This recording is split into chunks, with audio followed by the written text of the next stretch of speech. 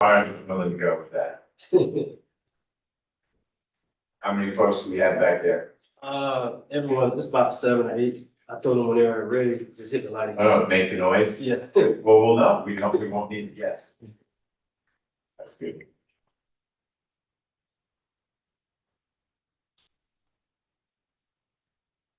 Okay, let's get on the record in 21CV348101, Anderson's versus Davids. We're starting a little before 9. All the lawyers are here. I don't think Anderson's outside. I'm sure the Davids are here as well, but they don't need to be here right now. We've got the lawyers. We are talking motion for directed verdicts. The plaintiffs in chief rested late yesterday, and so before we pivot to whatever presentation the Davids will make, either in defense of the Anderson's claims or in propounding the Davids counterclaim that will begin soon. But Mr. Schneider, you had some things you wanted to say. I think it was you. It can be this term, no matter. Let's hear about the motion for directed verdict. Yes, Judge. Defendants move for a directed verdict. In essence, you've seen the argument teed up before. In August of 2022, we filed motions in limine on plaintiff's claims regarding abandonment, adverse possession, and trespass. With regard to the abandonment claim, we believe that the plaintiffs in this case have failed to meet the burden of, they have failed to make out the elements of their case. So we're dealing with an express easement. So tell me, I understand where you're going. 2 questions. One, you say express easement. Is that the same as one that's acquired by grant or deed? Yes. Okay, so we're on the same wavelength. 2, what is a claim other than adverse possession that the plaintiffs are advancing that's abandoned? It is sort of an argument they're making, but their claims are trespass and whatever the other claims are. But if you look in the complaint as amended 3 times, there isn't a claim of abandonment. In fact, it wasn't until that 11th hour of adding adverse possession that there is any affirmative claim that the Davids have lost their right to their enjoyment of the easement. So tell me what I would be, let's say I granted your motion for directed verdict on abandonment. What would I be telling Mr. Edwards? Like, you know what, that claim you didn't bring, you still can't bring. I'm being flipped, but I hear you. Yeah. These are not my words. These are the words coming from plaintiffs. They said they have pled abandonment in their count 1 under quiet title. Well, the quiet title isn't what this jury is working through. I don't think. I mean, I thought quiet title, maybe that's before them. I thought that was something for judicial determination, and what we're working through are the other claims. I don't disagree with you that the issue of abandonment or quiet title should be for the court. Mm-hmm. My concern is that plaintiffs have continually represented that abandonment is part of their claim. In fact, the special master even had a ruling on it in his, I think it was the motion to dismiss that he talked about. Plaintiff's allegations of non-use are insufficient to prove abandonment, as non-use alone does not constitute abandonment. I think that is a principle of law drawn from all the cases that you all cite, and I think it will be part of the charge that you give the jury. And so it's sort of a proceed at your own risk argument that the plaintiffs may make that the Davids abandoned the easement. Certainly we need to talk about adverse possession because that is an affirmative claim from the plaintiffs.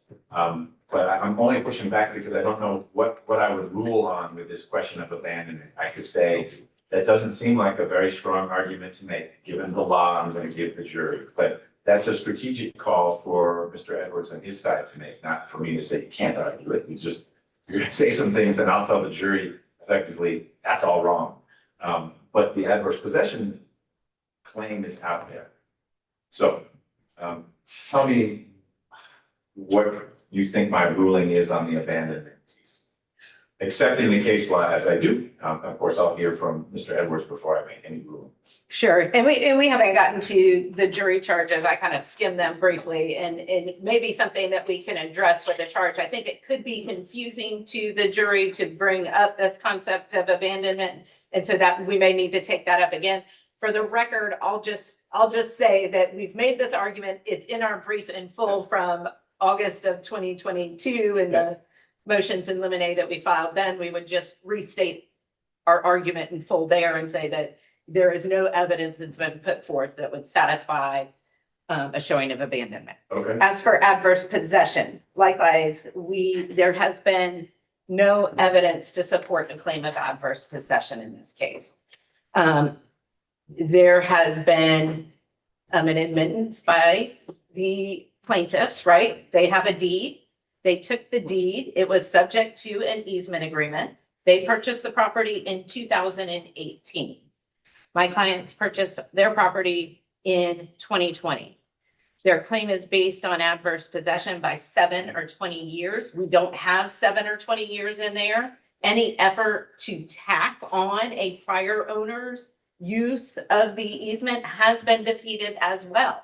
So talk to me about that, because I haven't heard Mr. Edwards articulate that it's the Andersons and their duration in their house that constitutes the adverse possession. I don't know how good he is at math. He's not that bad at math to say that was 20 years or 7 years. It hasn't been that. And certainly, we're well past the point where anyone could think that the Davids aren't trying to use the easement. We're in the midst of that. There's the red chair, there's the nets, there's this and that. So it would have to be attacking on the Darby's alleged non-use if enjoying it as natural buffer is non-use. So I had a couple hurdles for the plaintiff here. But assume for a minute the non-use is literally because you didn't cut a tree down or put up a fence or build a fountain there, then you didn't use this easement that says actually you can enjoy it exactly as it is and you're using the easement. Set that aside. Why can't we tack? In other words, Darby's didn't use it for 19 years. And then the Davids didn't use it for 1 year. That gets you 20, there's adverse possession. A couple points. We have one kind of the real property point that you cannot adversely possess that which you are already owning, right? Your own property. And in this situation too, with regard to the tacking, Mrs. Darby, her testimony, Ms. Nykerk, her testimony was only such that it was her belief that there was non-use, right? But also that she could not see the whole easement area too. So she really couldn't speak to whether there was use or non-use of that easement area during the time. But you, just to go back to my question, you're not saying that there's law out there that says you can't add consecutive owners periods of non-use? Because we're pretty clearly in the 7 range. I don't have all the numbers in front of me if we hit the 20 mark, but if you can add owners non-use together,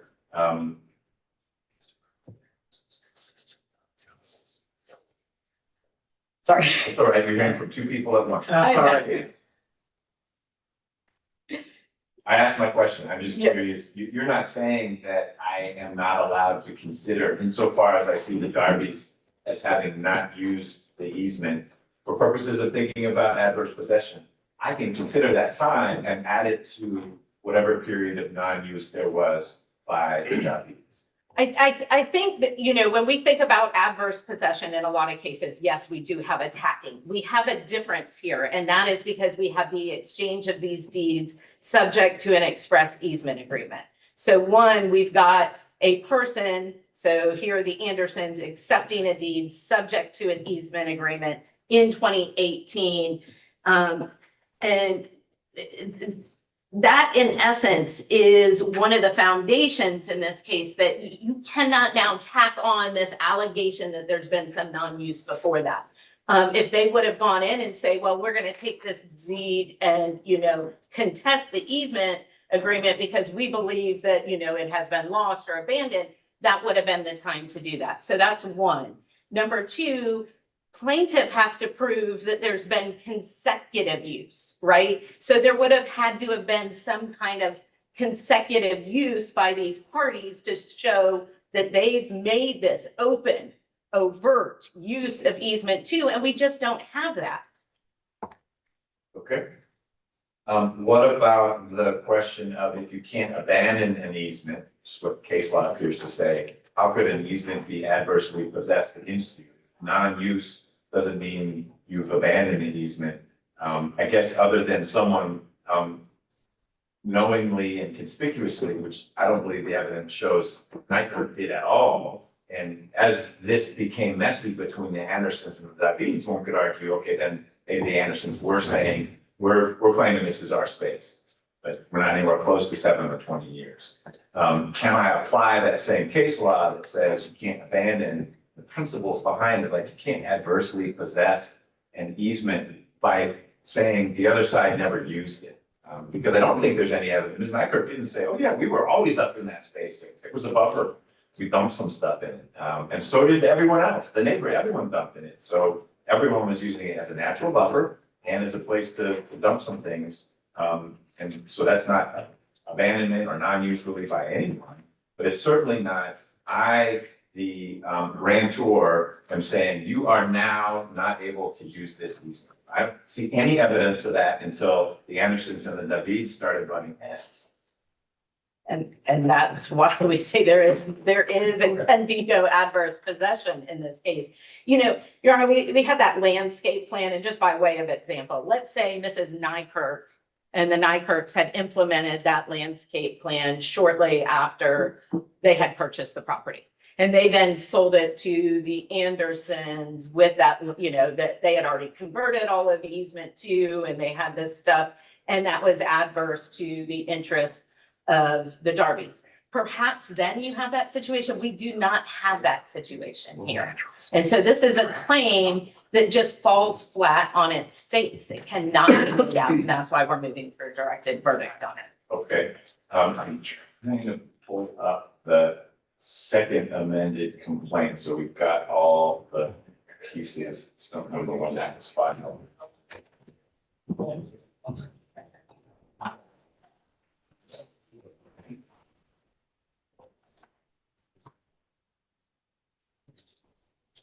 Mr. Edwards, when was the second amended complaint filed?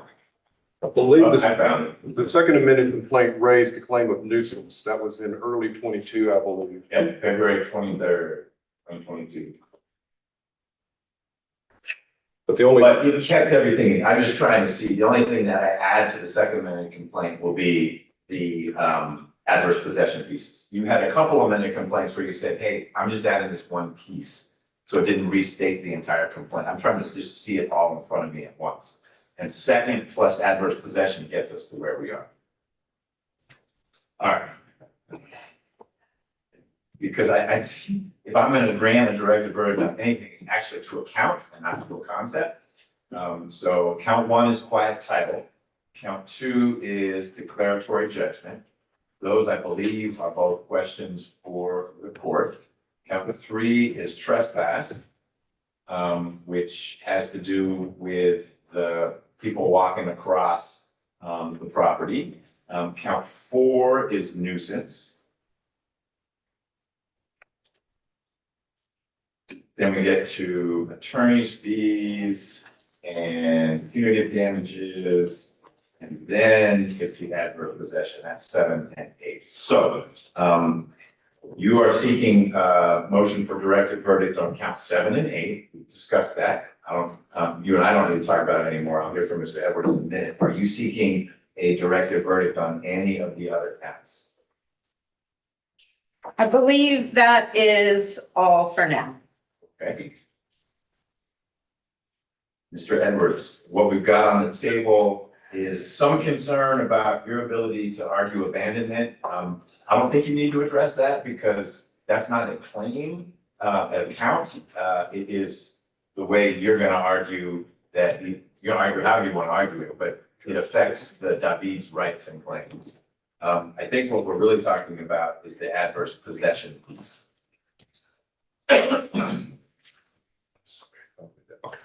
Judge, with all due respect, Never good when you start. well, I understand. I'm looking for the order, the original order on the special master, and I can't find it. But let me view this. We do have the first amended complaint because as procedurally what happened is we filed our complaint. They filed a motion to dismiss the quiet title. And the quiet title was based on abandonment. And the special master denied the motion to dismiss. He said it could be pled better, so we did. But he denied the motion to dismiss the quiet title claim based on abandonment. So we amended count one. Count one originally pled is deleted and replaced by the following. And we're talking about abandonment prior to the David's acquisition of the property. And you're right. While I do have a master's degree in finance, it is from the University of Alabama, so I may not be that smart. Decimals aren't going to work well for you. No, things like 4th and 31 and 2nd and 26, that's what we relate to.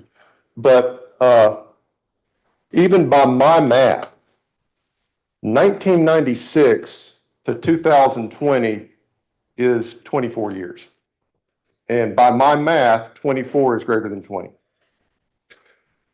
So if we look at the amended count one in response to the special master's ruling, which denied the motion to dismiss, he found issues of fact. It's not an issue of law, it's an issue of fact in this case. Because easement 2 has been abandoned by more than 20 consecutive years as a result of both positive adverse use by the servient owners and non-use by the dominant owners as reflected in the Darby deed. The Andersons seek an order from this court giving them full and complete right to the title formally burdened by easement 2, free and clear of any rights. So we have stated a claim for abandonment. So you think that part of count one, quiet title, is actually a jury question and not a judge question? Not only do I think that, the special master found that. Okay. Well, the special master is sort of out of the picture now.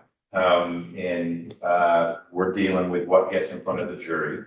How do you respond to not one or two, but I don't know however many cases it is that say, you really can't abandon an easement. Why does a jury get to decide something that would contravene case law? Okay. Well, actually, the cases are all over the place on this. As explained in the case of Gilbert versus Reynolds, the cases are all over, but Can I have the site for Gilbert? the site is 233 Georgia 488.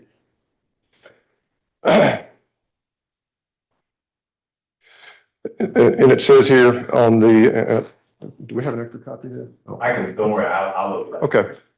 An extra copy? Well, we'll get you a copy. And on the Penn site on page 335, the end of page 335, there's a long quote from a bunch of prior cases.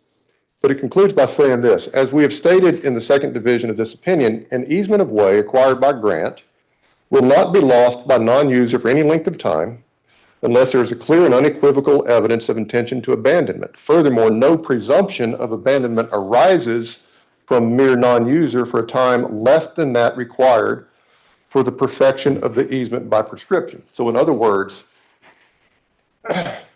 non-use of an easement for 20 years, while it does not automatically result in extinguishment like adverse possession does, it raises a presumption of an intent to abandon. And that's the case law, and that's in our jury charges, and we'll talk about that later. But there's, to say that an easement acquired by a deed can never be abandoned by non-use for any period of time is not a correct statement of the law. What's the correct statement? The correct statement is a presumption arises by non-use for 20 years, which can be rebutted by contrary evidence. And is 20 years a bright line number, or that's what that case said, or that's tied to the whole adverse possession number? Where does 20 come from? From Gilbert?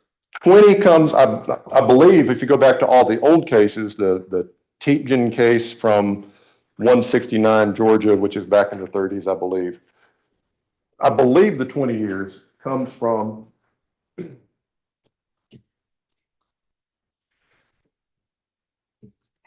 Just spell T. Tietjen, Tietjen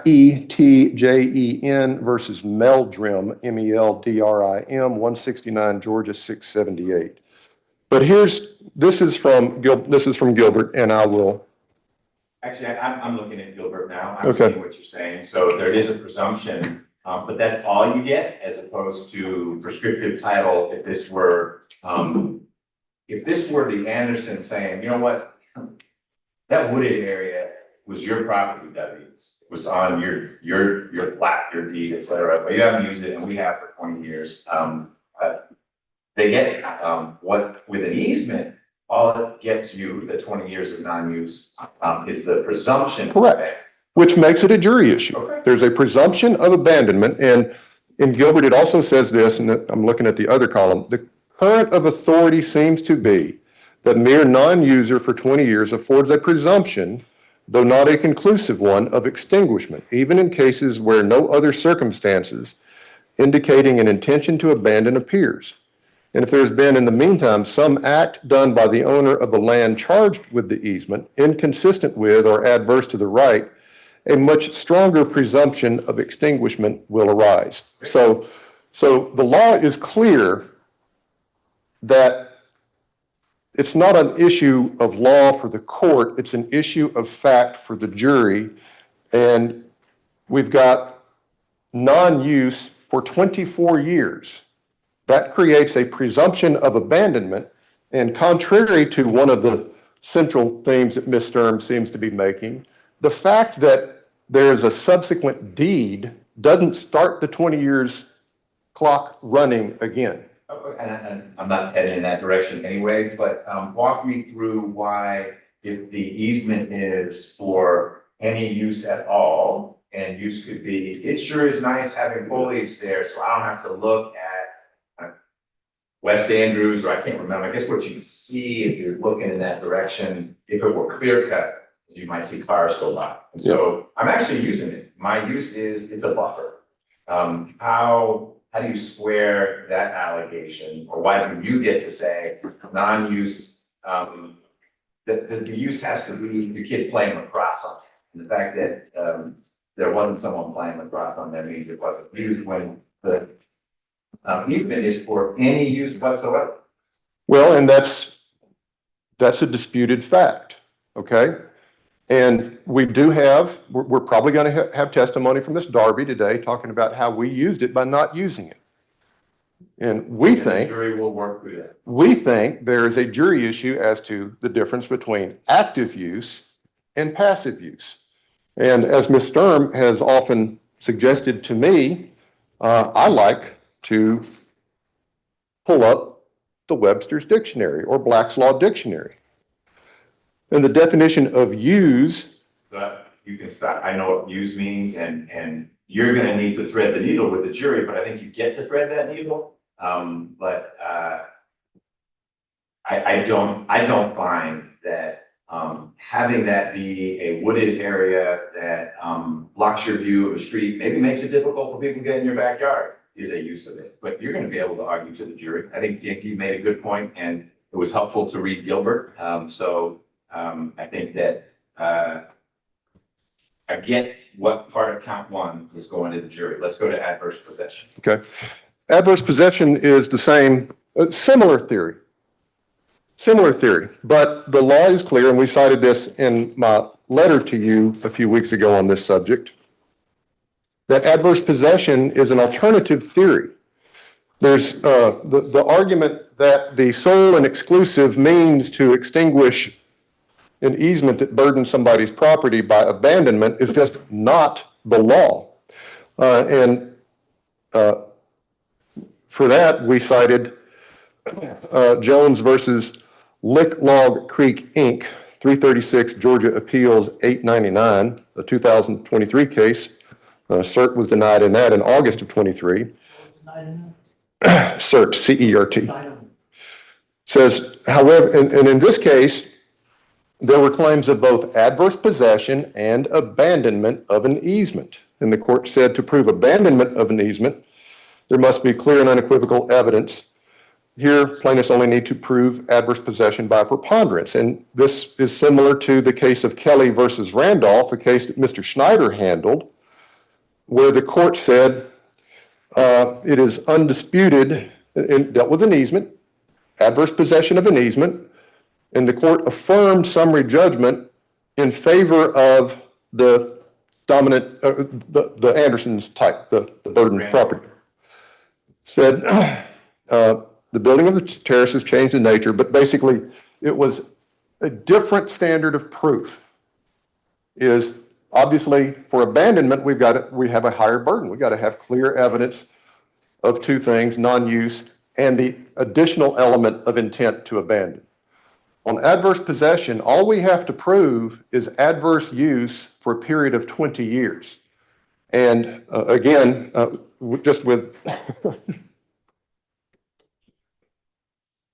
again, at the risk of saying with all due respect, just to perfect the record, Webster's Dictionary of Use, number one, is to put or bring into action or service, employ for or apply for a given purpose, which seems to certainly support the argument of active use. Mr. Schneider and I both like to exercise by riding our bicycles. He's obviously much fitter and faster than I am. We both use our bicycles, take them on the road and we ride. If I said, I use my bicycle, it's down in the basement, it's got cobwebs on it, hadn't been ridden in 20 years, that's not using my bicycle for exercise. Got it. All right, anything else on adverse possession? Yeah, on the adverse possession, the pattern charges on adverse possession that we have requested, that in the draft, you're not going to give, is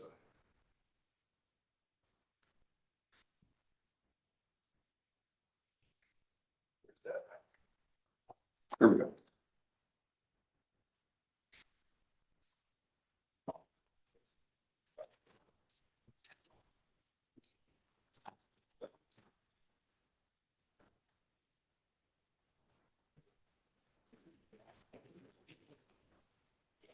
Actual possession may be evidenced by enclosure, cultivation, or any use or occupation of the lands that is so notorious as to attract the attention of every adverse claimant. So we're looking here at a street view image of the access point for alleged ingress and egress of easement 2 for West Andrews. This is impassable, or the jury, it's an issue of fact, the jury may find this to be impassable. What is it that the grantor did?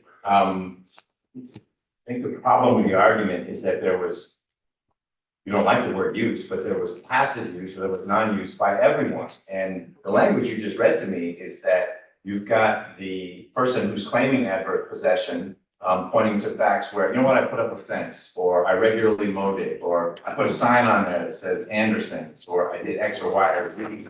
And I don't think you got evidence that people did much of anything, especially with the picture you just showed us, that anyone did anything with the stuff that's curbside. So I'm trying to follow, especially the 7-year claim, what the open and notorious things were that were happening for over 7 years that no one did anything about. Well, the language I just read from pattern charge 50.110, which as of now you're not going to give, may be evidenced by enclosure. And it doesn't have to be a man-made structured enclosure. We submit, a jury may find, this is enclosure of easement 2. That's number one, that's enclosure. Enclosure by the person claiming, is there any evidence in the record? Because this is a motion for directed verdict after you've made your case. Point to a fact in the record that the Andersons or the Nykirks enclosed it. Whether they put up a fence or they planted things. Judge, Because otherwise you're back into, oh, it's passive, and you can't have it both ways. If it passively became enclosed, as it was being passively used by everyone, it became enclosed. So my question is, what's in the record that the Andersons or the Nykerks took any steps to enclose the easement? well, I submit to you that this mosh pit on the street frontage, that is enclosure. That blocks it. If you look to the right, it's cleared. So they made active use of clearing the portion of their front yard outside of the easement and allowed the rest of it to become overgrown and impassable. To me, that's a jury issue for use. Second, this theory of, oh, we loved it for natural wooded beauty and this, that, and the other. Using it as a dumping ground is the opposite of natural beauty, wooded area, nature, all that stuff. Right, the Nykerks used it, not the Darbys. The evidence is that the Nykerks and their predecessors let the street frontage become overgrown so it's impassable, and that they used it by using it as a dumping ground. And was it a dumping ground, like there were old cars there, whatnot, or it would have been, or compostable things where if you are on the grantee side of things and looking over there, like, hey, it's still green. I don't have to look at West Andrews or the neighbors or whatever that natural backdrop provides you. well, if we're I going, hear Ms. Nykerk say, yep, when our Chevy ran out of love, we just parked it on Easement 2 and let it get overgrown. Or that's where we throw our old furniture or dead bodies or anything like that. well, dead bodies are compostable. Okay, so that'd be another dead. So anything, there's no requirement in the law that I have seen, and they certainly haven't cited any, that says use has to be with man-made materials and or non-decayable materials. I'm not suggesting that Ms. Nykerk saying we and others put things on Easement 2 is non-use. That's not my point. That's why I was asking what you think is in the record that would suggest they're using it, your phrase was dumping ground. And that may have been Ms. Nykerk's, but if the dumping ground was for grass clippings, and I'm over on the other side, I don't see those grass clippings. I'm wondering why that's adverse use, as opposed to, it's not interfering with my easement rights. And the way I'm exercising my easement rights is to say, this is a nice buffer, I value that buffer. It is not the Nykerks clear cutting it and putting up a place to hang their laundry to dry. Well, it's not just grass clippings. There is evidence in the record from both Ms. Nykerk and Mr. Anderson that it was used as a dumping ground for railroad cross ties. Now, technically, those are compostable, but it takes 50 to 100 years. That is clearly trash. That is clearly an adverse use. All right, that's enough. I get it. Okay. It is a jury question. All right. Good luck with the jury on that one. Thank you. I want to pivot back to, you talked about adverse possession, you talked about abandonment. That's what Ms. Sturm brought up. So I need to ask her a couple questions and we can move on. Okay. So Ms. Sturm or Mr. Schneider, your thoughts about Gilbert v. Reynolds standing for the proposition that if it's been abandoned for 20 years or more, there's a presumption of intent. I'm asking because a more recent case, Sermons versus Agus Sarkisian, I'm not going to spell that for the court, but I'll give you the site so we can look it up. 323 Georgia Appeals 642 says that Gilbert stands for the proposition that there's no abandonment of an easement where the defendant owned the property for only 13 years. This easement went back to 1880 and it's recognized in the chain of title by both parties. That's this case. Everyone knows there's an easement and it's actually resetting the clock for each owner. So frankly, it doesn't matter what Nykerks did or anyone else. What's relevant is what did the DeVries do? They got this easement. It wasn't contested at the time. The Andersons got the easement and the DeVries haven't been there for 7 years, or certainly not before this litigation started, and they're far, far from 20 years. So it seems like that presumption wouldn't apply. That's how the appellate courts are applying Gilbert versus Reynolds, is that you have to look within the period of ownership that's at issue, which would be David ownership, which is far, far short of 20 years. And so, there's not even a presumption of intent to abandon. Your thoughts? That's exactly correct. There is no presumption of intent to abandon. We believe that's clear in the case law. And I don't think Gilbert v. Reynolds is applicable. I think it's factually distinct from what we're dealing with here. We are talking about rights in an alley. It is, in this particular case, I think that, well, there's several perhaps frustrating aspects. But it simply, there's a mixture of abandonment and adverse possession that is going on or is attempting to go on. And that is one of the problems with that, is that you heard Ms. Nykirk, she said, even they use it as a buffer from the neighbor behind them. And there's no open and notorious use by her that would tell somebody else, hey, we're using this easement to your disadvantage. Or you're using it in a way that doesn't interfere with the right of enjoyment. I mean, you don't have this in the record yet, so I want to short circuit this. I'm going to deny your motion right now, but I'm taking under advisement. I'm going to absorb more of Gilbert. It's an important case. I appreciate Mr. Edwards flagging it because it throttles back a little bit on the, hey, you can never ever abandon an easement. Not so. And in fact, there can be a presumption of an abandonment. I need to know if that applies here, so I'm going to think about that. It may well be when everyone rests that I still grant a directed verdict, either on the quiet title abandonment piece or adverse possession or both. But a lot of this will shift if the prior owner of the David's house testifies in the way you're saying she's going to testify, which would be, hey, here's how I was using it. And we can get all technical about you only use the bike if you ride it. But you don't ride trees, at least I don't. So there could be a different way in which you benefit from and enjoy easement too. But that's not in the record yet. That's an argument. I do want just a few words from you about the adverse possession argument that we heard, that in fact, it has been adversely possessed, and that's a lower burden of proof for the Andersons.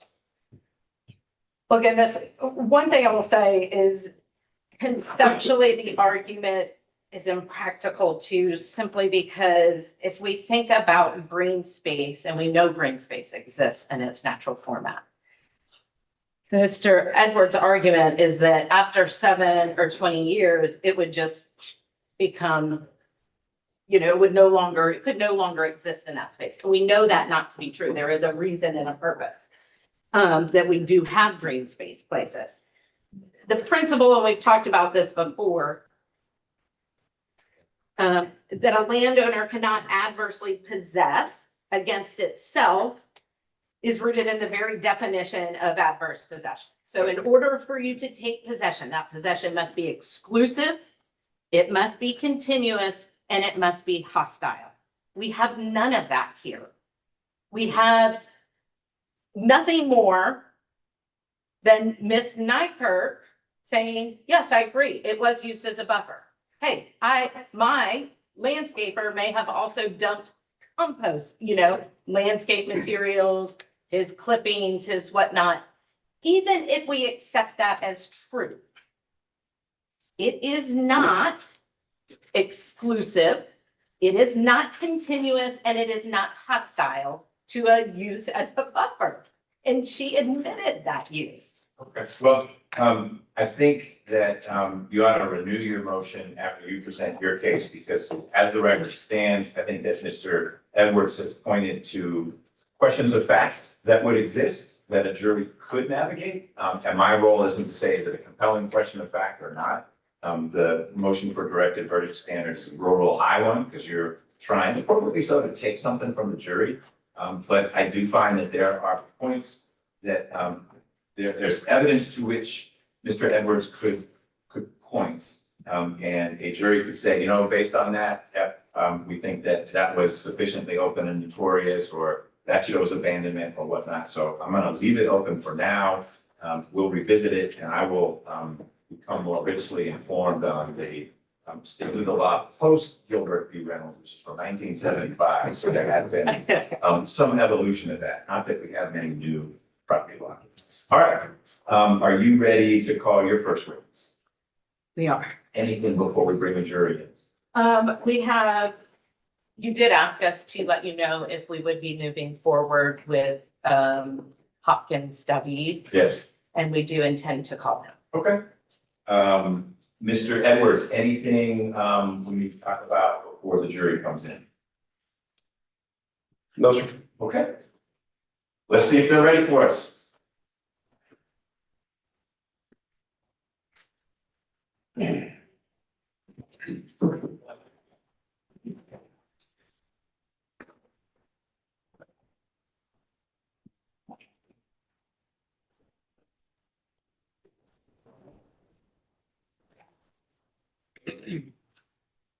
Now smells like it is strawberry sandwich.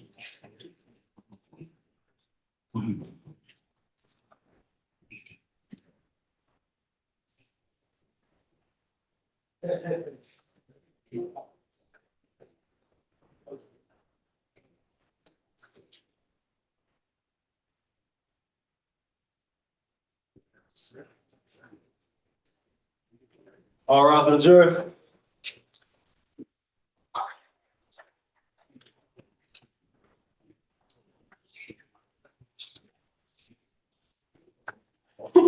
Just or cheap feet.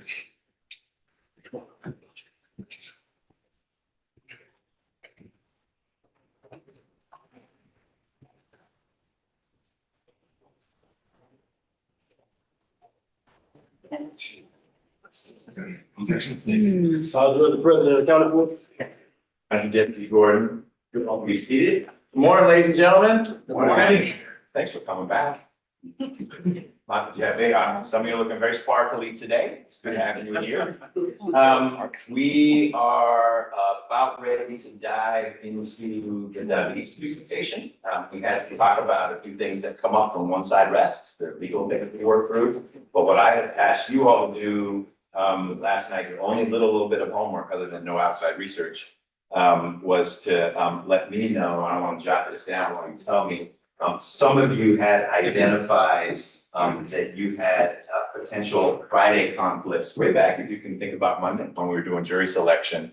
And I need to know what those are so that the lawyers and I can navigate how we wedge in what still needs to happen. So just raise your hand and let me know if you were one of the Friday conflicts that you shared before. If something has since come up, we can talk about that as well. But let's start with you, sir. I did have a funeral. Okay. Tell me what time that It's is. gonna be 1 p.m. 1 p.m. And is it kind of local?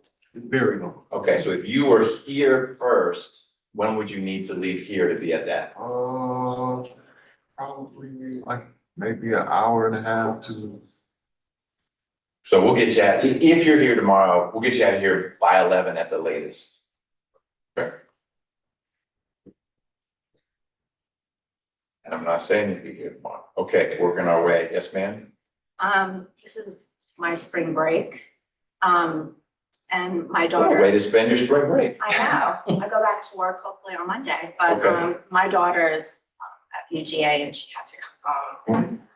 My husband went and got her Tuesday night. He has to go out of town and she can be left alone. Okay. When is he going out of town? He's leaving tomorrow morning at 8.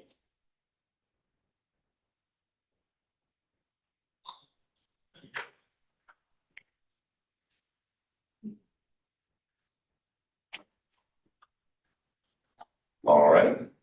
Anyone else? Yes, ma'am. I have the skin cancer surgery in the morning.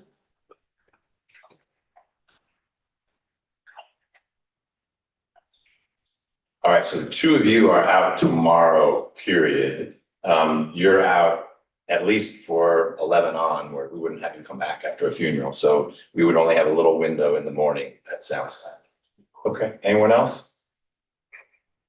I didn't bring this up earlier, but when we said we were going to be ending on Thursday, I work for myself.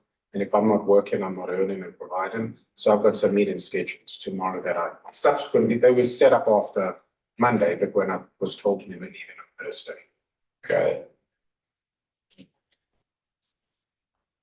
All right, you all don't happen to remember your original jury numbers, like when you were holding up cards? 3. 3. 11. 11, I think I was 13. 8. I'll be able to find you, Okay, because I wrote down there's only one person who had a funeral, so I'll be able to find you. okay. I didn't know about meetings on Friday, so it was gonna be hard to find, and I'd be able to find them, but thank you. All right, with that information, let's press forward. Ms. Sturm or Mr. Schneider, call your first witness, please. My first witness, Your Honor, is Lucy David.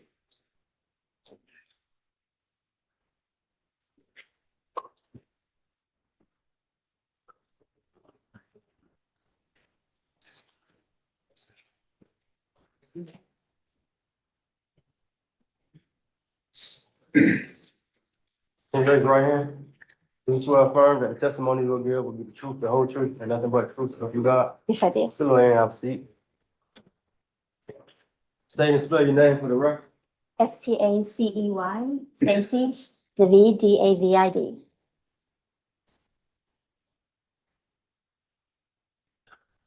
Good morning, Mr. David. Morning. How are you feeling? Doing good, thank you. You were on the stand yesterday and you were asked a few questions, and I'm going to be asking you a little bit more in detail. But one of the things that we didn't ask you yesterday was a little bit about yourself, just a quick elevator speech about who you are and where you come from, your work experience and so on. I am from South Georgia, Americus, Georgia. I grew up with, my mom's a teacher, my dad was a salesman at the. No, I'm sorry, respectfully, this is. Sorry. Have it straight ahead. Sorry. What part? Actually, face the jurors if you want, but you need to be further back, so you're closer to the microphone. I wouldn't, you're not gonna dictate which way you look, but Yes. you do need to be audible. Yes. Okay. Do I need to start over? Oh, The teacher. Okay. My mom was a teacher and my dad was a salesman at the local factory, the local factory.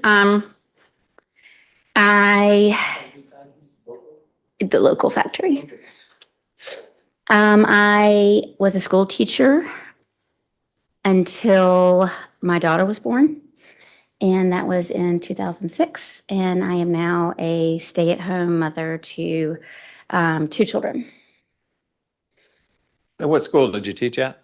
I've taught at several schools. I taught at Elm Street Elementary in Noonan, Georgia, and I taught at at a private school in Noonan, Georgia, and then I also taught at Garden Hills Elementary here in Atlanta.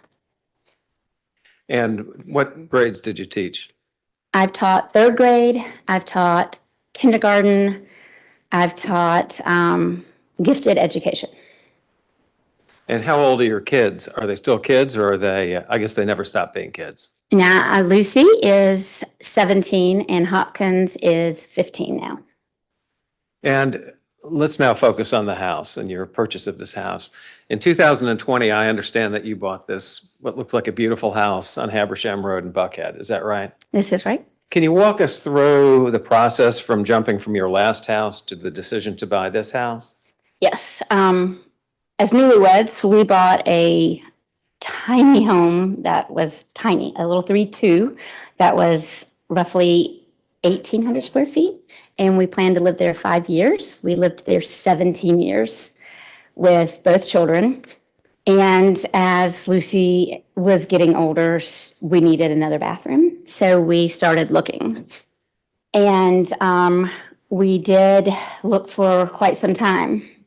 And we bought another house in the Garden Hills area. And quickly after living there, we just knew this is not for us. We needed more space in the yard. We needed more space. So my husband agreed, as long as you don't lose money, it's okay if we sell the house. But he was pretty strict to me about that. So my realtor and I got to work and we sold the house and started looking. And we found this house and fell in love with it. It looks like a beautiful house, but do you agree it's not a tiny cracker box house, is it? It's Okay. How many bedrooms and bathrooms? It has 4 bedrooms and it has 4.5 baths. And it is on Habersham Road, is that right? It is. It faces on Habersham Road. Yes. How would you describe Habersham Road? Is it a pig trail or is it a highway or somewhere in between that?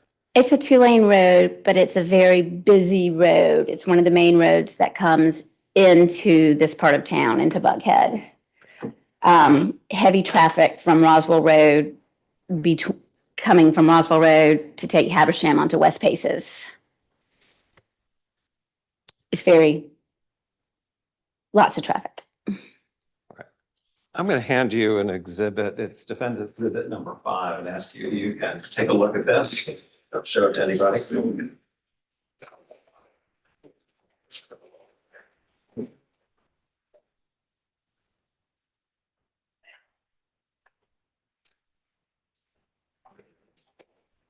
I think that should be in our notebook. It is, looking at, Mr. David, can you identify what that document is? This is the easement agreement. I'm looking at exhibit number 5, the document I just handed you. Right in front of you. The easement agreement. Is that an easement agreement? This is the easement. This is the, what do you call this? Is that, any words you want, but you need to call it something. This is the black and white diagram of where the easements are. The black and white diagram of the house, what do you call this? The floor plan of the easements and the driveway. does this? Survey. This is the survey of the easements. You're not on the witness stand every day, are you? I am not. Okay. Does this appear to be a survey that you had prepared that identifies the properties at issue in this case? Yes, it is. Your Honor, I would tender defendant's exhibit number 5. Any objection to defense 5? Oh, amen. Yes, Your Honor. There are colorings and markings and handwriting on this exhibit that we don't know whose they are. They Why don't- don't we see, ask questions about that, but that's the concern. I'm glad to ask her to describe what's on the face of this. Ms. Just a second, I'm looking at what's written on there. Tell me what your concern is. Right. It doesn't seem like they're particularly problematic. Certainly, however, I think that I would have a hard time believing that Mrs. David is gonna say that she created this survey. So, you know, where we're going with this, I'm not sure yet. And I don't know why it would need to be marked up this way because the survey would likely have marked it itself. All right, I'm gonna allow it in. It's admitted. You can pull up exhibit 5.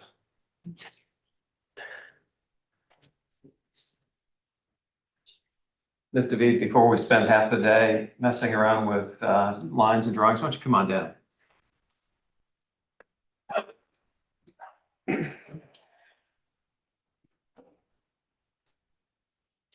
So tell us what we're looking at here.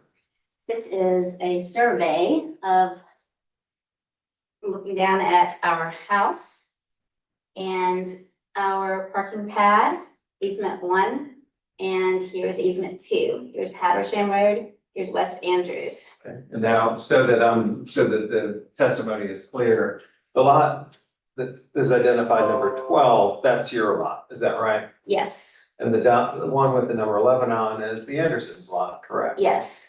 And there seems to be some color coding on this. What is the yellow or the ochre color? Is that the footprint of the house? That's the footprint of our house, yes. And now tell us what your understanding of if that's magenta, or what did you call that, red? That is a parking pad Yeah. that matches our brick driveway and the brick wall around the parking pad. So when we pull into our driveway, it's narrow. This is where we park. This is where we back up. This is where visitors come in and park. And was that part of the original house as you understood it? It's the original brick that was actually brought in from England. And yes, it is the same and matches the house. What's your understanding of the combination of these two lots, or the relationship historically of these two lots? Objective form, Your Honor, or not objective form, objection. What's her understanding? I think we're gonna be getting into some hearsay territory. Sure, so I understand the question, but I guess you might need to lay a foundation for Sure. how she would be able to talk about that so that Ms. Medwick can more precisely raise a concern. Tell me what you understand was the history of the combination or separation of these two lots, if you have an understanding.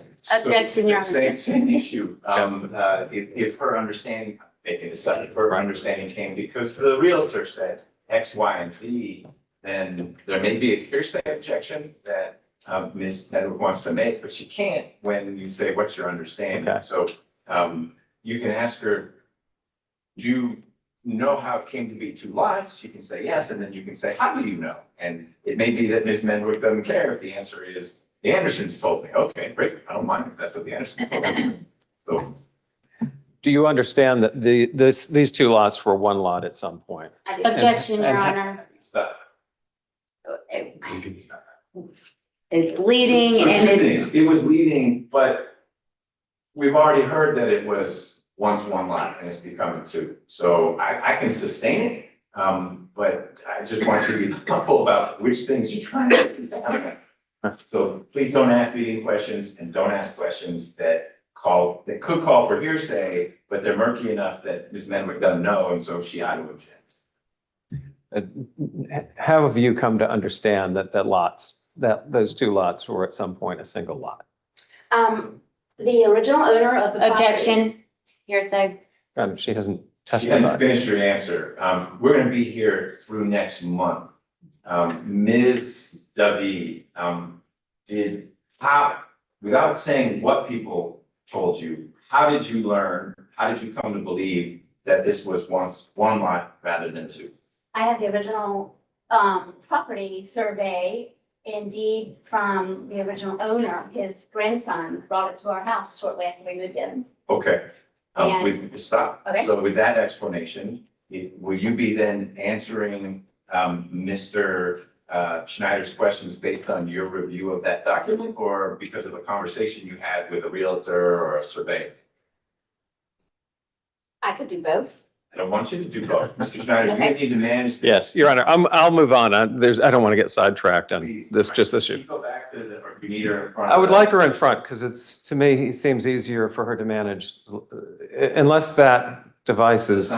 That's not, if you're still on this and you need her to point things out, then let's keep her right there. Very good. So you've got the Andersons on the right under lot 11 and you on the lot 12, right? Yes. And you saw a photograph yesterday, I can't recall whether it was when you were on the stand or your husband was on the stand, of the beautiful brick parking area that had a very nice shed. You remember that? Is that this area that we're talking about? Yes, the shed that he calls it, it's my garden house, is here. Okay. Right here. And the maroon area right there, that was the area that your husband demarcated on that photograph or attempted to, is that right? Yes. Okay. And your understanding was all of that was part of the original Objection, construction? Your Honor. These are very leading. I'm trying to be lenient I for the sake appreciate of time. We're asking a ton of leading questions. Yes, Your Honor, I'll move on and I'll not lead. Okay.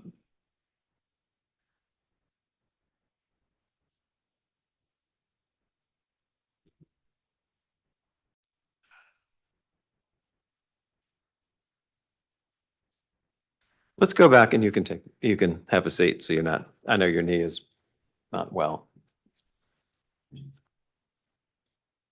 So what were the other things while you're sitting down? What were the other things that were big considerations for you when you took a look at this house?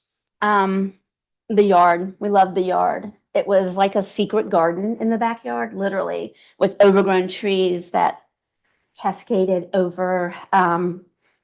It was wooded on the side, so you could not see West Andrews. It was private.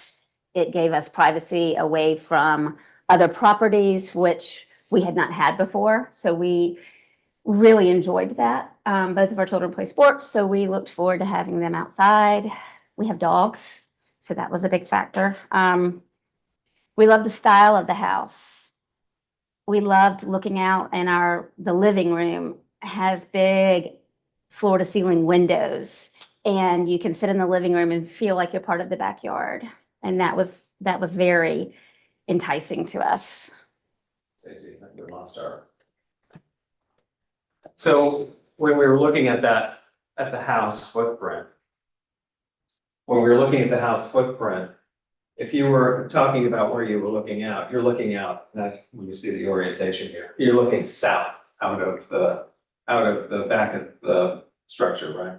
Yes, The window wall there, right? yes, So. to the right of the Your yellow. question's in with right, question mark. You're probably asking a legal question. I don't want to make. I know. That would have to keep, this is your Okay. witness. Agree, Your Honor, and I apologize, I'm trying to move too fast, so Okay. I'll say that.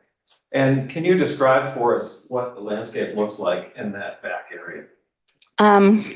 It's like it's like a secret garden. It now has a 6-foot plank fence running beside it. It had a brick wall came around and a brick patio that came around the back that is within the same decor and match of the house. It now is attached to a 6-foot fence, so we cannot see over that to see the wooded areas if there were any now. But a lot of old trees that hang over, they're overgrown and they're beautiful. It's all green back there. Let me lead you back to exhibit number 5. The face of the house, the northern entrance to the house is directly on Habersham Road, correct? Yes. Were there any concerns that you had regarding having the drive being right on heavily trafficked road? We were concerned. We didn't know how heavy the traffic was, and because we bought the house during COVID when there weren't many people on the roads. It is very heavy now, the traffic. And my concerns were the dogs getting in and out of the driveway is a concern, especially if you can't back up. If you have to back out of the driveway instead of turn around, it's hard. And there were 2 colored areas on this map as well, maroon one and the blue one. What did you understand those areas to be? The maroon is the parking pad of Easement 1, and that's the parking pad. Yeah. And the blue is Easement 2. And so what did you understand those to signify? In other words, what did that mean to you? These were the easements that came with agreements that we knew were on the property that were owned by our neighbors, but we had full exclusive perpetual rights to use them for any legal reason.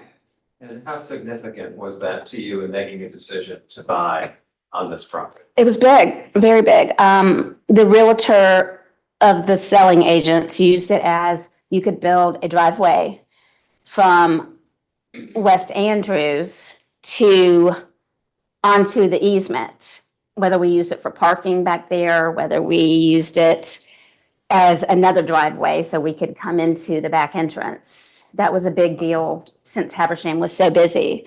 It was enticing since Habersham is busy and there are not many on the street that have that access to West Andrews. I don't think any that had the access to West Andrews and Habersham. Let me hand you exhibit number 4 and you can ask you if you can identify this document.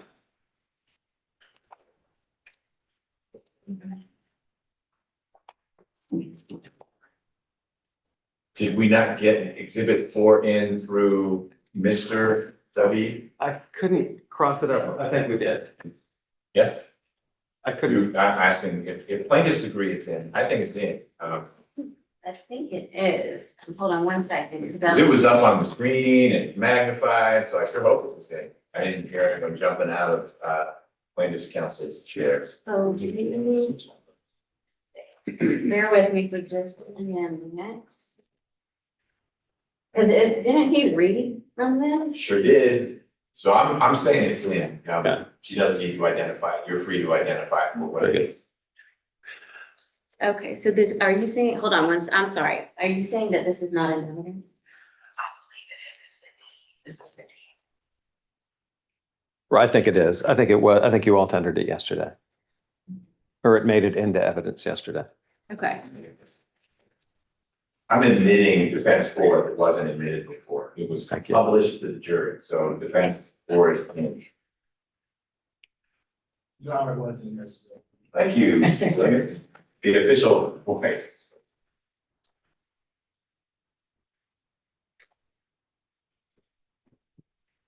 And this is the deed through which your husband purchased the property, correct? He purchased, And you understood that this, in this deed, it makes reference to the easement that you just discussed, correct? yes. Do you remember any discussions? What discussions, if any, do you remember at the closing concerning any contest regarding the easement? Objection, Your Honor, hearsay. What was, let me restate it. Were you aware of any contest of the easement at the time of the purchase of this property? No, Do you remember being provided with any documents that indicated that it had been canceled? no, What, if any, signs were out on the property indicating that you could not trespass on the property, if any? Objection, Your Honor. I don't think that we've established if she had been out there at that time. Well, that could be her answer, that I've never been out there, but I'll allow the question. I had been out there several times. We looked at the property many times before we decided to buy it. And we had been on the easement. There were no signs. There were no signs for no trespassing.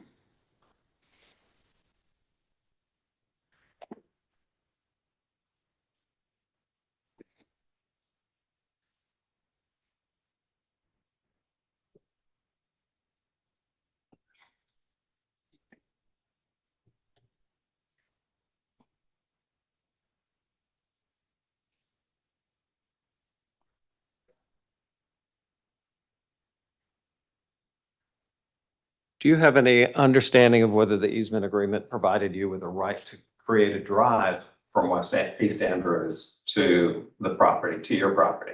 From West Andrews West to the property, yes, it was in the selling point of the house. It said that we could, but not limited, build a driveway. And you all have not done that at this point? We have not. Is there anything that's inhibited you from doing that? This lawsuit.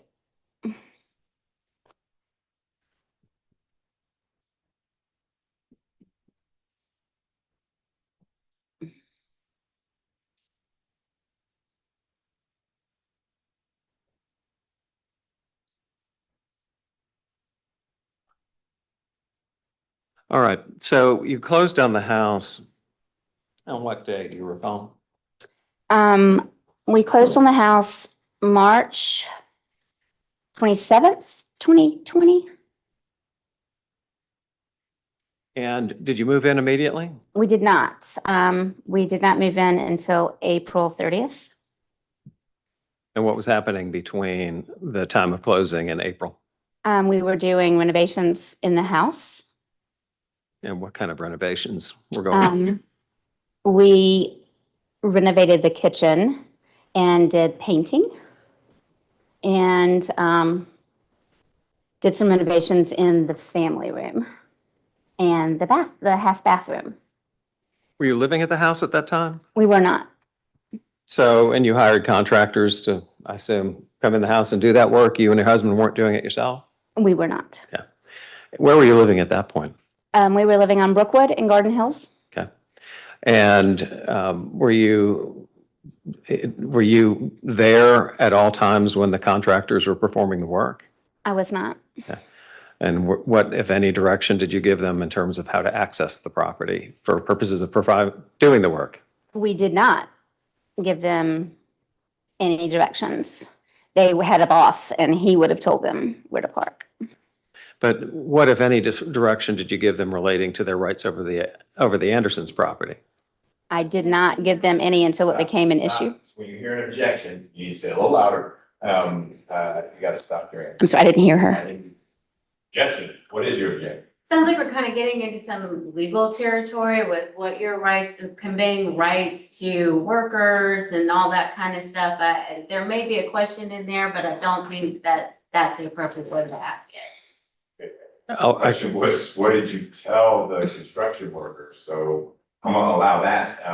there may be argument that flows to a jury later, but, you may be a few questions too soon. I'm not allowed to keep going for now. Please repeat your question, Mr. Schneider. I'm glad to. What, if any, direction did you provide the contractors on any, well, let me ask it simply. Did you ever tell the contractors they could go over the Andersons' property to perform your work? No, I did not. Would you have wanted them to do that? No, I would not. Did it come a time where it was raised that there was some concern about that? Yes. And what did you do? I spoke to our painters who I hired, and I spoke to our contractor and said, this is brought to my attention.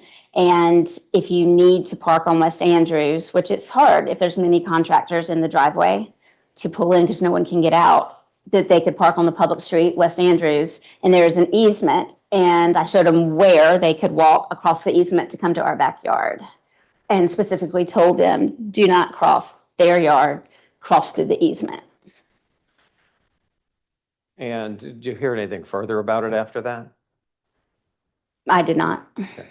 The Andersons, did they send you any form of a demand letter or any indication that the contractors had damaged the property? No.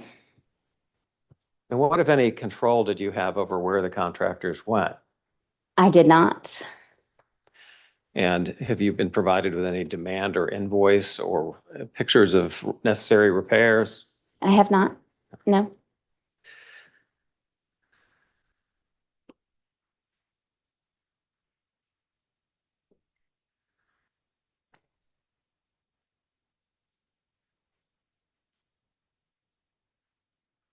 Do you remember roughly when you moved in? You may have already testified to that.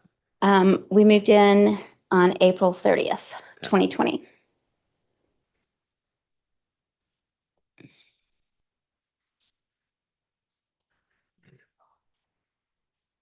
And how old was your son at that point?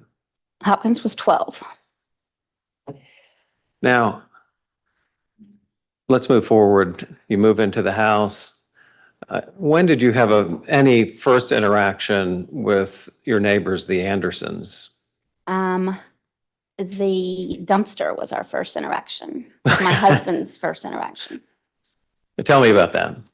We had come over it was something we did. It was COVID. My husband was not working, so he was home. He was working, but working from home. So the children were at home during school. They were not allowed to go to school, so they were doing homeschool. So we would do a nightly drive.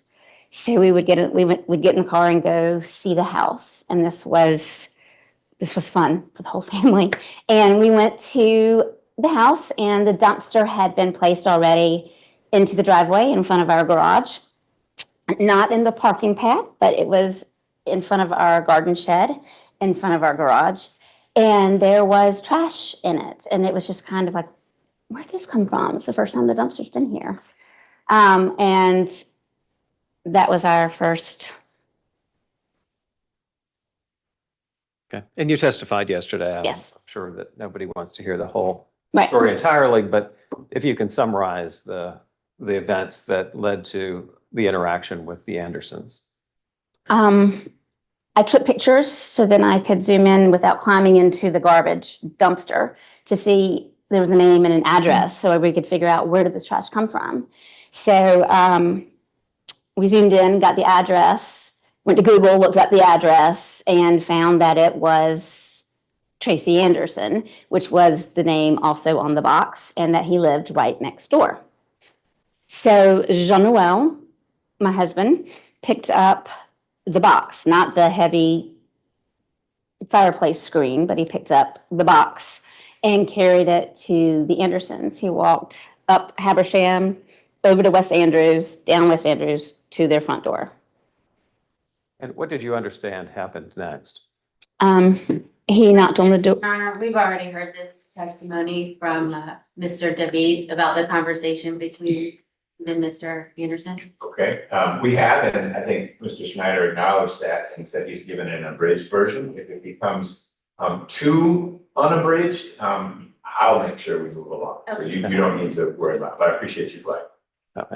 You're correct, Your Honor. I'm trying to summarize this. Let me move you forward a little bit. So your husband went next door. You just testified to that, right?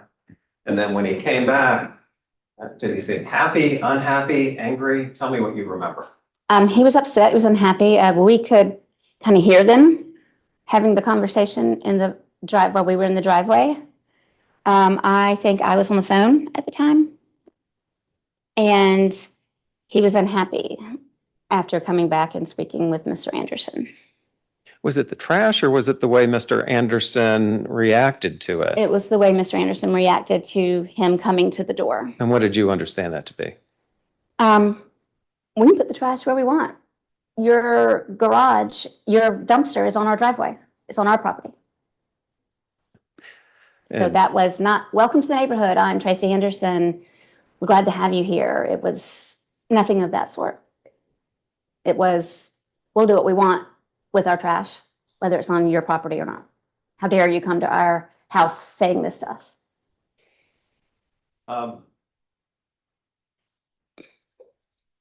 And that was your welcome to the neighborhood meeting with the Andersons. And that was our muffins. Welcome, our bundt cake, yes. Our muffins or our bundt cake are welcome to the neighborhood. And you heard Mr. Anderson talk about how the trash was, he has a particularly tall son. Objection, Your Honor, we're getting back into the leading territory. Well, I'm gonna overrule, we shifted topics and, Mr. Schneider setting the stage for whatever the next line of questions are. So, Right. finish your question and, let's keep moving. Yes, Your Honor. Very briefly, you heard Mr. Anderson testify what feels like weeks ago, a couple days ago, that his very tall son-in-law was the one that put it in there. You remember that? I did, yes, I heard him say that. Does that ring true for you? That is not true, because if he leaned over with his arms to put the trash into our dumpster, he would have had to have had 15-foot arms, because the dumpster was in front of our driveway and park, and it was parallel to our garage and to the garden shed, where the wall where he would have leaned over is 10, 15 feet from there. You'd need mighty long arms. He'd need mighty long arms. Are you here today because someone put trash in your dumpster? No, When was the next interaction that you had with the Andersons? on February 24th, 2021. And describe what happened. I was taking my children to school. It was a late school start, which we have on Wednesdays, and we would go, because of Habershams traffic, we would pull out of our driveway, take a right on West Andrews to have an easier way to get out onto West Paces. So as we were going down West Andrews, we see all the landscaping trucks and the sod and the trees the tree that was in there, and they were sodding the easement. They were sodding his yard and parts of the easement. And I rolled down the window and asked to speak to a manager. And he told me the manager wasn't there, but he could barely speak English. I told him the situation, said, this property is not just Mr. Anderson's. This property has an easement that also gives us rights to use, and you should not be on here. Would you please speak to your boss? And he gave me a business card to call his boss, which I did. And now bring us to your interaction with Mr. Anderson.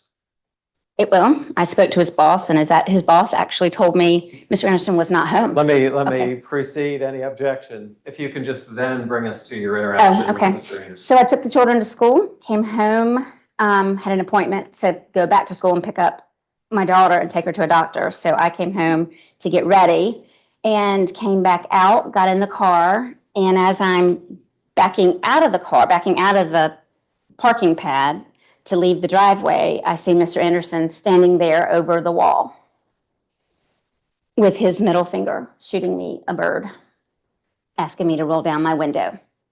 I think you testified yesterday as to what he said. I did. I won't make you say that again. Thank you.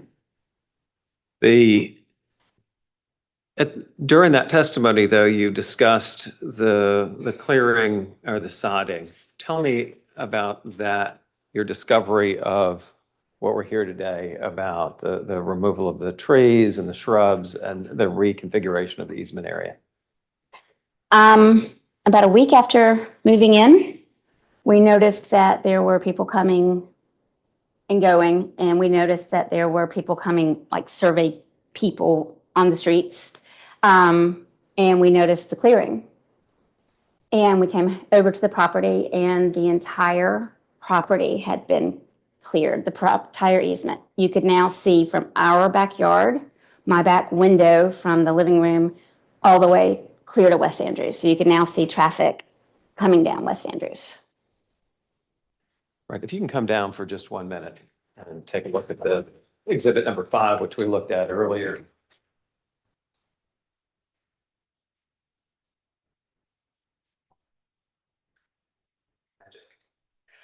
So using your finger, if you could just point where if you can point out where you saw them clearing during this episode. Here. In the blue area. In the blue area. What discussions did you have with the Andersons before they did that? I had not had any discussions with the Andersons. What communications did you get from them or their lawyer or anyone else about the fact that they were going to do this? Nothing. And if you were sitting in your living room and looking out the rear window, can you point to where it is that they were removing the trees or the understory or whatever it was in that blue area? Okay. Did you consent to that? I did not. Did you? You can have a seat.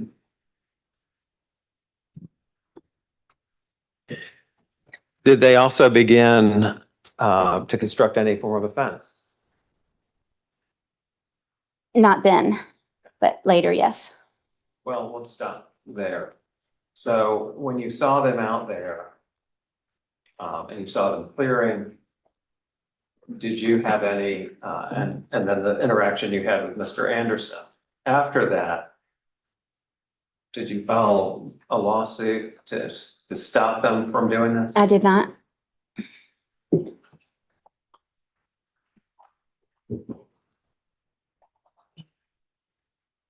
Did you know what they were doing at all? I did not, other than removing the trees and any vegetation. Do you have any sense about what their plan or intent was with regard to this obviously intended landscape redesign? Don't answer yet. Yes, ma'am. Speculation. Would it seem like it would be speculation or hearsay? Someone told her, or I feel like they were gonna do X. Well, I can help her along with that, with an As long as you're not suggesting an answer, Well- why don't you withdraw that question and ask it a different way? let me ask it a different way. Okay. Mr. V, have you ever seen the landscape plan that was proposed by, or that was designed on behalf of the Andersons for that rear yard? Not until court. Okay. Let me have you take a look at that. It's already in evidence, I believe, as for us, it is Exhibit 33, Defense Exhibit 33.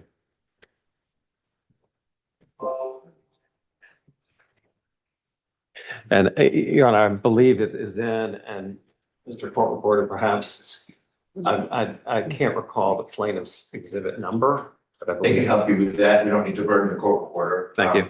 Mr. Edwards, what's your exhibit number that is the landscape plan that you were asking folks about? That's their exhibit, not ours. Okay, Oh, that's fine. did you use their exhibit? I know we saw a landscape plan. Well, Hold on, I'll find it for No, you. no, if it's theirs, Ms. Stern needs to find it. I just knew you used it. I didn't know you, nothing wrong with you using one of their exhibits. it's Exhibit 33, Okay. our Exhibit 33.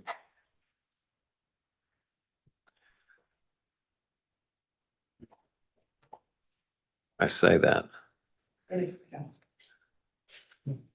That's not in the binder, but there is a landscape plan, E33. Okay, so if you can get that out.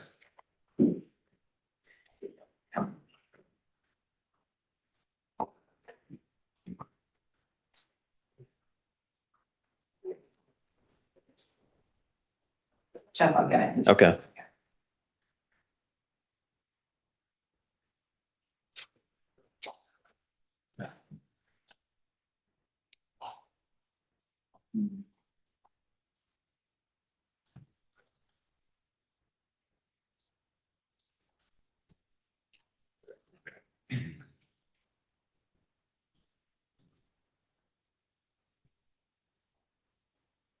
Yeah.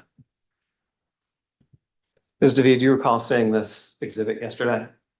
I saw that yesterday. And I'm going to ask you to come down again. I know you already needed your replacement, but I'm going to help out. If you can identify the best you can, I understand you're not a surveyor, but using this, and this indicates, this appears to be a diagram of the Anderson property, correct? Correct. And based upon your knowledge of the landscape and the dimensions, can you identify where it was that the easement area is roughly on that plan? Easement 2. I don't know exactly Right. how much, but it would have been the back parcel here. So based upon that, what would your impression be in terms of what the Andersons were going to be doing in that area? Objection, Your Honor. I think that's still speculative.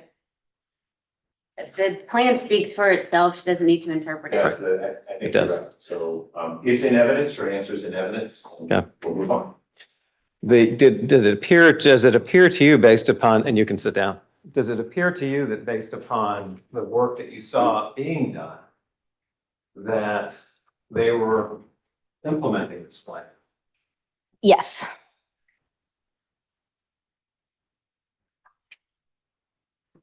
How did it, and you also heard testimony yesterday, and you may have testified as well, that at some point they stopped.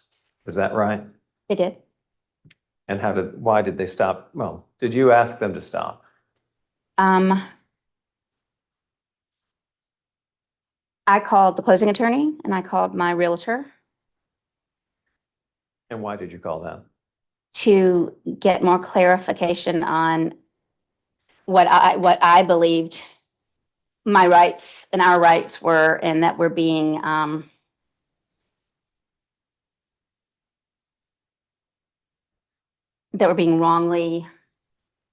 we were being wrongly, word for it, to find out if this was okay for him to be doing this. I did not think it was, so I wanted legal clarification. And what was the result of your investigation into that? That we had exclusive perpetual rights and Okay. So, yes, sir. I think we need to approach on this issue. We don't need to approach. I'll be glad to say it in front of the jury. You don't need to say anything in front of the jury. So, ladies and gentlemen, you should disregard, what, you just heard Ms. Debbie say. The question of what the easement says and doesn't say is partly something I'll instruct you on and something you all will be navigating when you have the language of the easement before you during your deliberations. So, Mr. Schneider, it's important you not intentionally ask. And I don't think that's precisely where you were heading, but I can see how we got there. The Andersons and the Davids may have their strong views as to what the easement entitles them to do or not, but their opinion as to those entitlements isn't what we ought to elicit here. Okay. And I'll be careful on it, Your Honor. Okay. So when you came across this, you or your husband asked them to stop. Is that right? we did not ask them to stop. But you had an let me move on.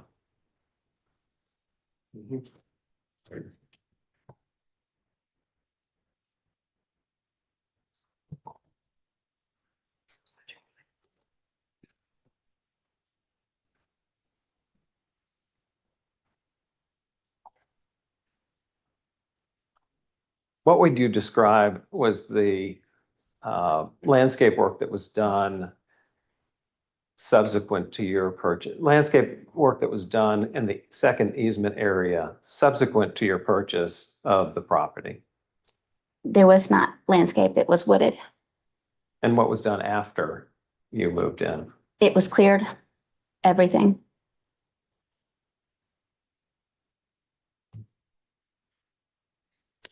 Did they put any other improvements in the easement area? It put a huge, almost stadium light in the trees. Stadium-like lights In the trees? in the tree. And anything else? They added a fence. And tell me about the fence. Um,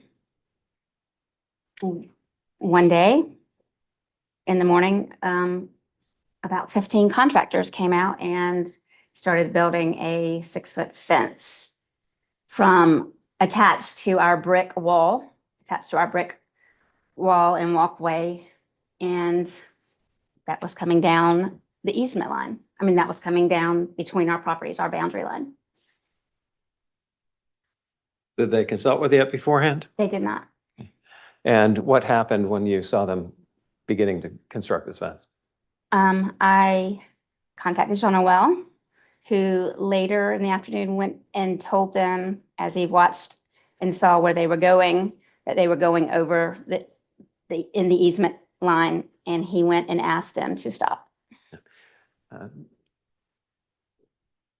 We have a Tracy, a Stacy, and a Casey, so I may call you any one of those, but if you can put up exhibit number 33 again.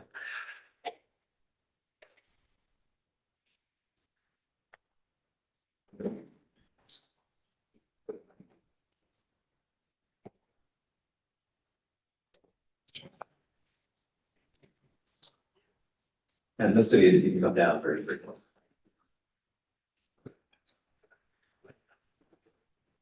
Using exhibit number 33, can you tell us how far the fence went along the common boundary line between your property and the Anderson's property? Let's ask me again, say again. Yes, tell me how far the fence was actually constructed before they done along the common boundary between your lot and their lot. So it would have been from here to about here. I don't want to reorient you, but your lot is up here, correct? Oh, I'm sorry. Again, I didn't see this until yesterday. Understood. So about, where's the parking pad from here? Just speak up, I'm sorry, Mr. Yeah, you're not near a microphone, so if you're saying words, say them loudly, please. Okay, so here is our parking pad. Here is our brick wall that's right here. So they attached the fence to our brick walkway and brick wall here. And it came all the way down to about here. When my husband stopped him about here. Did you see anything to indicate that they were going to continue with the fence? Yes, they were continuing down. They were continuing. And you can have a seat.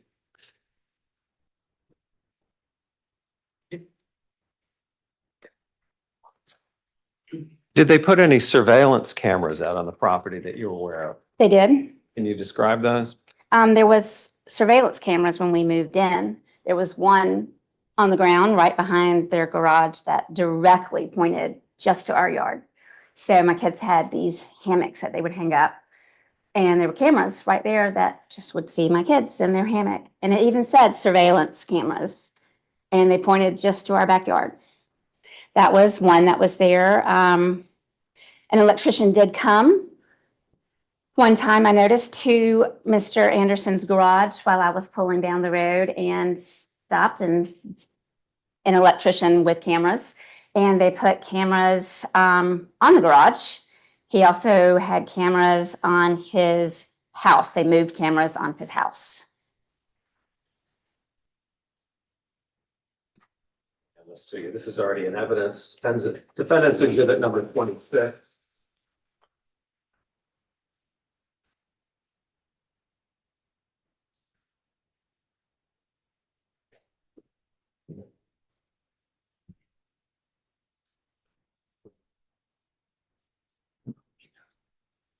Do you understand what this document is reflecting? as I'm reading, I'm assuming this, I'm thinking that these are where the cameras are. And based upon your inspection of the property and familiarity, is that jive with your understanding? Yes. And if we look at this, survey with these marks on it, can you show us where your house is in relation to into these, to the Anderson's property and your property? From here or up there? Up here. Sure. I'm gonna bring this with me. Yeah.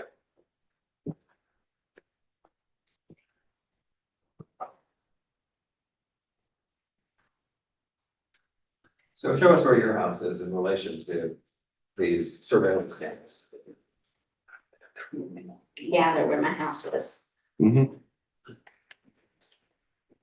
Right.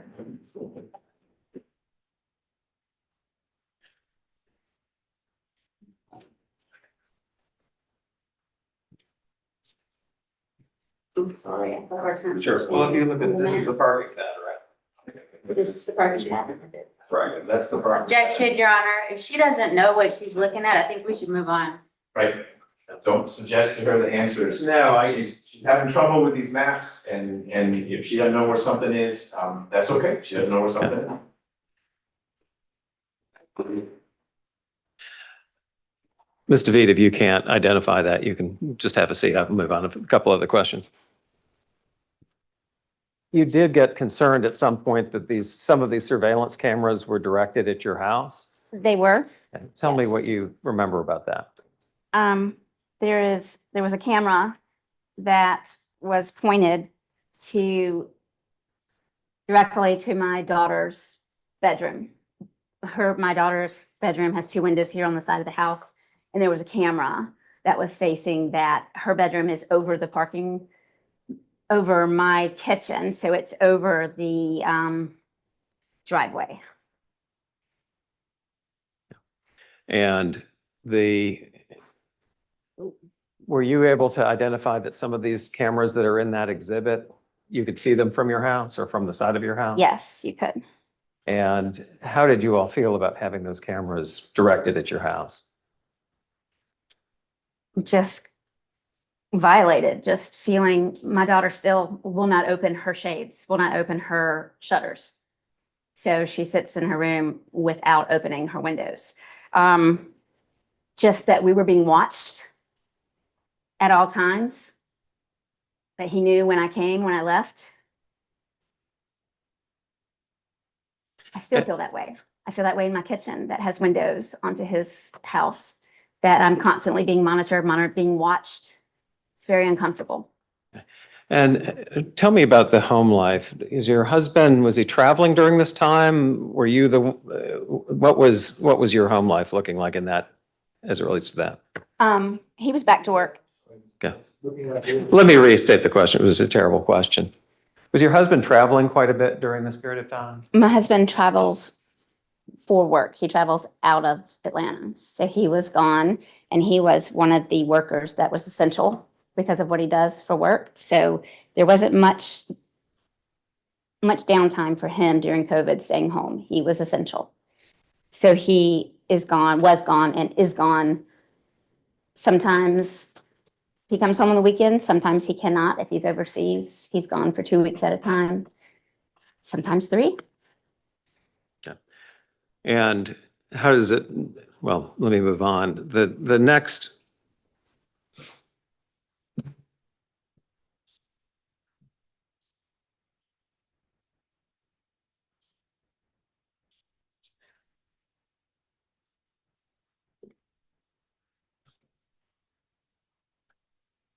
let's move on to discussing the use of easement 2. Okay.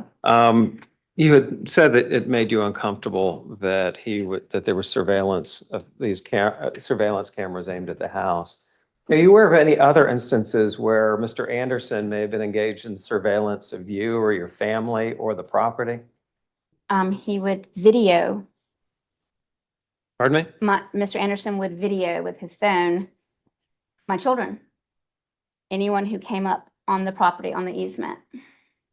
And what do you mean by that? He would hold his phone out and stand there on the easement or from his car or from his driveway or right upon the easement line and video my children.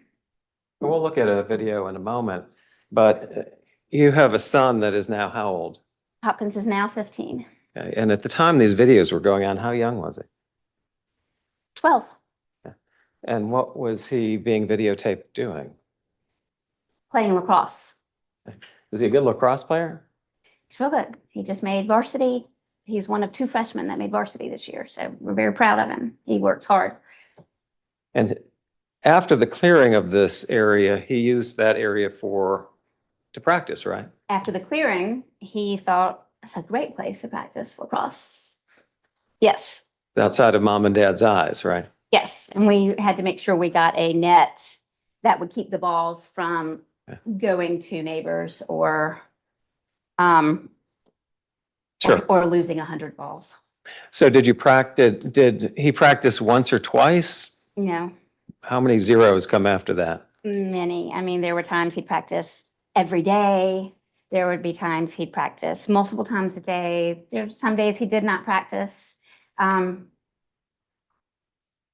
But he used the easement for playing lacrosse, he and his sister, many times, many times, regularly. And you're aware though that Mr. Anderson was videotaping him. How did you become aware of that?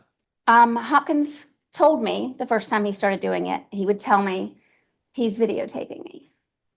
And he would say, it's like, we asked him to stop. He said, I did ask him to Your stop. Honor, I think if we're gonna hear from Hopkins, we don't need to be hearing those conversations right now. Okay, That's so, fine. let's move not on. get into what Hopkins study Right. may have said. I'll move on. How did that make you feel?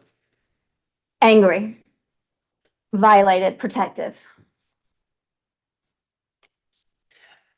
At any time up to the first time that your son told you he was being videotaped, did Mr. Anderson or Mrs. Anderson send you a notice saying that all bets are off on that easement? In other words, you didn't have any right to be there. Yes. Okay. No, No. no. They did not send us a notice or tell us anything. You have no right to be on this easement. Any signage that you remember? No. Similarly, was there attempts that you're aware of by Mr. Anderson to video your daughter? He did. He videoed if she would go out there too, and she hid behind a tree. She was very uncomfortable and hid behind a tree.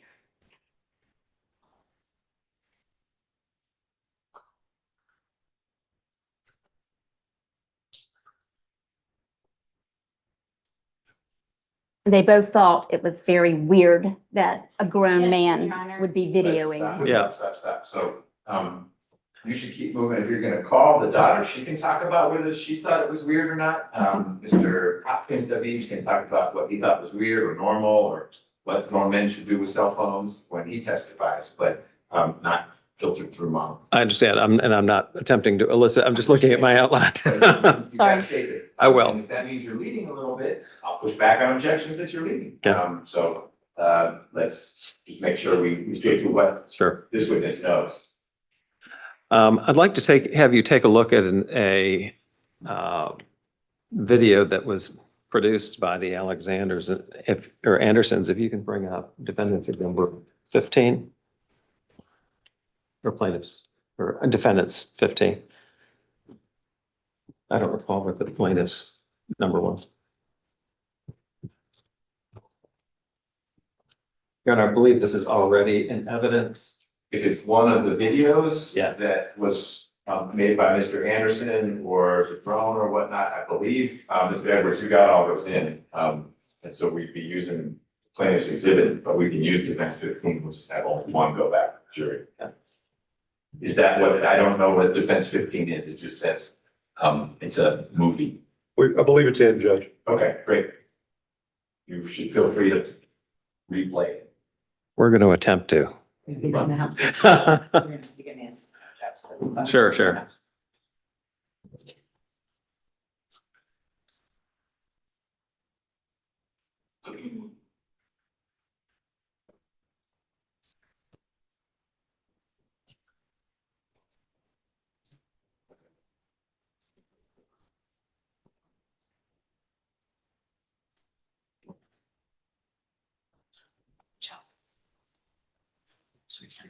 Okay. Let's talk about some other things in the easement two area. Do you have any recollection of any disturbance of any of the nets that may have been left out there?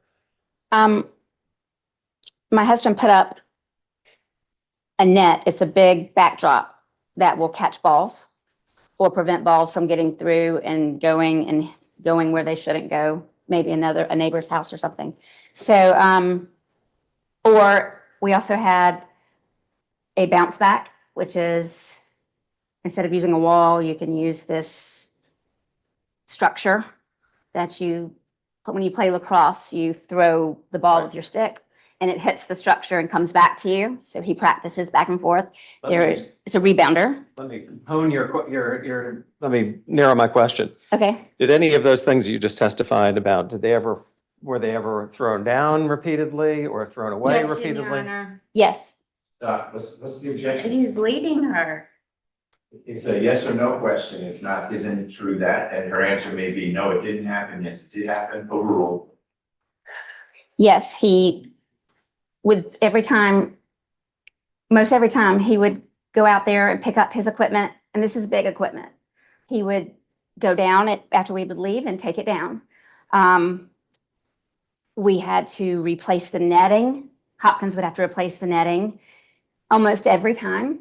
He would remove This them. sounds like Hopkins' testimony unless Ms. David was with him because she knows this because he told her. Well, I would go out there. I would go out there and I would have to figure out what I had to purchase to fix it. Big nets would have to be taken down and we'd have to reconstruct them. You saw the famous red chair, right?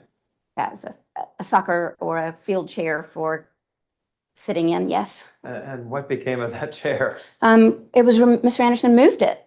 Did he ever give it back? No, and I asked for it back in deposition and I was told no, only if I didn't put it back again.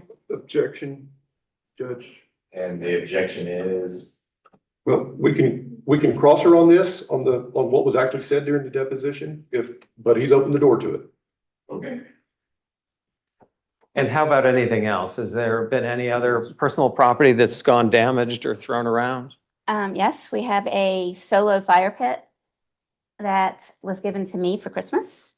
And my son and his friends used it on the easement one evening, and Mr. Anderson removed it. It didn't just remove it, he threw it into the woods and ruined it. Shortly after I was given that fire pit for Christmas. It's a portable fire pit. Are we okay on the video? Okay. What's it got? Hope springs eternal. Okay. So. So there is a reverberation. It just starts. She'll need to make sure her computers use it in all capacities. Thank you. You bet. I'm glad it's not just me.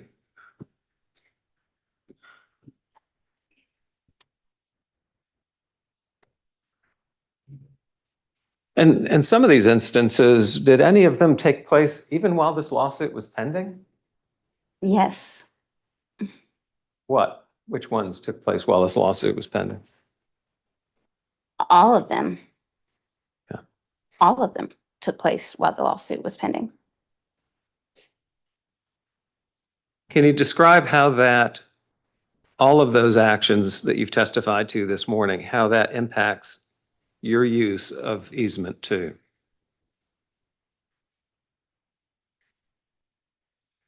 It's exhausting. We can't use it. Anytime we try to use it, he makes sure we can't. And despite all of that activity that you've testified to, did you ever sue him? No. You heard about the TPO, right? Yes, I know about the TPO. But you didn't file this lawsuit, did you? No, I did not. Did you hear Mr. Edwards at the beginning of his opening statement saying that somebody in my law firm that makes a demand on my client, we call them the defendant? Do you I remember did. him hearing that? I did hear him say Feel like that. you're kind of caught in that trap? Yes. Now, what are you seeking in this case? Peace, freedom to legally have what's right for us. I want to be able to walk into my driveway and in my yard, which I have not in 4 years, without the fear of Mr. Anderson. I want my children to not be accosted. I want my children to be able to feel free to be on the property without Mr. Anderson videoing them, without Mr. Anderson standing guard over them. I want peace, and I want this to stop. I want the harassment. I don't want to be called Algerian niggers anymore. I don't want my friends, my children to worry that their friends are hearing this language when he's hollering at them. I want peace. This is not what we thought we were getting into when we bought our dream home. You bring up an important point, and I'll ask you two questions about it. One was the racist statement that you heard him make. How often did that happen? Twice. Describe the first one. We were getting into the car. It was a Sunday. We have club practice on Sunday. So we were getting in the car with Who's we? Hopkins and two of his friends. We were getting into the car to go to, these are at the time 14-year-old boys, getting into the car to get ready to go to lacrosse. So we were getting in the car in the parking pad to go to lacrosse when we heard Mr. Anderson, I know his voice, Hopkins knows his voice, loudly holler, Algerian niggers, just like that. And we were just dumbfounded. I looked at the boys like they looked at me and they both repeated what he said. Like, this is what he said. Did you hear that? I'm like, I did hear that. So it was just, we were appalled. Why? Why Algerian niggers? First of all, we're not Algerian. My husband's Lebanese, from Africa. Let me ask you about the second incident. Do you Okay. remember roughly when it was? The first was in March. The second was in October, Of what year? 2023, Even while this lawsuit's going on? even while this lawsuit's going Okay, on. proceed. The second time, again, we were coming home from lacrosse. Obviously, we do a lot of lacrosse. So we were coming home from lacrosse and Hopkins and I were getting out of the car. And he knows when we come home, when we're leaving, that's when he does these things because he knows he's watching us. So he, again, was in his yard and this time he had company with him. He had, I know who they were, but he had a man and a female with him. And he hollered again, and we could see him this time, Algerian niggers.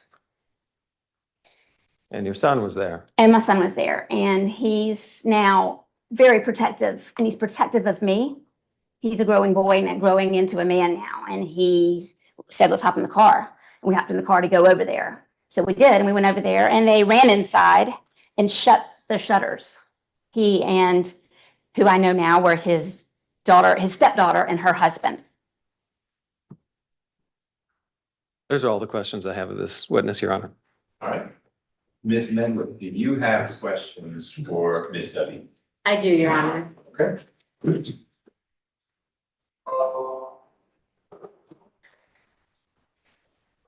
Good morning. Good morning. All right. So actually, we'll just pick up where you left off. You said the first incident occurred on March of 2023? Mhm. Okay. So hold on. Yes, sorry. Great. Nope. Yes, sorry. All right. And you said that you did not see Mr. Anderson. Is that correct? We did not see him. Okay. And you've only spoken to him one time, correct? And that would have been February 24th, 2021? Correct. Okay. So just that one time.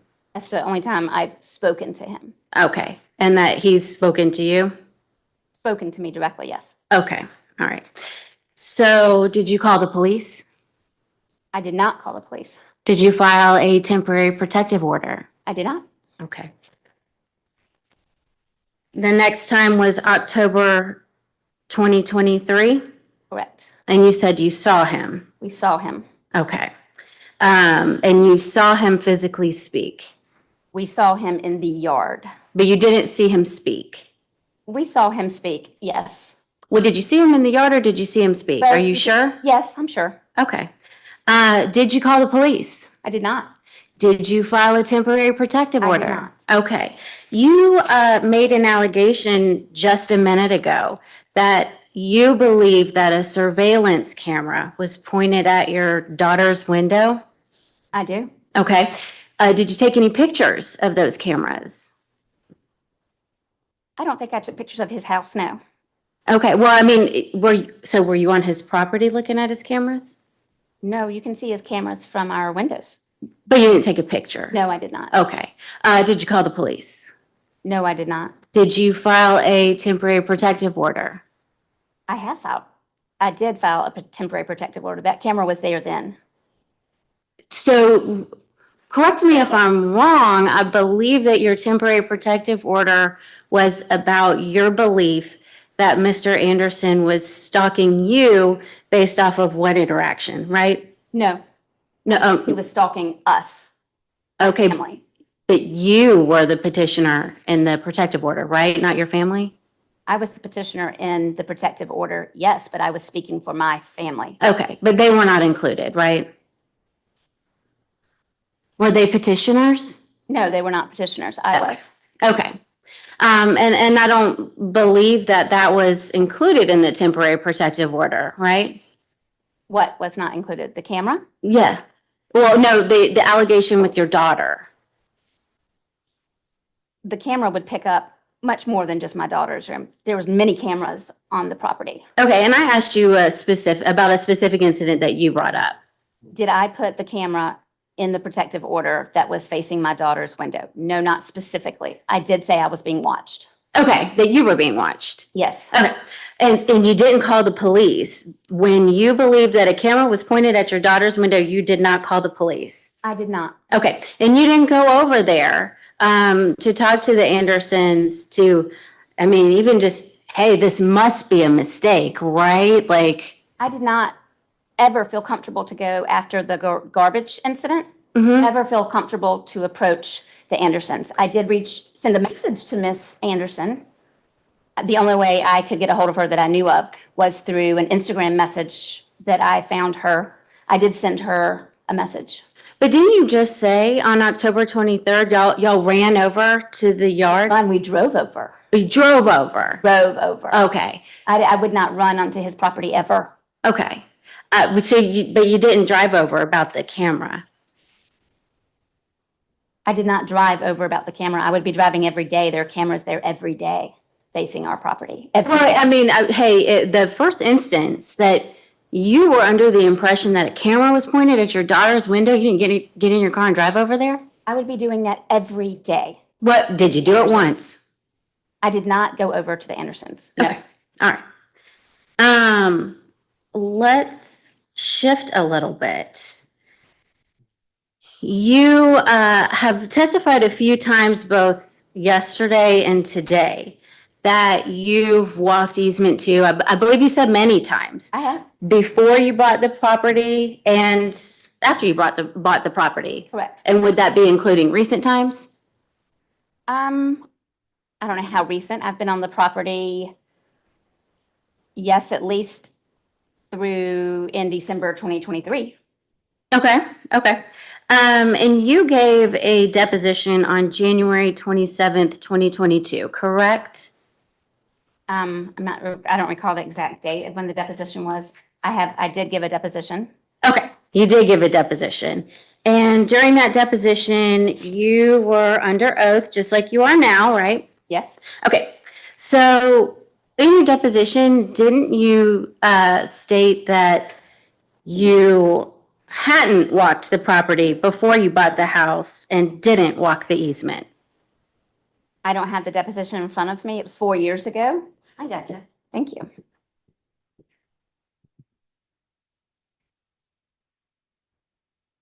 I did say that in the deposition, but I did.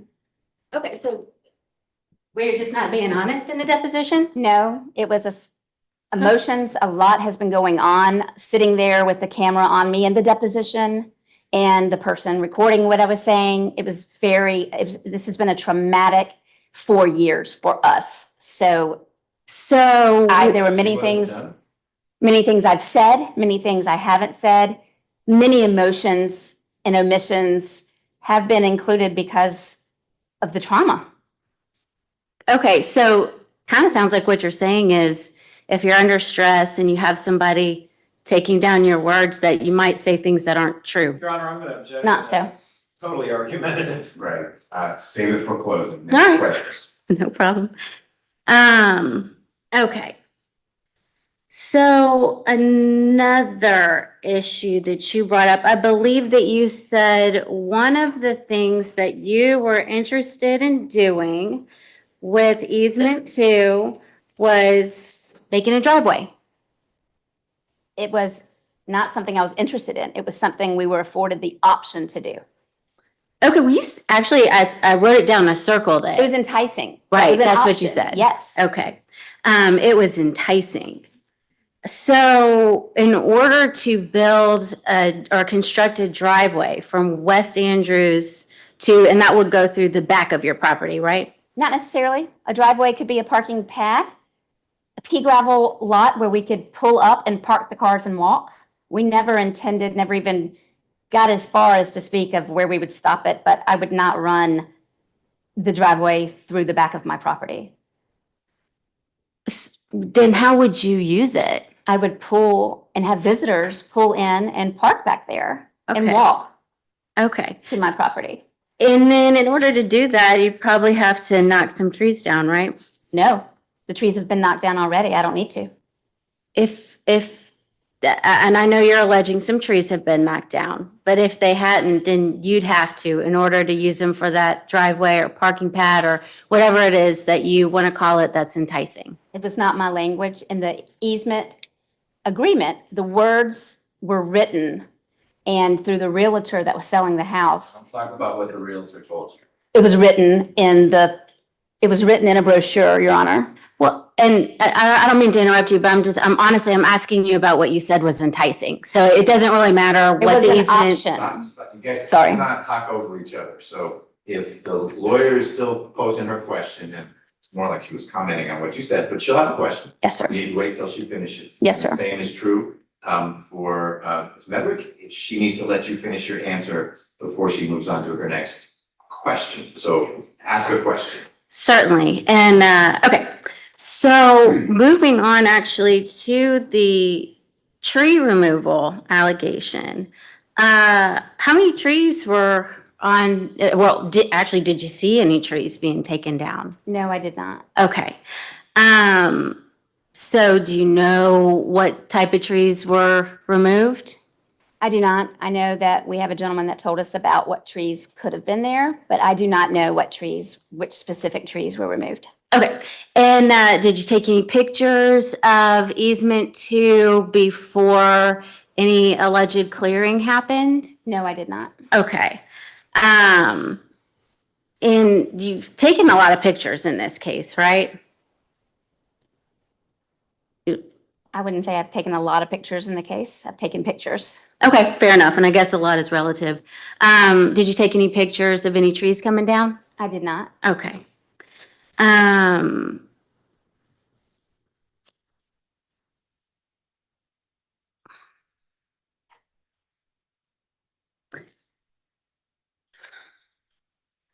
All right, you talked a little bit about and I'm sorry, I know I'm trying to maintain eye contact with you. We have monitors. The dumpster situation. And you were asked earlier with your workers and I'm gonna pause for a minute. The workers who were working on your house before you moved in, right? And if I'm understanding the timeline correctly, you said you bought the house on March 27th, 2020, right? Correct? You moved in April 30th, 2020, right? Correct.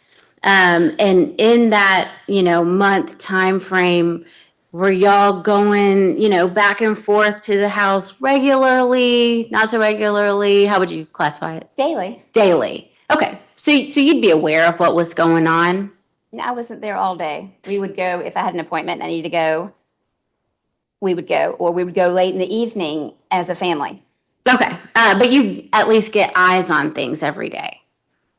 I would see the house probably every day. There were some days I didn't go, but Okay, Probably. alrighty. And you were asked if you got an invoice, from the Andersons about your workers walking across their property, and you said no. correct. Did you send the Andersons an invoice for your dumpster? I did not. Do you know how much you were ever charged for your dumpster?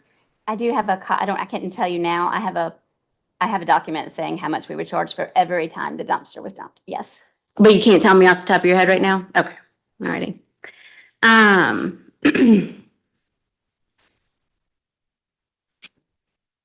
You indicated that your son practices lacrosse often on Easement 2, right? Correct. Okay. And you're comfortable with that? Define comfortable. Well, I mean, you let him. I do let him. He can't go there if I'm not home or if his father's not home. Okay. No, when he's going out there, I have a door in my kitchen that I can hear when he's out there. He can communicate to me. I can communicate to him. He has a phone always with him. Well, yesterday you testified that there was a situation where your son was on Easement 2 and you and your husband weren't at home and he called you. So I guess it's not all the time, is it? That's this one time we were not with him. We were with him when he went out there. We left, we came back when he called us. Okay.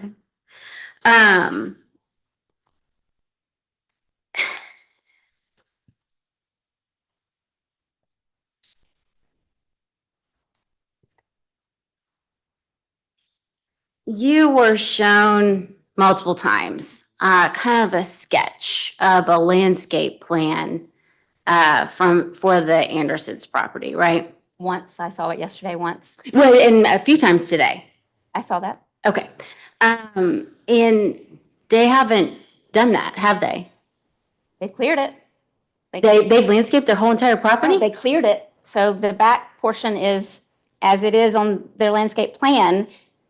It's now cleared, yes. So that part of the plan has been done. And I've also seen an email from Mr. Anderson to the person who was doing the plan, ready to go on, I think it was the first part of the plan, the first part of plan A or whatever, something like that. He sent an email saying, ready to go. Let's start doing this. Wasn't it true that the fence was stopped? The fence was stopped when my husband stopped it, yes. Okay. And isn't it true that, well, I guess, were you able to memorize in the one time yesterday and a couple times today that you saw the landscape plan, are you able to memorize what it was to then think about what you know about the Andersons property to say that it's been enacted exactly like that? Because you said they started it according to the plan. So do you know? The only part that I can attest to is the part that's cleared. That's the only part that's important to me. So I didn't really pay attention at all to anything but the easement. Okay.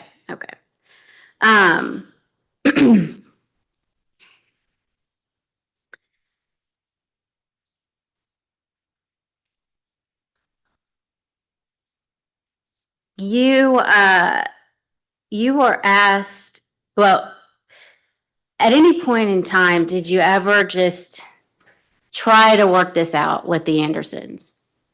I sent an email, I sent a direct message to Mrs. Anderson. I did. Do you have any idea if she ever received it? She didn't respond, so I can't speak if she received it or not. Okay. Did you ever just think, maybe I should just knock on the door and try to talk to them? Never would I knock on his door and try to talk to him after the garbage incident. I actually reached out to Miss Anderson twice, one on the 24th and one on the 26th of February.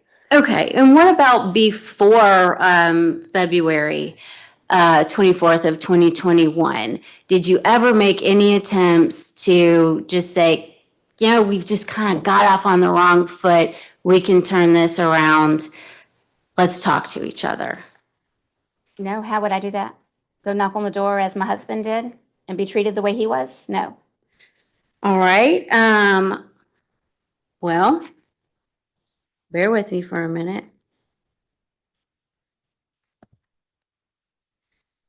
You were asked in your deposition if you ever tried to work it out with the Andersons before February 24th of 2021. Do you remember how you I responded? would object to her use of this deposition. There's a proper way that she has to present my client with an opportunity to review her deposition testimony. Okay, but the question was, do you remember what you said? And I'll ask for a verbal response. It looked like the answer was no. And then I suspect Ms. Medwick was about to bring her to deposition. But if she remembered, that's actually the right way to do it. Do you remember? I don't remember. I probably said no because my interpretation would have been, did I ever go face to face and knock on their door or call them? No, I did reach out via Instagram. Okay. If you could let opposing counsel know page you're on. Oh, I'm sorry. Page 61, line 14. You can read that and your response is the highlighted portion. You want me to read the highlighted portion only? Yes, what did you say? No, that's why you have attorneys. Correct. I would have asked them to reach out instead of myself. So that's why you have attorneys before February 24th, 2021. I did not have attorneys before then. That was your response? That was my response. Okay. I believe I'm done with my questions, Your Honor. All right. Mr. Hogan, do you have any questions? Mr. Logan, do you have any questions? Some brief follow-up, Your Honor. All right.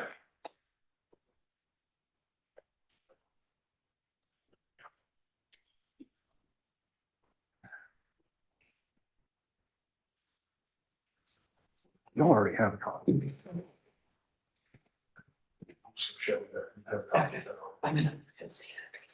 Your Honor, Yes, sir. it's your show, but do you think after this one, we'll give you a little break? Just a little break. Yeah, I thought we finished with this witness. Yes. And then we'll do that. All right. Thank you.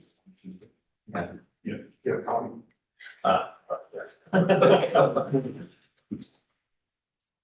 Ma'am, I'm showing you, your ex parte temporary protective order. Thank you. Can you please review that?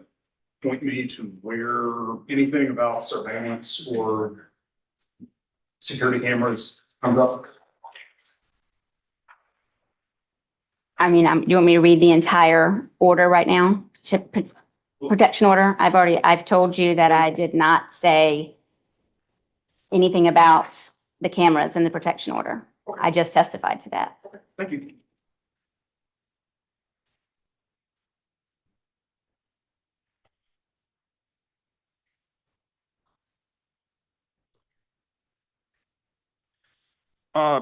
It sounds like a driveway was kind of an important thing for you. Is that fair to say? Not important. It was enticing. It was a nice thing to hear that we had that option. It wasn't important to me. You seem to be fairly attached to, I think you referred to it as a garden house. You said your husband calls it a shed. I love the garden house. You love the garden house. So would the garden house not have to go in order to connect a driveway from West Andrews to You just your garage? testified. Don't Sorry. talk over him, but you did just testify. I just testified that I would not build a driveway through my yard reaching West Andrews. What use would a driveway be then? A lot of use. I have a narrow driveway. It's hard to turn around when cars are coming in. I could pull in West Andrews and park there and walk from my back property. Through the trees? There are no trees on the easement. Through the trees in the back of your property? I have trees in the back of my property. I walk back in the back of my property every day. Not every day, all the time I walk in the back of my property. And there are trees. I walk many places where there are trees. You testified yesterday that there's not a path. And there's not a path many places where I walk where there are trees. So you want people to park to come to your house and then walk through the woods, over the pine straw, over the dead leaves, in the mud, through the ivy? I didn't say how I want my guests to come and park. I said how I would get there. But it doesn't, I could easily build a walkway if I wanted to from from the easement to my backyard. Yes, Why haven't you? because of this order going on. I'm not going to spend money on the easement right now until this is over. Is it not true that, And that wasn't a definite thing we were doing. is it not true that you paid landscapers to cut a path from West Andrews through up to the easement? I did not pay anyone to make a path. No, They did that for free? I did not pay anyone. They did that for free. I did not pay anyone.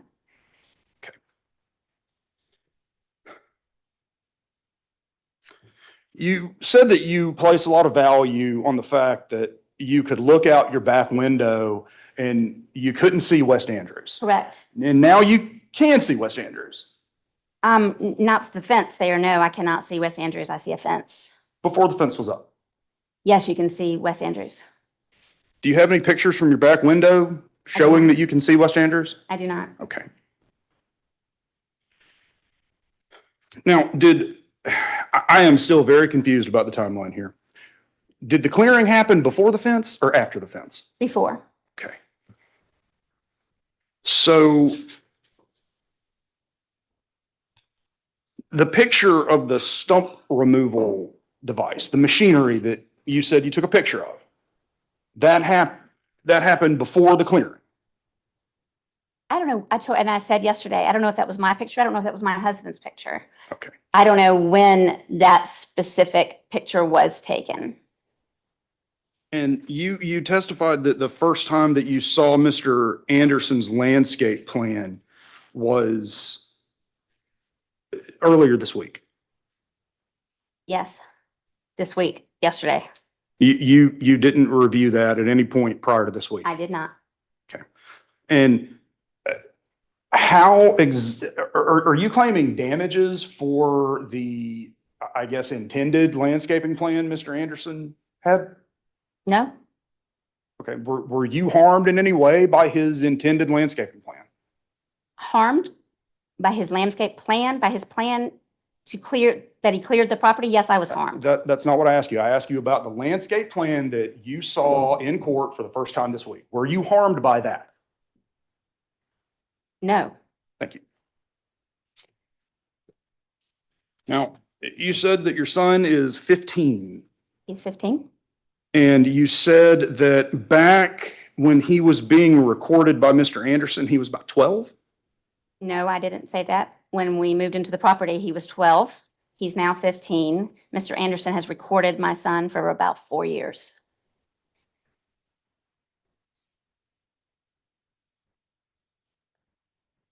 Does your son ever record him back? No, And you said that you're always on easement too to figure out what you have to purchase to, I guess, keep your son's lacrosse practice area kind of up to date. not up to date. When Mr. Anderson pulls it down or moves it or throws it down or knocks it over and I have to Right. Sure. fix it, yes, or Okay. replace it. And so, okay, is it important to you to make sure that your son has like proper equipment? Proper? Yeah, I mean, that works, That works, yes, that's in good condition. yes. Okay. Can you please pull up the pictures of the nets?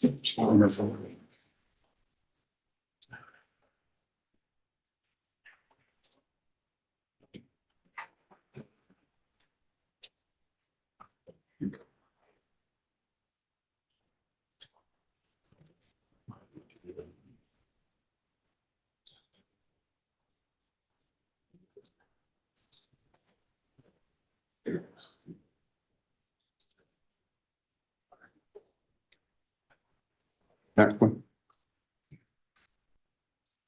That one, there we go. Can you come down and look at? I can see it from here, but I'll come down if you'd like me to. You see it? I can see it on my screen. Okay. Is that like mold or dry rot or something like that over there? Is that a bounce back? That's one of his 2 bounce backs, yes. And that, it looks like that's just covered in mold and Is that, I mean, what is all that green stuff down kind of on the bottom? I don't see any green stuff on the bottom. Right above the STNs. Right above the SCN? That is, Right above the SCNs? Yeah, there's three letters, you can't, Oh, okay. unfortunately, you can't see it, but right above the letters STX. I think what that is where it's netted and it's open and you're seeing the trees, the green behind there. But it very well could have mold on it since it's outside. But I think what that is I'm seeing the greenery where it's mesh, it's clear mesh. So you don't think that looks like mold? I do not, but if it was mold, I would not be concerned. You're not worried about mold and dry rot and something that's supposed I to? object to this. I am not. Learn more about lacrosse. You know what, the jurors are gonna decide how important that point was to me, that there may be some mold on an outdoor piece of athletic equipment. We'll let the lawyers decide what they wanna share with this jury. You also said that you bought a portable fire pit. I did not say that. You got one for Christmas. Yes, Okay, yeah. And that your son and some friends Mhm. took it out on easement too? yes. And is this like an in-ground fire pit or is it a portable? You just said, and I said it was a portable fire pit. So it's not one that you put down in the ground? No, Okay. And the easement area is covered in pine straw, correct? I don't know how much pine straw is on the easement area. There is, I'm sure there is some. I could not testify to say, yes, the whole area is covered in pine straw.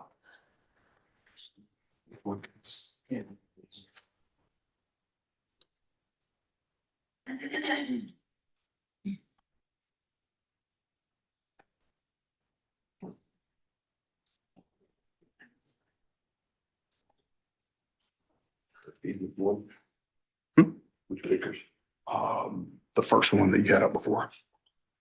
Look at this. Yeah, the first one. Yeah, that's fine. Ma'am, okay, do you see now any pine straw in the easement area? That's a portion of the easement area. I see some pine straw, Do yes. you see any dead leaves? I see leaves. Do you see any dry pine cones? I see pine cones. Okay. Do you think that's a good place to build a fire? I didn't build a fire on that. There was a fire inside a fire pit that has a cover around it. You know, fire sparks. Are you asking me if fire I am. sparks? Do you know the fire sparks? Sure, fire sparks. And you said that you feel like you can't use the easement area, right? Personally, No, you said that you feel like you can't use the easement area. And I took you to mean you as in your whole family. when did I say I can't use the easement area? You indicated that you are intimidated and feel concerned about going onto the easement area, correct? Personally, yes, I feel that way for myself, even going in my yard. Okay, but your children are out there, quote, all the time. Hopkins is out there a good bit, not so much lately.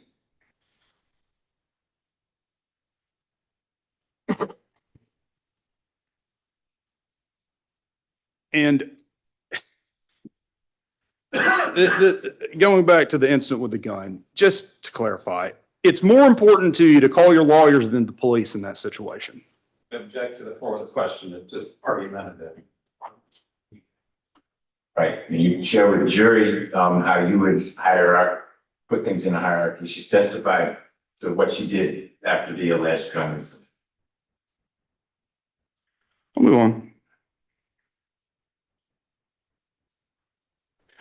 And was that your same response after these incidents with the Algerian, you know what I'm saying? I'm not gonna say it. What my same response? To first contact your lawyers instead of the police. Yes. Nothing further. All right, we're gonna take a break. You may have redirect, but jurors need a break, our full reporter needs a break.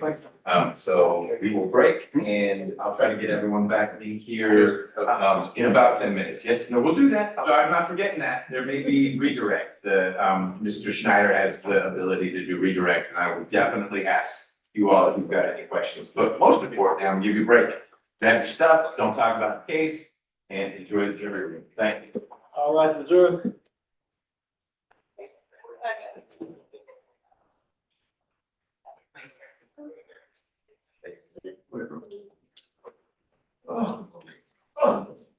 You make it? Yeah, I'm gonna make it. All right, we'll get stuff on the record later. You take your break. All right. Oh, did you want, I'm sorry, did you? No, I want you to go take your break. I'm serious. Go take your break, then we'll get stuff on the record.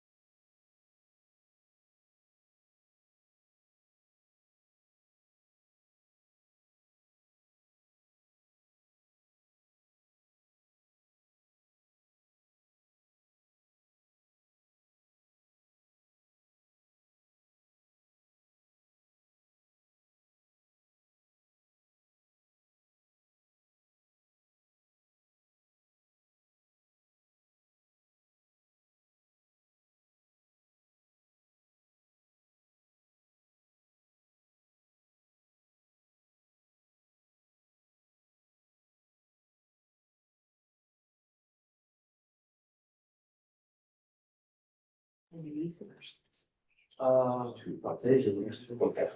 back on the record. Mr. Edwards, anything we need to get on the record or discuss before the jurors come back in? No, sir. Mr. Schneider? No, Your Honor. All right. Yeah, good. Do you have redirect for Ms. Dubby? I do not. You do not? Do not. Okay, so we will get Ms. Dubby back on the stand. We'll see what questions the jurors have and see if there's any follow-up. Ms. Dubby, if you work your way back up to the stand. Yes. And let's bring the jurors in.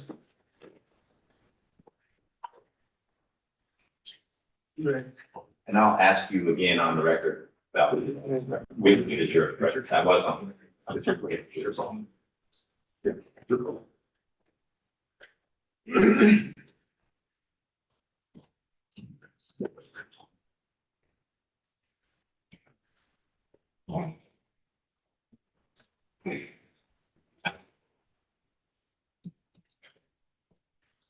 All right, jurors.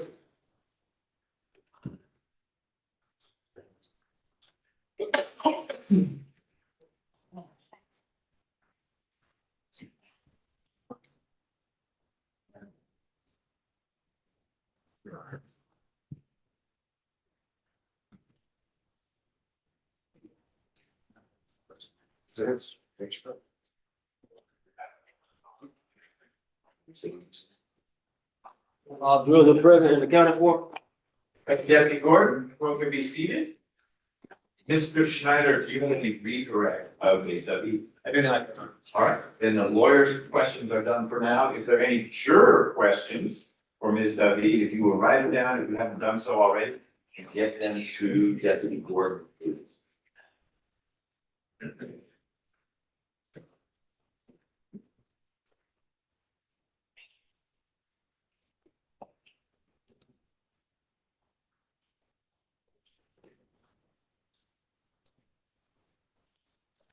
That's it.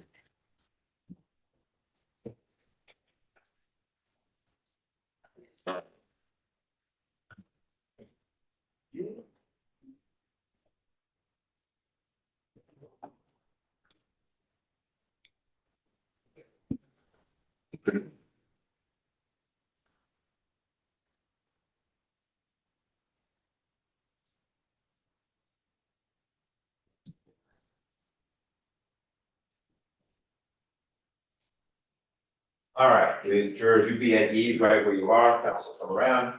Easy, quick.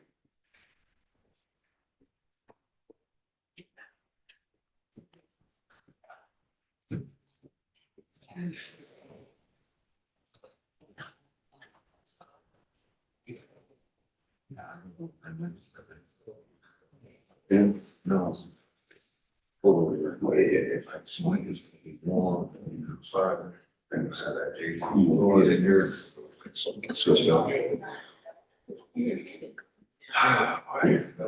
These shoes look so gross.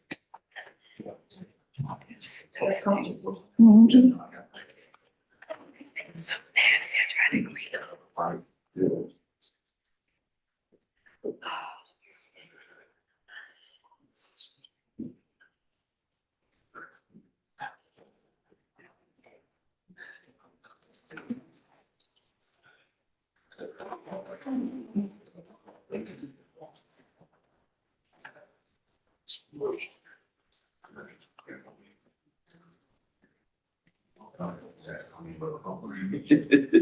I'm not a big breath of this guy.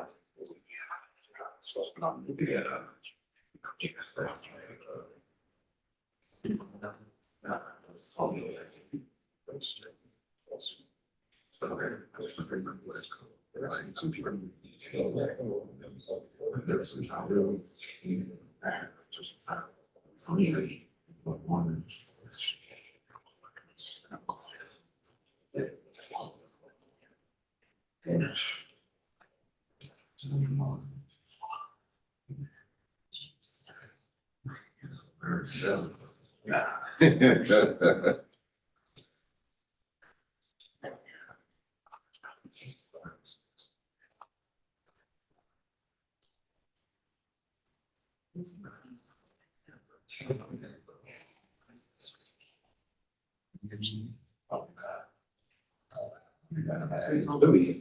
I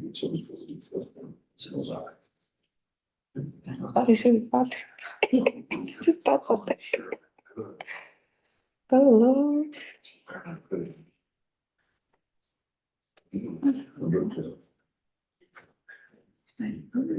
I might have phone.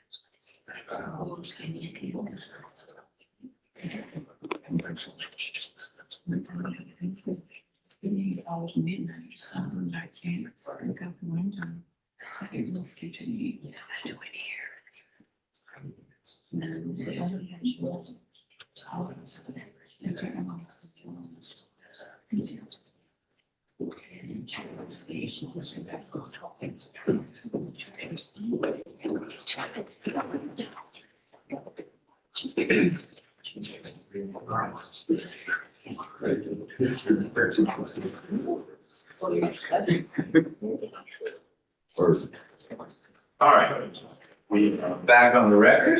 This be before. Order is that.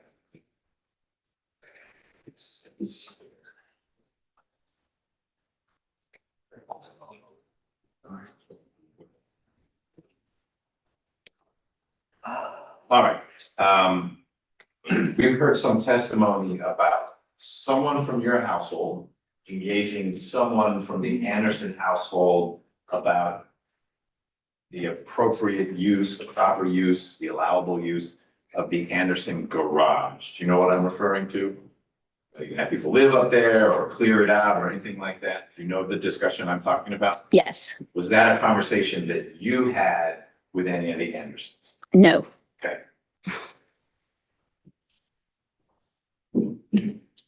Do you know that was your husband who had that interaction? Yes. Are you able to put it on the timeline of you just moved in, it was 6 weeks ago, it was before the fence, it was after the clearing, we've got some markers.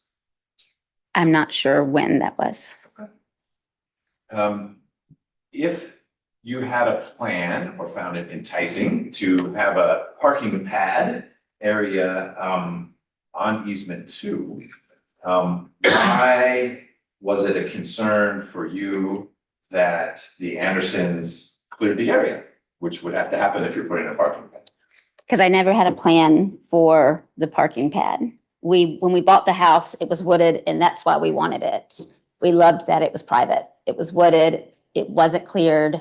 So we and we're enjoying it as a buffer, as a blockage from the street nature.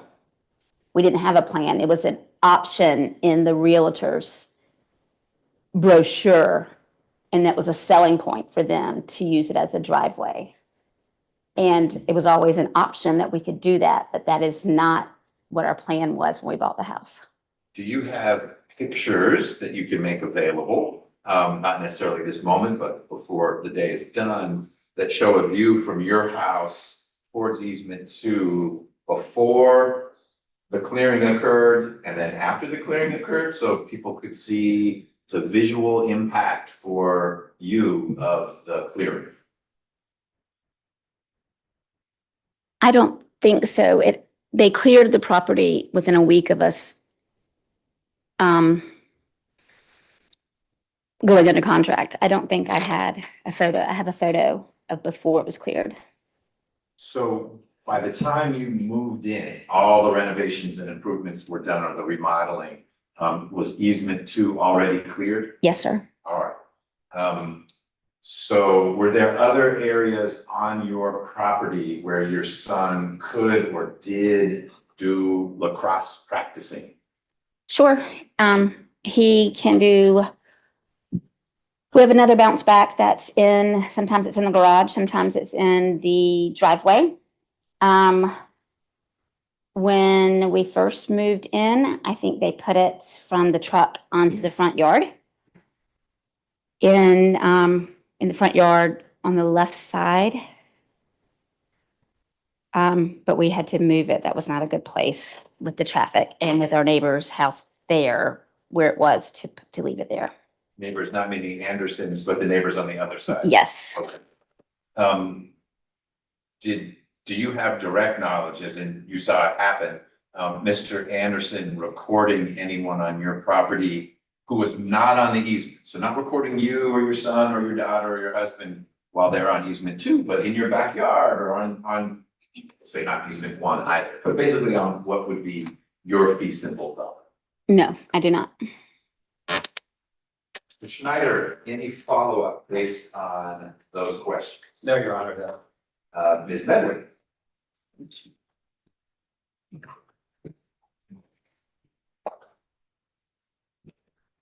No, Your Honor. Mr. Logan?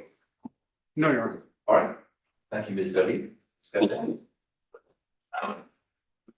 Next witness, Our next witness, Your Honor, is Hopkins David. right? Someone can get him. Okay. Oh, they run out and get it. Okay.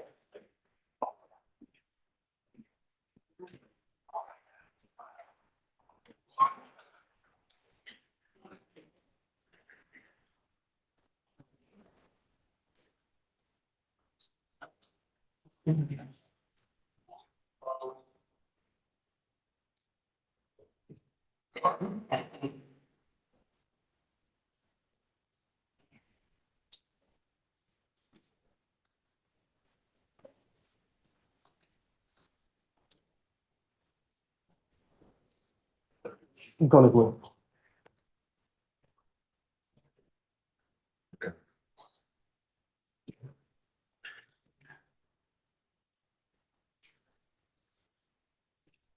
Before you sit, can you raise your right hand? Do you swear affirm that the testimony you will give will be the truth, the whole truth, and nothing but the truth, so help you God? I do. Go ahead and have a seat. Can you state and spell your name for the record? Hopkins David, Hopkins. Last name, David. thank you. Hopkins, if you're okay, I'm just going to call you Hopkins, all right? Yes, sir. You can call me Jeff if you have to call me anything. Tell us a little bit about your background. Where are you in school? I go to the Lovett School and I play lacrosse. I'm a freshman in high school. And I understand that you're playing for the varsity team. Yes, sir. And I'm going to be asking you some questions about the house, your family house on Habersham. Do you remember when you all moved into that house? What year?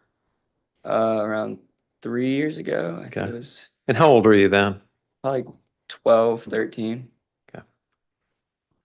And were you a lacrosse player then? Yes, sir. and still a dedicated lacrosse player. Yes, sir. Got it. I want you to take a look at a video. Have any confidence it's gonna work? She could get if there's an Academy Award for it. There we go. If you can back that up.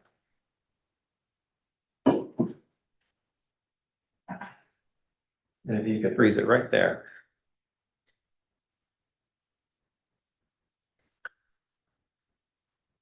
Hopkins, I'm going to be asking you some questions about your use. Hold on 1 second. Someone needs to mute microphone and speaker. I'm guessing it's the machine playing. All right, keep going. Your Honor, if I can I, you can see the video on the screen in front of you, right? Yes, sir. And you're familiar with the area that we're looking at? Yes, sir. And we've been calling it the easement area. Do you know what I'm talking about when I refer to that? Of course. Yes, sir.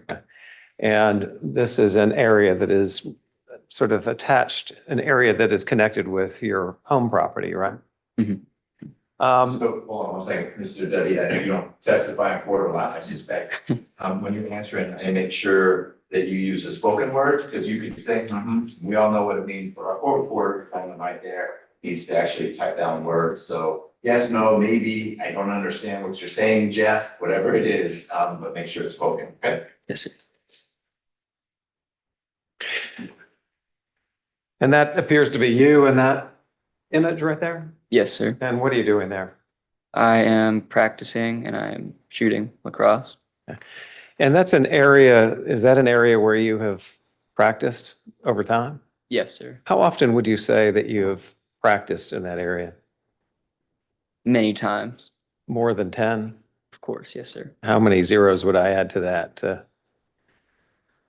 least another one. Yeah. Did you practice at school? Would you practice lacrosse at school as well? Yes, sir. And sometimes you come home and practice, right? Yes, sir. And would it be here? Yes, sir. Okay. And why is it that you're using this area to practice rather than your mother had, or we've looked at other yard pieces on the property? Why did you select this area? It's an area that I can specifically have for my purpose of shooting. And it's away from the house and it's away from where the dogs use the restroom. So I think it's a more isolated area where I can really focus. Yeah. And what is that device that's behind you, that netted looking thing? That's my goal. And in front of it is just areas where I can shoot into it. And are you currently using that area? Yes, sir. I understand you may be in exams or something, so you might not, but that's your go-to area to work out and practice, right? Yes, sir. And is it you or is it you and a number of other people or an entire team? It's usually just me, and occasionally me and my friends use it for other recreational purposes. Have you ever had has there ever been an incident where you've seen Mr. Anderson? Do you know who Mr. Anderson is? He's sitting here behind me. Do you recognize him when you see him? Yes, sir. And did you ever come across him videotaping you or watching you while you practiced? Many times, yes, sir. More than 2 times? Yes, sir. More than 20 times? No, sir. Somewhere in there. Somewhere around there. And was he doing it to be helpful? What did you think he was doing it for? Definitely not helpful. I don't think there is. What was your experience? What did you see him doing? So I would be shooting and he would come out and hold his phone up and video me. Did he ask you whether he could do that? No, sir. Did you want him to do that? No, sir. How did it make you feel when he did that? Uncomfortable, frightened. Were there times when was he very close to you or did he hide kind of off in the bushes? He was never close to me. He would never cross into his yard to come and video. And did it interfere or interrupt your use of your practice? Yes, sir. And that, it's your recollection that that the duration of that happening was from really the time you moved in to when? Anytime in the past couple of months, We're talking years this has gone on, right? like about around 3. Do you know whether he's ever also videotaped your sister? I do not know of that. No, sir.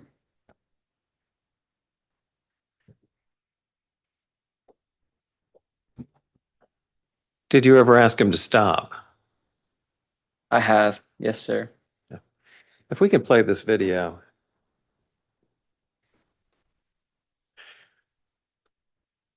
We've been having technical difficulties.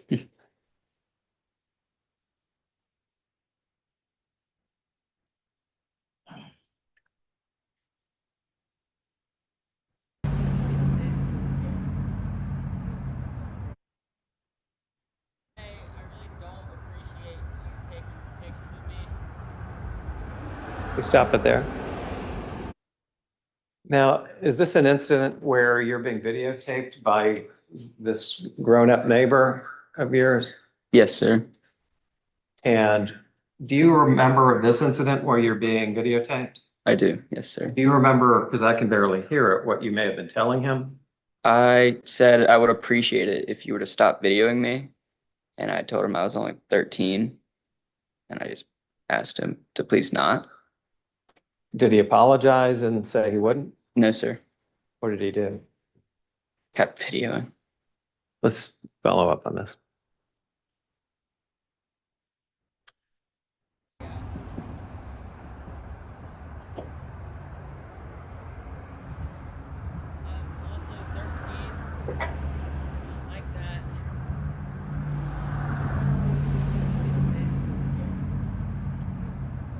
All right, if you can stop it here. Sure. You hear him say, sure? Mm-hmm. What did you tell him then, if you can remember? Do you mind if I video you? Did he sound at all conciliatory when you asked him that? No, sir. He said, sure, right? Mm-hmm. He didn't ask you whether he could videotape you, did he? No, sir. And is this, what we're looking at here, consistent with the experience you've had with this grown-up man videotaping you in that area? Yes, sir. All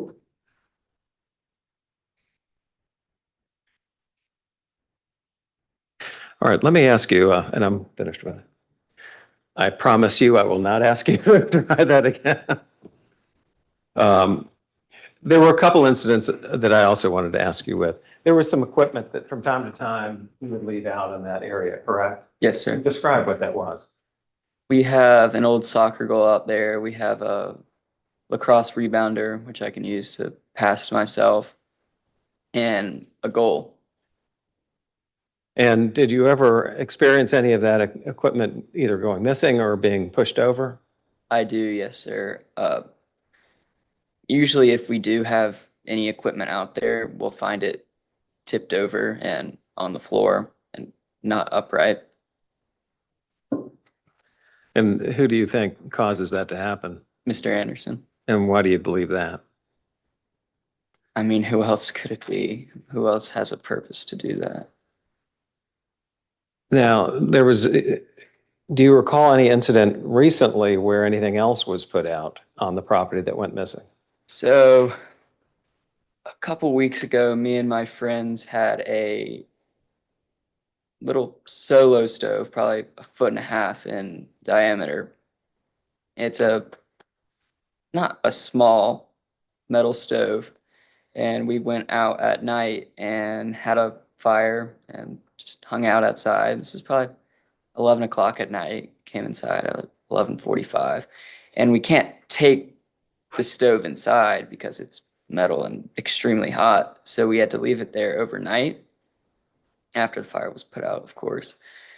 And me and my buddy, we came out the next morning and found we did not see the stove at all. Did not know where the stove was. So we looked around a little bit and we found it probably I'd say 20 yards into our property, thrown in a spot where it's pretty hidden and it has a large dent on it now. And do you have an opinion of who may have caused that to happen? Objection, speculation. Don't answer the question yet. Response to the objection. If he has a basis for it, he can testify as to why he believes it to be the case. Well, but the basis needs to be something other than, I've got my hunch, so I'll let you Agree. go on to your next question. Thank you. I will. Do you ever recall an incident involving Mr. Anderson that involved him carrying a gun case while you were present? I do. I remember I was shooting one day. Shooting lacrosse? Yes, sir. And one day I watched him walk into his garage, come out with what seems and is unmistakably a gun case, and walk to his mailbox, check the mail, went back to his garage, and was gone. Okay. Was there some indication to you that he knew you were out there or he saw you out there? I know that he saw me out there. Yeah.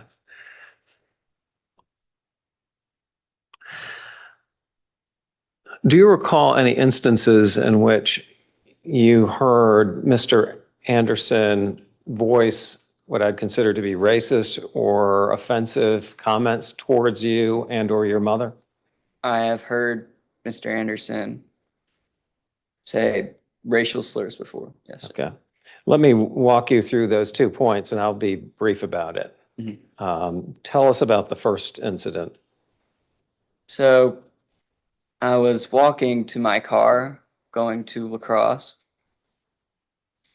and over the fence he yelled a racial slur. If you can recall what he said. The N-word. Yeah.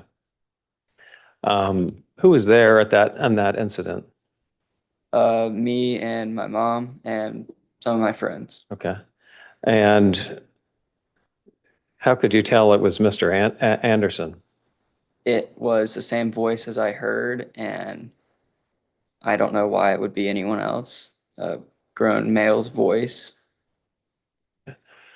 And how did you feel about that?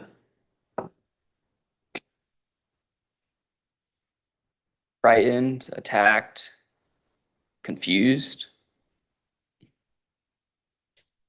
And did you and your mother discuss it when that happened? In other words, did you hear that? We did, yes, sir. And your recollection was what?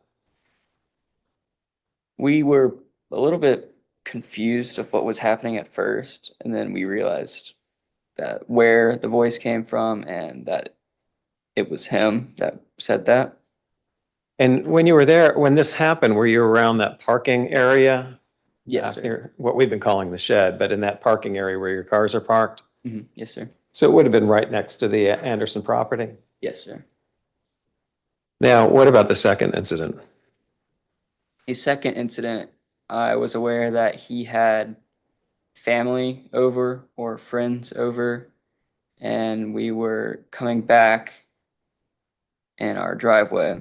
We got out of the car and I heard him say that word again. And were you able to see him? Yes, sir. Okay. And again, was there any discussion between you and your mother about that? Yes, sir. From that discussion, did she appear to have heard the same thing? Yes, sir. And do you remember what year that was in? Early 2024, late 2023. Pretty recently? Yes, sir. During this lawsuit? Yes, sir. Yeah.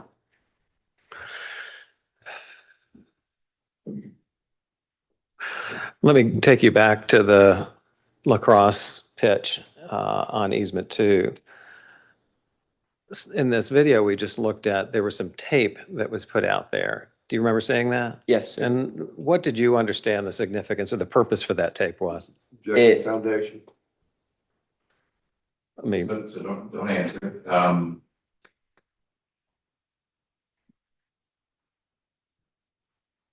maybe, I'm not understanding the foundation objection. The foundation, how do we know what the purpose is?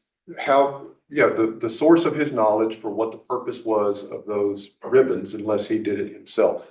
Okay. Well, Understood. So it's not how would you know that they were there? No pictures of them in front of them, but why they were put there. correct. Got it.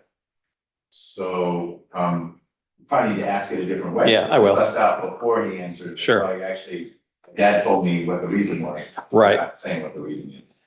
Well, let me just circle back around on that. Okay. Okay. You saw the tape markers out there? Yes, sir. And what did you understand them? Were you involved in putting them out there? No, sir. Were you ever told what they were for? Yes, Okay, sir. don't say what they're for, it's just whether you were told. Yes, sir. Okay. And did they ever get taken down? At one point, they were gone, but they always found a way to come back. When you were playing out there, did you treat them in a certain way? Like, did they, in your own mind, did they mean I can't go beyond that point? Or what was your thought about it? I don't cross that line. Okay.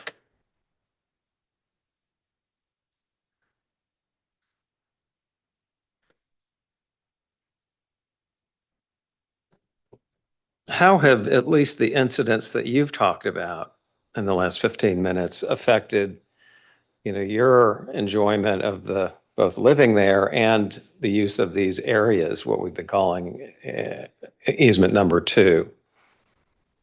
It's definitely an uncomfortable feeling to know that when I'm outside, I have the chance of being videoed and watched when I don't care to be, especially on my own property. And I feel frightened and almost scared to go outside.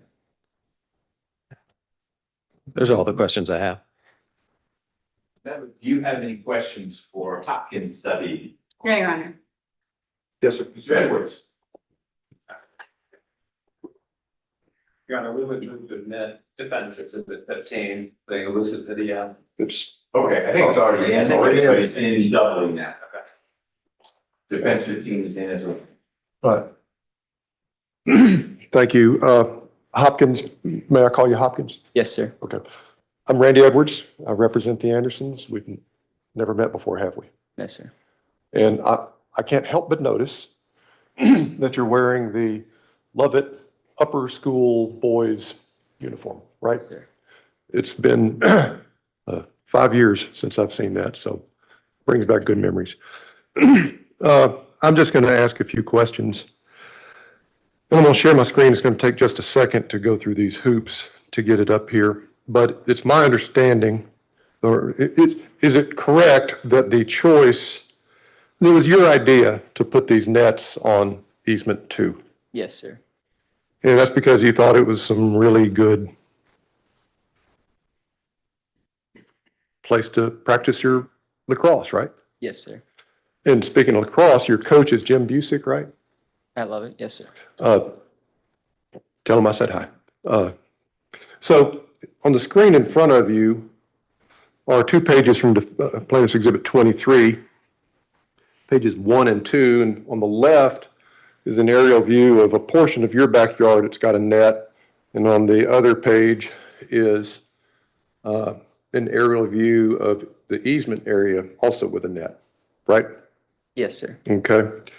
And you prefer the pine straw stuff with all the trees, well, not all the trees, the tree and the bushes and all the stuff behind it to your backyard with the nice lawn and everything? Yes, sir. Okay. And you have, how many times have you seen Mr. Anderson recording you? I would say more than 5. More than 5? Now, you've taken photographs of him, haven't you? No, sir. No, you haven't? Let me show what has been marked as Defendant's Exhibits 12 and 13. Do you recognize? So if they're not in evidence. They are. They may be. Are 12 and 13 in evidence? They are.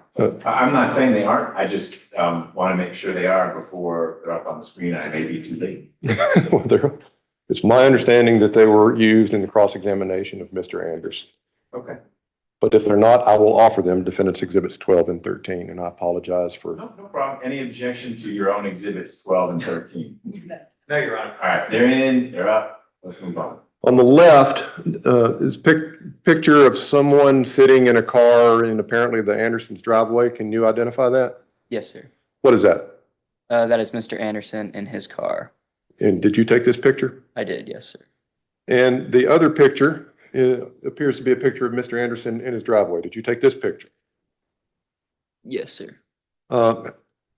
We have asked that the David's lawyers give us copies of all photos and videos that you've taken, and these are the only two we've gotten. Yes, sir. Does that refresh your recollection that, yeah, I took a couple of pictures, but only two? Yes, sir. Okay, thank you. And Mr. Anderson is a big guy, right? Yes, sir. I've only really seen him from afar, never up close. Okay. And this incident with the gun, do you recall approximately when that was?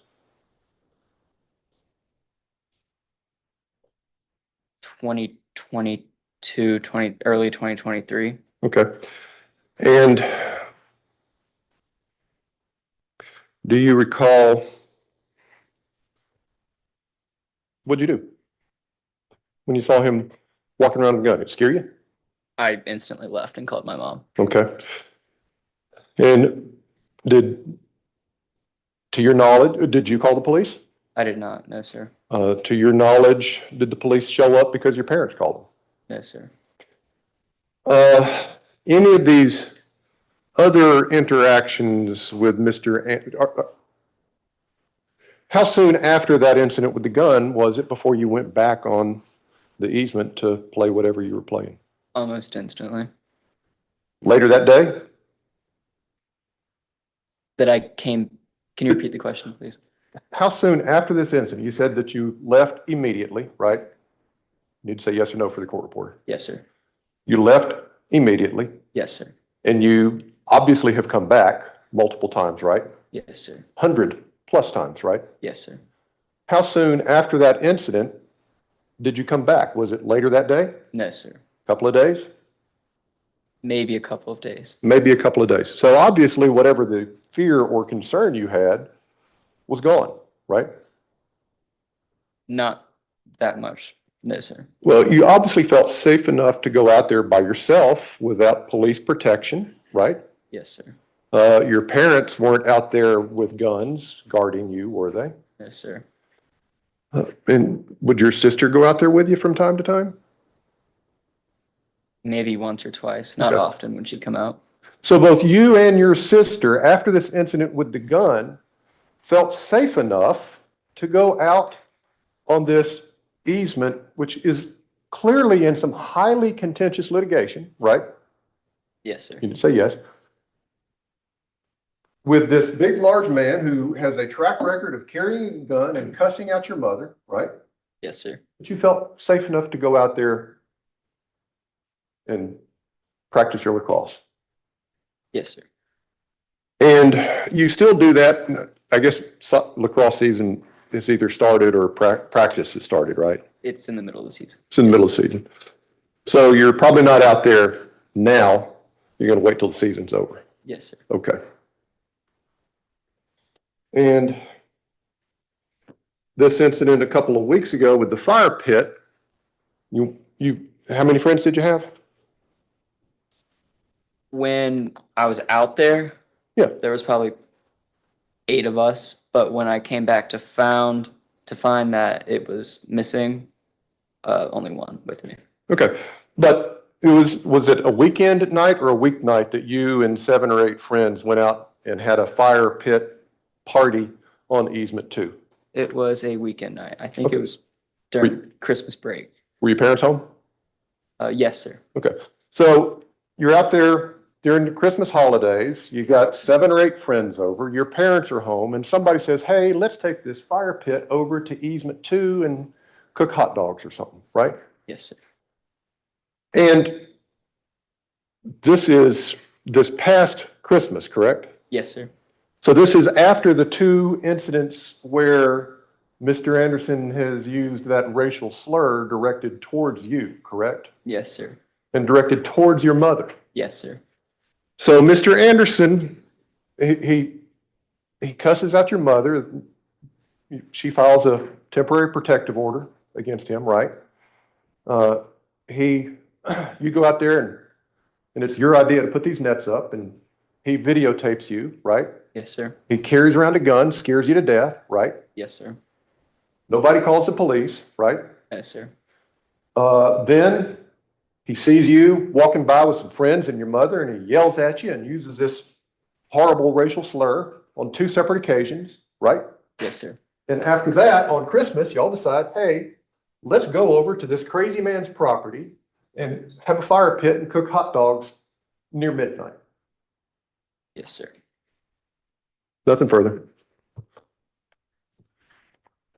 Mr. Schneider, any other questions for Hopkins Levy? Very briefly, Hopkins, just one question. Does all of these incidents that my opposing counsel just succinctly summarized, do all those linger in your experience on this property? Yes, sir. No further questions. Jurors, any questions for Hopkins Levy? Seeing none, I have one for you. Westminster, love it. Who's got the better lacrosse team? Depends when. Well, I don't care about 5 years ago, or he was asking now, head to head. Love it. See you. Have a good day. Thank you. Judge, can we ask one thing for, Hopkins is playing in a game, is it? So I don't need to narrate for the jury what's going on. He's testified, and whether you want to excuse him or not is a decision for you all to make. Okay, you're free to go. Thank you. All right, next witness. Can we approach for just a quick second? Okay. Hold on one second. Let's get at least one lawyer from over there. Come here.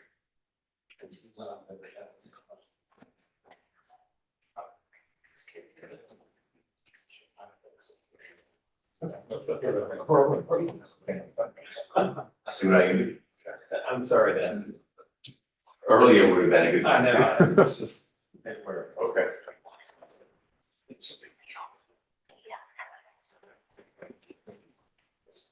In the meantime, your next witness is Diane Darby.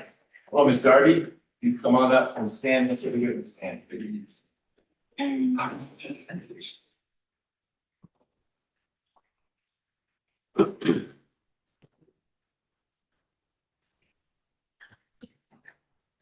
you, go upstairs? You raise your right hand. You swear or affirm that the testimony you will give will be the truth, the whole truth, and nothing but the truth, so help you God. I do. Good Lord, and have a seat.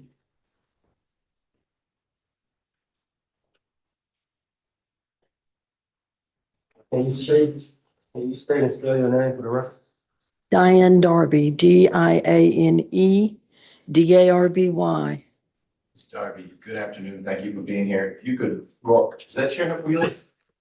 It's movable. You did it great. You just need to get a little closer to the microphone. Thank you Okay. so much. Ms. Darby. Good afternoon, Miss Darby.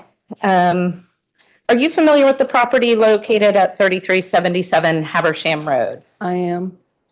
And how are you familiar with that property? I lived there for 23 years. Okay, when did you purchase it? We closed November of 1996. Okay, Sure. Mhm.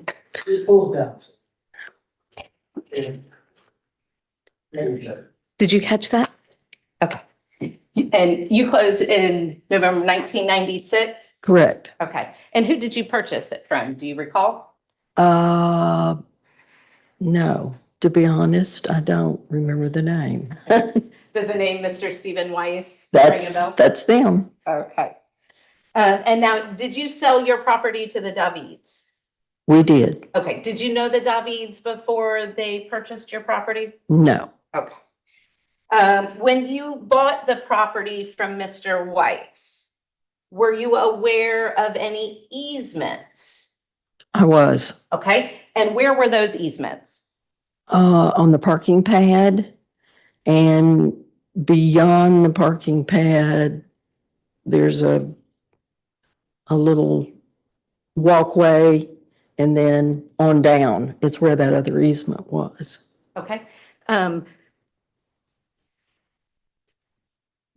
Were they on your property or were they on a neighboring property? Neighboring property. Okay. Can you describe the condition of easement? Do you know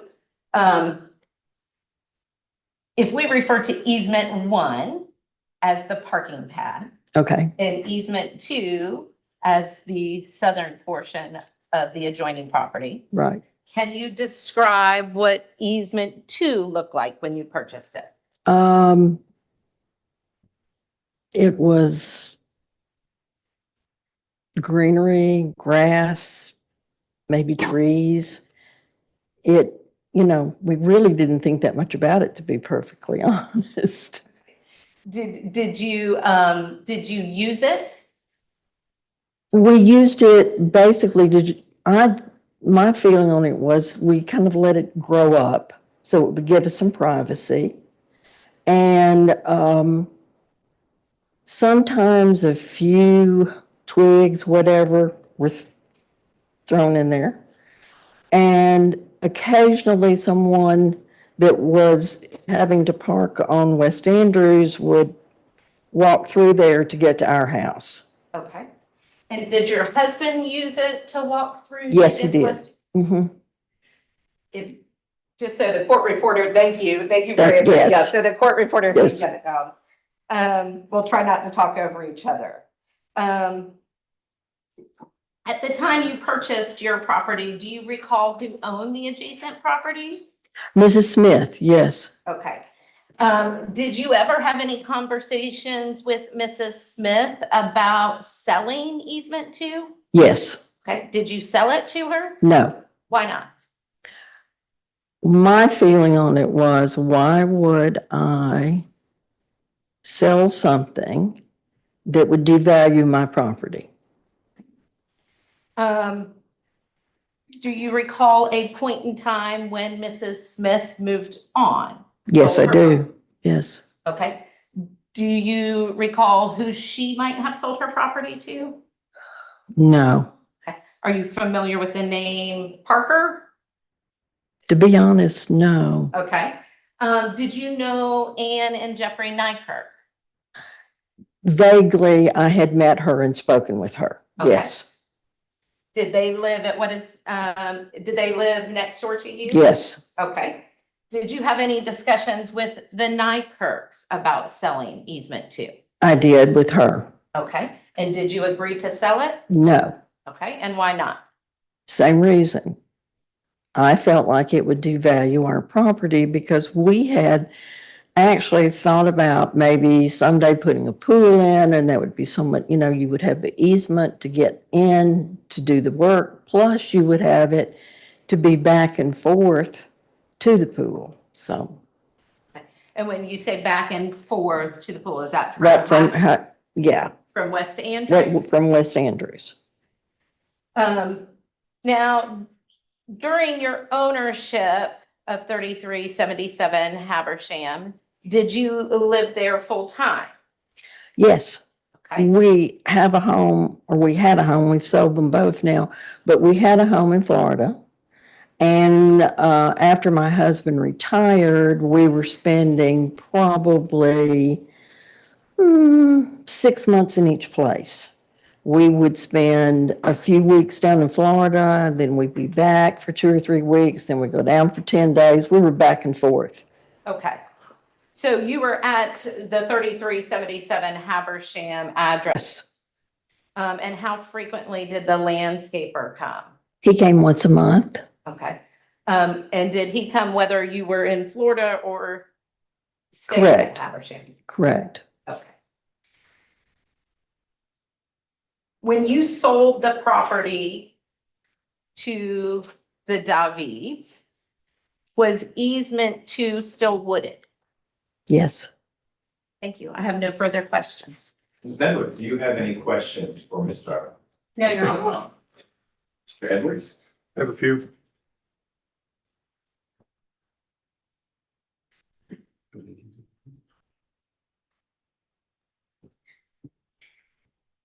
Thank you. Ms. Darby, we met a couple of Yes. years ago, do you recall? Took your deposition. Yes. And it was my understanding from that deposition that your husband still with us? Yes. He is? Yes. Okay. That your husband was a CPA?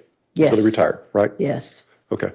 And I'm going to try not to talk over you. If you could try to do the same, it would be very helpful for the court reporter. Okay? Certainly. So your husband's a CPA. Didn't y'all become full-time Florida residents for tax purposes around 2001? What we did was, and we did, yes, but law being that 6 months plus a day and you are a resident. So that's what we did. Okay. So you were gone a minimum of 6 months and a day? Yes, back and forth. We never were there for over 2 or 3 weeks at a time. Okay. And apologize, I left my notes. While he's looking that up, I have a question, Ms. Darby. Sure. You mentioned that you and Ms. Nykirk, at some point had a conversation where she wanted to see if you would sell the easement to her. You said no, thank you, and you've explained why. Right. Could you put that on a calendar anywhere? I don't mean month and day, but Well, 1 year before you sold it, 10 years before you sold it? oh, it was shortly before because, well, here, what happened was they were selling. And because they were selling, they wanted to know, because this became an issue in selling, that people didn't want to buy something that had an easement with it. So they wanted us to sell them that property. Got it. So if the Andersons are the ones who bought the property from the Nykirks, it would have been very close in time. Very That close. purchase that you explained to Ms. Nykirk, I'm not interested in selling. Exactly. Okay, thank you. Mhm. And that was one of my questions. In your deposition, you told us that your position was, I'm not selling it for $1 million. Do you recall that? Right. So does that mean that when you sold the property to the DeVeeds, if they had said, we love your backyard, it's lush, it's beautiful, it's wooded, we don't need that easement, you'd have given them $1 million discount? Probably not. Why would I do that? Just trying to establish the value of the whole property as opposed to the value of the easement by itself. The easement was an enhancement to my property. Okay. I had no desire to get rid of it. Now, did you ever, talking about the woods and all that stuff, did you hire landscapers to go out there and plant trees to help build up the privacy? No, we didn't. I mean, yes, we had landscapers, but they basically took care of the property that was there. Took care And we of had your, some things that were replaced, but no. did they take care of your fee simple property? Or did they also maintain the easement area 2? Well, easement area 2 did not belong to me. I only had an easement. I didn't own it. So the question is, did you or your landscapers actually maintain easement 2? No. Okay. And did you or your landscapers actually plant trees or bushes or anything like that on easement 2? Not on easement 2. Did you or your landscapers ever go out there and pick up refuse or trash or anything like that that was on easement 2? Sometimes, yes. Sometimes. And when was that? I can't tell you exactly when it was. All right, let's just focus it on you, stuff with your personal knowledge. Did you personally ever go over to easement 2 and pick up trash or stuff that was on there? No, Okay. Now,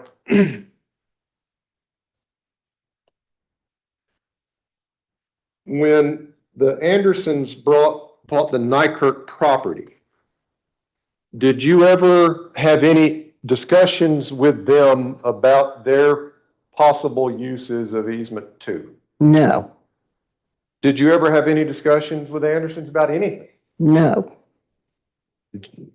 When I took your deposition, you said you wouldn't recognize Tracy Anderson if he walked into the room. That's absolutely true. I never saw him. Okay. Now,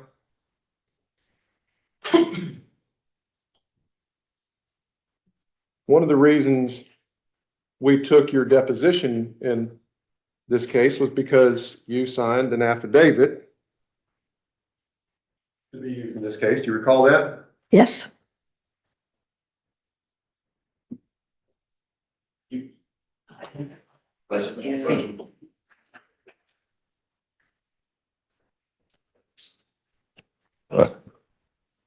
Yeah, like that. So I'm going to give you a copy of the affidavit to help refresh your memory. And this is an affidavit that you signed and swore was true and correct, to the best of your knowledge, based on your personal knowledge, September 13th of 2021, correct? Mm-hmm. Yes, Okay. And you didn't actually draft this affidavit. It was drafted and sent to you by someone at the David's law firm, correct? correct. And before signing this affidavit, you had a few discussions with Ms. Sturm about what would go into this affidavit. Is that right? Correct. Okay.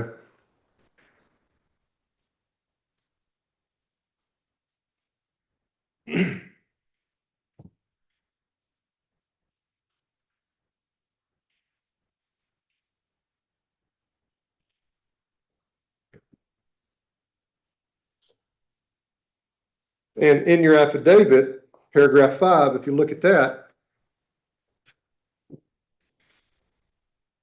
you said, So this isn't evidence. You can ask her questions, and if she doesn't recall, you said you handed this to her to refresh her recollection.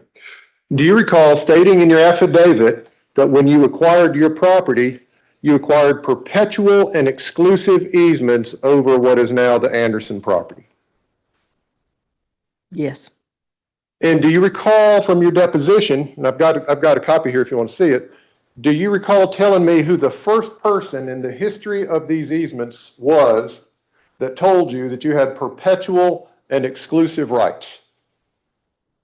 I would say it would have to be the Weisses. They were the first ones to have the easements. All right. Let me hand you a copy of your deposition. I'm looking at it. No, you're looking at the affidavit. Oh, okay. I know, that's lawyers. Let me flip over to page 14.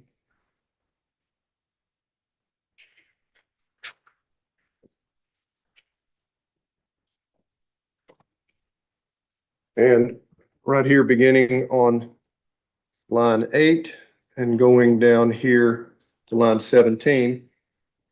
Take a minute and look at that, and then I'm going to ask you a question.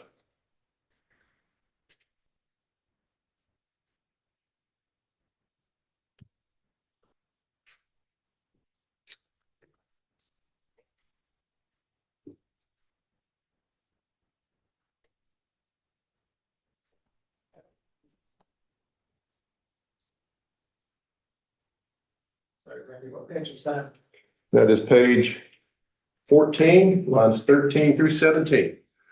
Does that refresh your recollection that in your deposition, you told me the first person who ever told you that you had perpetual and exclusive rights to the easement area was Casey Sturm? I thought you were speaking, when you asked me the question earlier, I thought you were speaking of when it was ever mentioned to me before. And my guess would have been that it would have been Mr. Weiss at the closing of the house. But it could, I'm not saying, I think I didn't totally understand what you were saying, but either way. Okay. Well, my question beginning on line 13 was, Who was the first person in your discussions with Ms. Sturm here to use the term perpetual and exclusive easement rights? Did you tell her that, or did she tell that to you?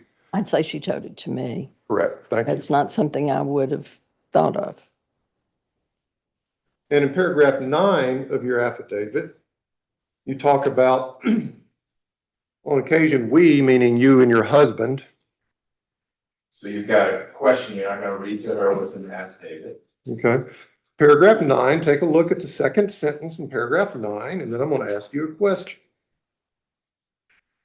So she doesn't need to read the affidavit unless you're refreshing her recollection. I haven't heard Ms. Darby say, I don't remember. Okay, well, let me ask you this. Question. Well, let me ask you this. Do you recall ever using easement 2 for composting? I guess you would say that, and that I took some dead plants and things like that, but I didn't have a compost. Okay. And if you flip over to page 22 of your deposition, down at the bottom of the page, do you recall me asking you about that statement in your declaration, that you used it for composting? I mean, it seems like I said about the same thing. Well, the question was, so is that sentence, that portion of this sentence in paragraph 9 about we composted yard waste there, is that accurate or inaccurate? And your answer was, I don't know. Is that correct? Correct. Okay. Let's just keep going. I'll just note the objection. Yeah, noted. Okay. And in terms of using easement 2, you didn't actually use it in an active manner. You used it more in a passive manner. You just like to look at it and know it was there, right? That and the fact that we used it for privacy. I had a wedding in that backyard, and privacy isn't always easy to come by.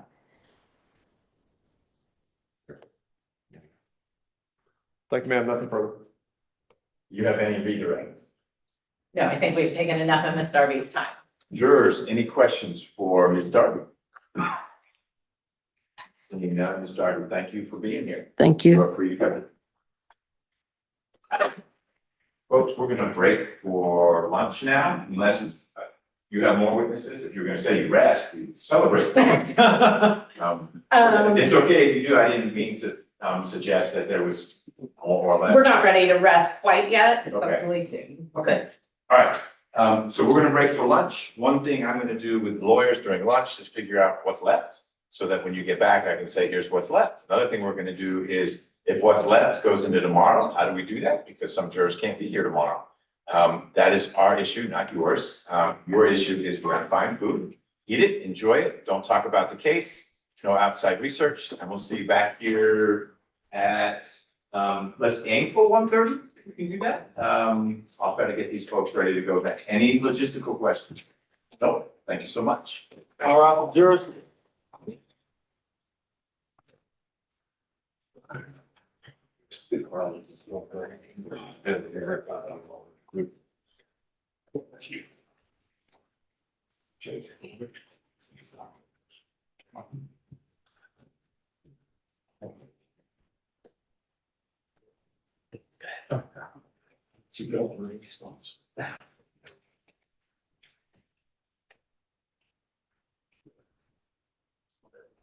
All right, go ahead and be seated.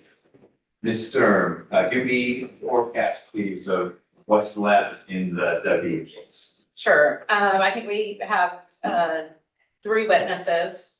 I would estimate just me asking 20, 30 minutes for each, for 2, and then maybe 10, 15 on 1. Okay, so, it's realistic barring, a super expensive cross, but if it's appropriate, we'll go there. You'd be resting this afternoon. Yes. Okay. All right, Ms. Medwick, at this point, did you envision calling the witnesses as part of your defense against the counterclaims? I do not. Okay. Mr. Edwards, you were appropriately, KG's the wrong word, just not yet decided about whether you'd be calling rebuttal witnesses. I don't know who's left of the three. It doesn't sound like it's going to be a whole bunch of testimony, but do you forecast at this point that you'd be calling any remote witnesses? If I do, it would be one or both of the Andersons just to address some. Things that have come up? Yep. Okay. Got it. Do you all want to talk now about the logistics of this trial and how we finish it and when we finish it? Do you want to confer over lunch and I come back at 1:15, so we've got time to talk about that? We just need to have a plan because the jury's not going to get this case tonight. And we don't have all the jurors coming back tomorrow. So we just need to develop a plan as to how you all want that to work, assuming you want to keep going forward and watching the jurors, you're going to be sorting something out, or you want the jury actually to decide what's going to happen in this case. So I'll come back at 1:15, assuming that gives Mr. Williams enough time for a lunch break. I'm fascinated. I understand, but break is a break. I didn't mean that you were, I didn't mean to suggest anything other than you get to rest. Okay, definitely. Well, that's wrong. Okay, so let's be back here at 1:15 to talk about logistics. Thank you. I will mute the microphone.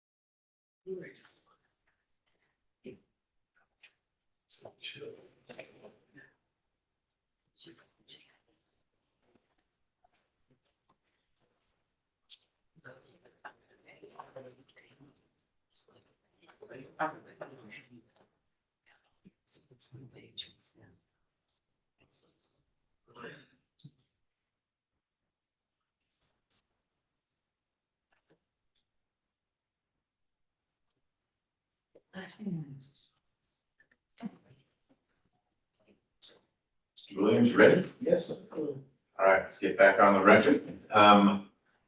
We're convening a little before the lunch break is over, although Deputy Gordon has told me that the jurors are very anxious to get deliberations. Claim we're not there yet. We have 3 jurors with conflicts that were identified during voir dire. In numerical order, juror 8 Ms. McCurdy told us that she had surgery on Friday. Juror 11, Ms. Guttery, didn't say she had a specific date with an issue, but she did share with us that her daughter was working through a crisis and is apparently back home, and there's concern about her daughter, who's college age, being home alone tomorrow. And then juror 13, Mr. Floyd, has a funeral tomorrow at 1 and would need to be down by 11. So he's basically out tomorrow as well. Juror 3, Mr. Storisky, joined the fray. He didn't flag any issues when we were handling voir dire concerning conflicts or hardship or whatnot, but he shared with us this morning that he doesn't get paid if he's not working, and he's not been working since Monday. I will note that his wife is employed, and he didn't bring up any concern about this during voir dire. But those were the 4 who said tomorrow could be problematic. 2.5 of those seem like we're gonna need to let those people not be here tomorrow. Having said that, Mr. Edwards, give me your thoughts about how you see us proceeding. We obviously have the rest of today. I'm not saying we stop now. It'll be 1:30-ish when the jury comes back in. But even if the David's presentation goes as forecast, no one's forecast has been accurate yet. I should be doubling most everything you guys say. You may have rebuttal to which you're entitled. You have to have a charge conference. That's going to be a humdinger. Then you have closings. You might have 3 closings. And then I need to charge the jury. That doesn't fit into today. So your thoughts?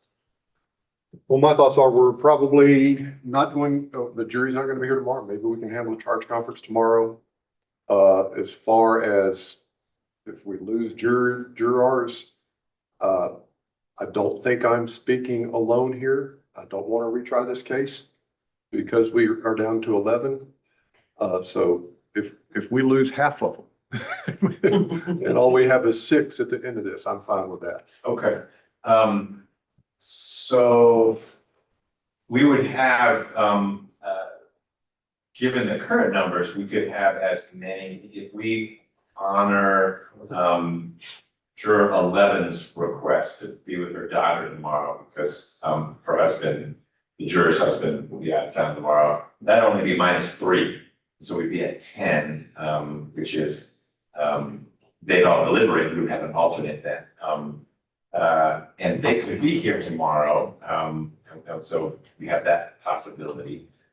The other thing would be that we try to keep the entire group together and we find another date when they could come back for closings and the charge and deliberations. And that's not unheard of.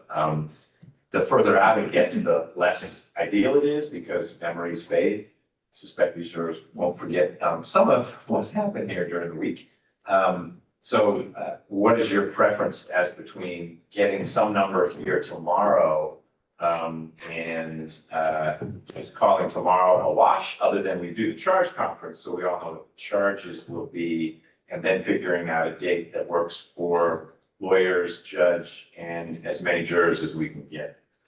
If possible, we'd like to move forward tomorrow because Mr. Logan is on a calendar in Cobb County on Monday with my partner on a condemnation case. Well, I'm not offering up Monday. I know you're And I don't know if the jurors are either, but your preference would be to get as many as we could back tomorrow. I believe so, yes. Okay, all right. And if they do rest, maybe get them back after lunch, and we could just go straight to closing and charges, assuming we don't have the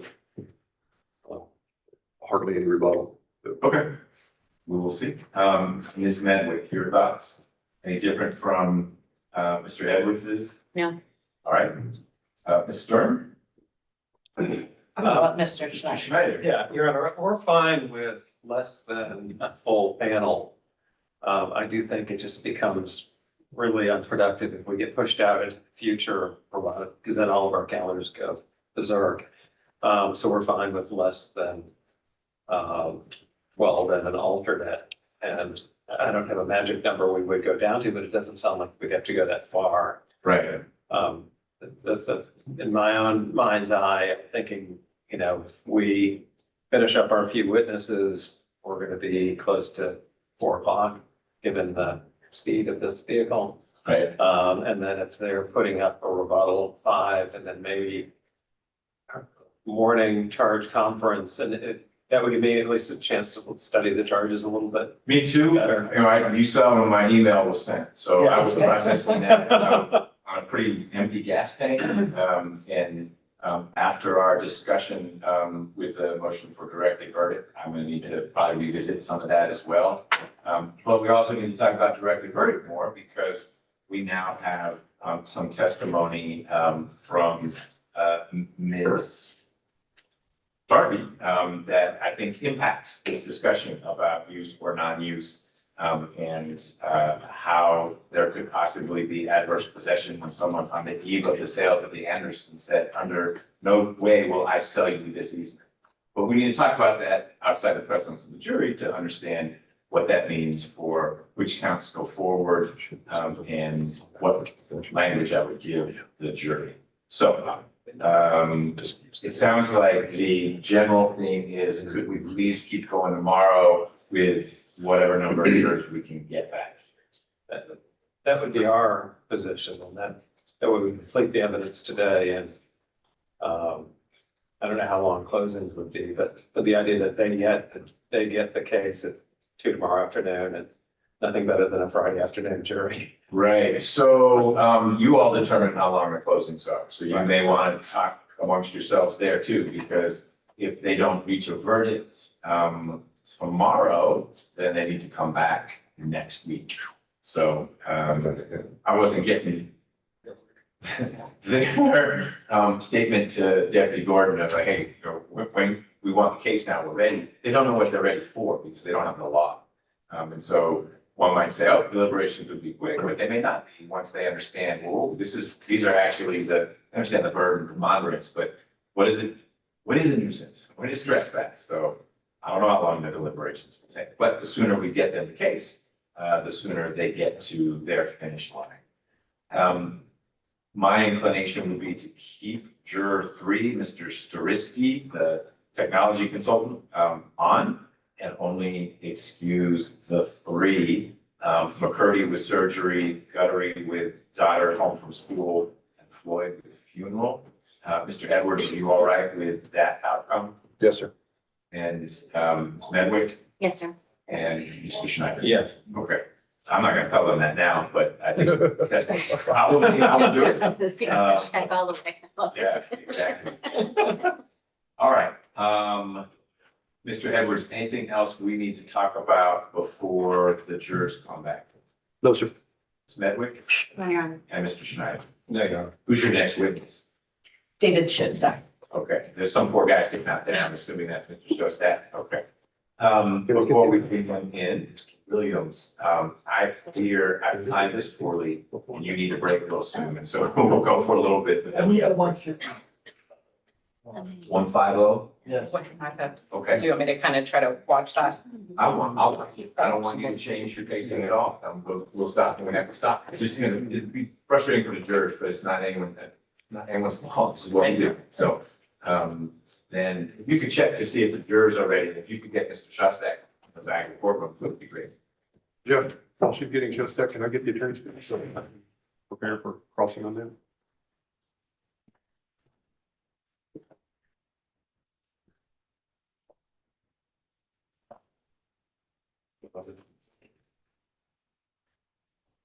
Is that the same number? The one doesn't know what it looks. Yeah, they should all be the same. Actually, these are all, sorry. We just think that it's, I've got a sheet apparently, it's a couple of more. It is David, if you want me to help. The better, thank you. Cool. Keep it curious, redacted. Well, you can redact some of it. Huh. Curious. It's not Goose Gander. I know you're gonna play the Goose Gander card. Yeah, surprising, their attorney's fees are redacted, Jeff. They're partially redacted. Partially? Is he working his way here? Great, that's great. We've got them right there. Yes, Partially redacted. right. But that's not uncommon. Can you email them to me so I can put them on my trial pad? I will try. Yes. Yeah.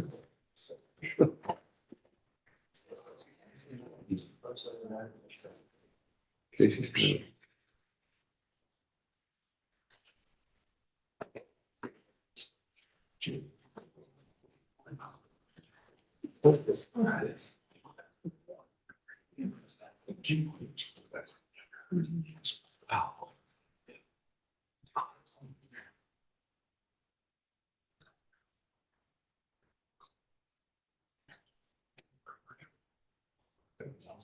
They're not gonna believe we're ready on phone. We got a lot of those. Are they ready? Yeah. Okay, it wasn't just the count. Oh, okay. They're ready. There you go.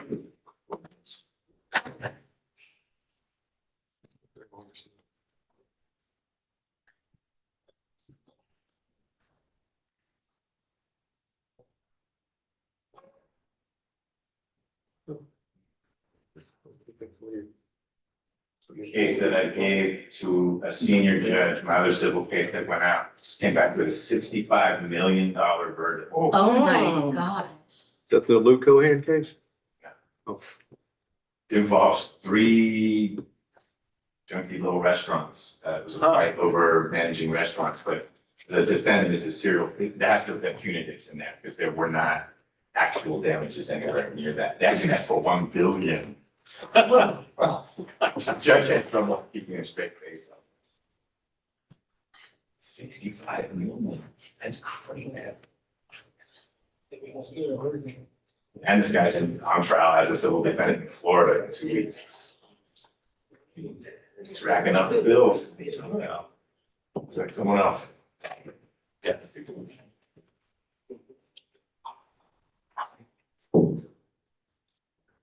Yeah.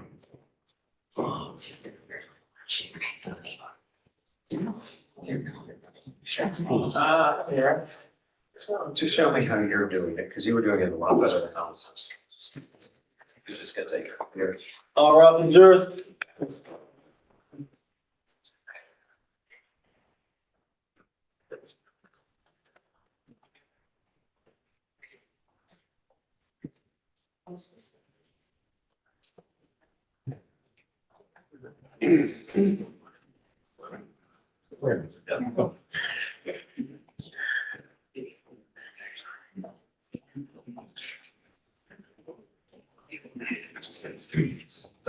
All jurors are present on the count of one.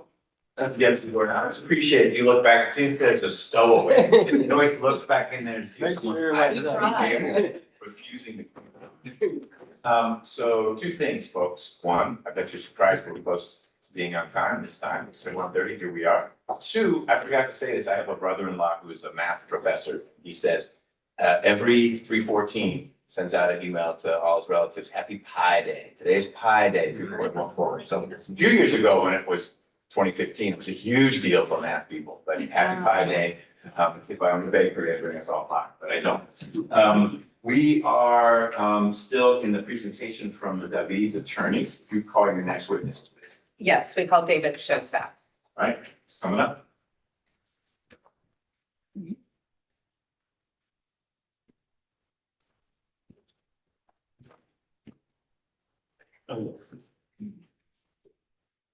Before you sit, can you raise your right hand? Do you swear affirm that the testimony you will give will be the truth, the whole truth, and nothing but the truth, so help you God? Yes. You can only have a seat. Can you state and spell your name for the record? You have a seat. David Shostak. DavidShostak.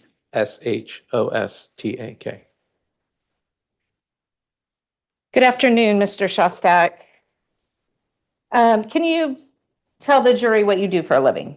I am an arborist and an urban forester. Okay.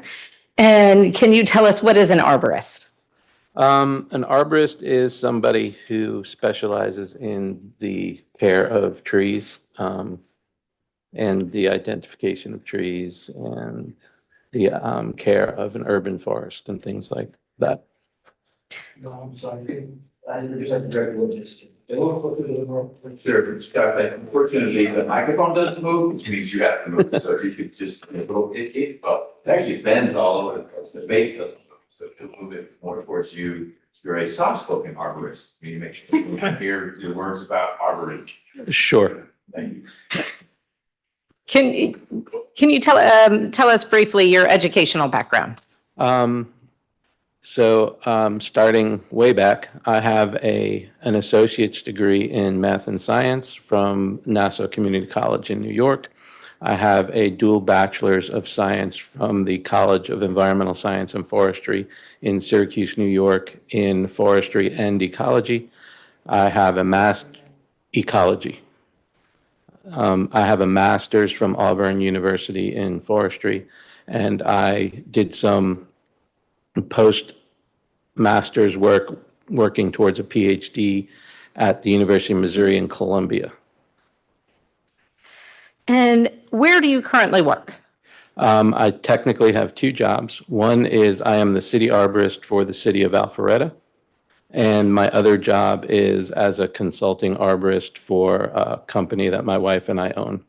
Okay, and what is that company called? It's Cadis Incorporated. Okay. Can you give us an idea of your job and responsibilities as city arborist for the city of Alpharetta? Sure.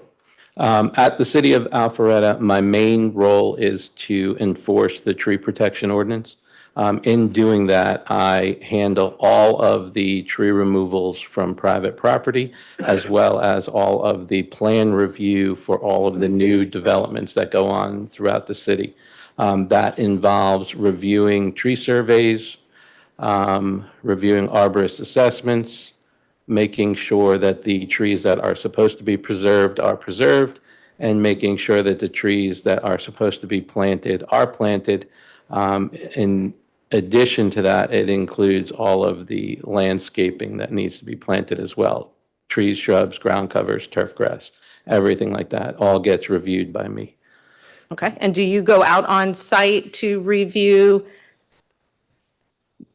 Yes, I do go out on site to review tree surveys as well as verify the tree assessments. Basically, what I need to do is look at the reports from a third-party arborist and verify if what they're saying meets the science and the code. So I do that, verify tree surveys, making sure that if a tree's on a survey, it's there, or if it's not on a survey, it's not there. The sizes are right, all of that kind of stuff. A lot of this revolves around tree condition as well. Okay, and you mentioned you have, outside of your city job, you have a consulting practice, is that correct? Correct. Okay, and can you tell us about your jobs and responsibilities at your consulting practice? Yes, so that consulting firm is a registered engineering firm. I am the arborist and environmental scientist for that firm. Most of my responsibilities revolve around doing arborist assessments. For example, one of the things that I do, if somebody calls me and says, hey, I have a tree in my yard, do I need to remove it? Do I need to care for it? Is it in good condition? I will go out and do those assessments. I also do risk assessments for trees. So if somebody calls and says, I think there's a problem with this tree, I do a full assessment to determine the biological and structural health of that tree to make sure it is safe and there's no risk associated with that tree. One of the other things that I do is appraisals and valuations for trees and shrubs that may have been removed from somebody's property without permission, in order to put a value on that for whatever the reason may be, whether it's a insurance claim, a legal matter, or anything like that. Those are just some of the quick things that I do. Okay. And you talked about valuations for situations where there may be a clearing already and you have to go out and value it after the fact. Correct. I've done a few of those where all of the vegetation had been removed all the way down to the stumps, and I have to go and provide a value of what was assumed to have been there. Let me ask you this. Are you a licensed arborist? Technically, there is no licensing for arborists. It's a certification. It's a third-party certification through the International Society of Arboriculture. And I am a certified arborist, yes. Okay. And do you maintain that certification in good standing? Yes, I do. Okay. Are there some kind of like continuing education or classes you attend to stay up to date? Yes, you need to get a minimum of, I believe it's 30 continuing education credits every 3 years.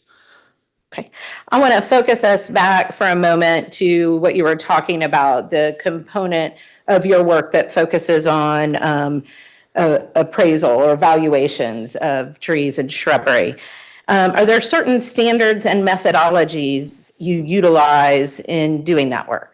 Yes, there are. Okay. And can you explain that process to us? Yeah, so there are 2 guidebooks out right now. One is the 9th edition of the Guide to Plant Appraisers. One is the 10th edition.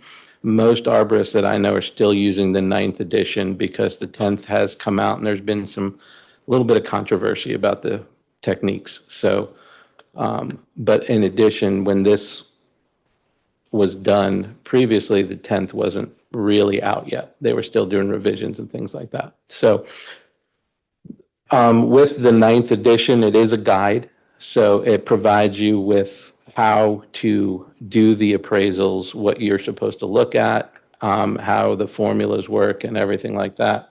I also use other publications that have been provided as guidance documents on the guidance document, on the guide, to come up with my formulas that I use from the guidebook and the different ratings that I use to put into the formulas to get the final results. Okay. To kind of help the jury understand how this process might work, can you tell us, so with regard to a situation where you've been hired to go out and value trees and shrubs that have already been removed, walk us through how you would go about that process. Do you mean remove down to the stump, or do you remove the stumps are still there? Okay, well, you tell us, is there a difference in how you would value if the stumps were still there versus a complete removal? Yeah, so let's start with if the stumps are still there. So if the stumps are still there, I would go out and I would measure the stumps and identify the stump species, genus and species. In doing that, I would also do a condition criteria on the stump. And then I would also look at surrounding vegetation to determine if the condition is good on those trees, because without having the actual tree there, you have to go off of the data you can find. So I would look at the stump, measure it, identify it, and then, like I said, look at the surrounding vegetation to make sure it was good, fair, poor, whatever the condition may be. In addition to that, you look at the location because the location matters. And then I take that data, collect all sorts of stuff, take a bunch of photos, bring it back to my office, sit on a computer, clean up the data, run it through a spreadsheet, and then that gives me the value of the vegetation that had been removed. Now that's a tree.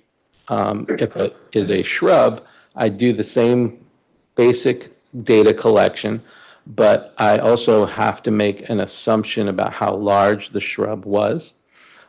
Because when I do replacement values on shrubs, it's a replacement value. So if you have a shrub that is 3 feet by 3 feet, then you go to the nursery and you say, oh, a 3 foot by 3 foot shrub costs this much, and that's the value you use. Going back to the trees, and I may be jumping ahead a little bit, but going back to the trees, what you do is you take the value of a smaller tree and you extrapolate it to the size of the tree that was removed to get an overall value. Included in that, in the formula, you have 3 ratings, like I mentioned before. One is for condition, one is for location, and one is for species. So different species are valued at different amounts from 1 to 100%. Different locations are valued from 1 to 100%. And a condition rating is based on 1 to 100%. So those things also get put into the formula to determine the overall value of that tree. So I guess I'm jumping back and forth between trees and shrubs, but that's how you come up with the value of the tree versus the value of a shrub that typically can be replaced in kind. If the shrub is so large that you can't replace it in kind, you typically calculate a volume. So if it's like a 10-foot tall by 10-foot wide shrub, you figure out the volume that shrub takes up, and then you figure out how many smaller shrubs that you can buy fit into that volume, and then you come up with your value based on, so if it takes 10 shrubs to fit in that volume, that's how much it is, 10 times the value. So that's how you do that. Now, moving on. And now you're talking about, so we were just talking about what happens if you have stumps on the ground. Correct. And now you're going to explain to us what we do if we don't have any stumps on the ground. Is that correct? Correct. Okay. So if you don't have any vegetation and everything's been removed down below the stumps have been ground, dug up, whatever it may be, the standard protocol is to find an area that you have determined to be similar in nature, and collect your data there.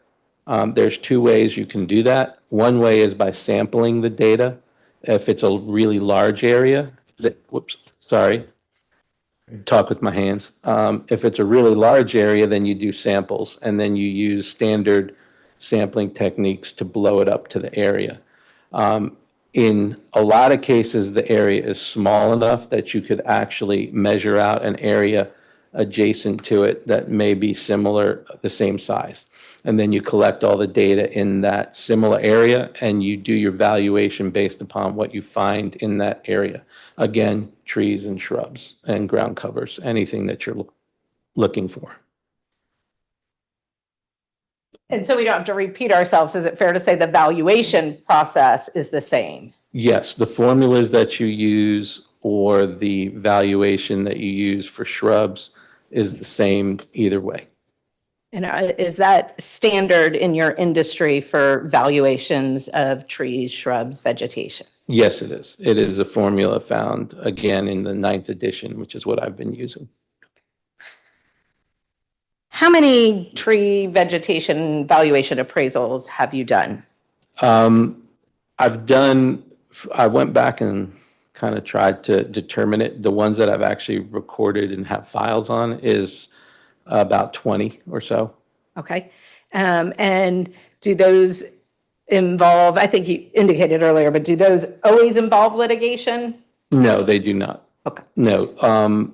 As far as litigation goes, I believe of those 20, I've only dealt with actual court cases where it's somebody v. somebody about 7 times.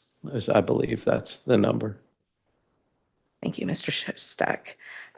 Your Honor, I would move to tender Mr. Shostak as an expert arborist and in the area of tree and vegetation valuations and appraisals. Ms. Medwick, do you have any objection to that, or do you want to examine Mr. Shostak on his credentials and qualifications before I rule on that request? I think I would like to examine on a very small issue that is kind of vague at this moment. Sure.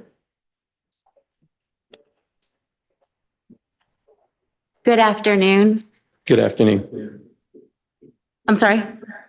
I said, good afternoon. There's an echo in here. Yes. Schneider is wide open. Sorry.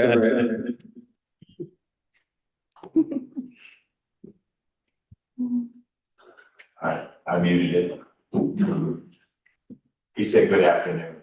I thought he asked me something and it was other voices, so, you know. Say that.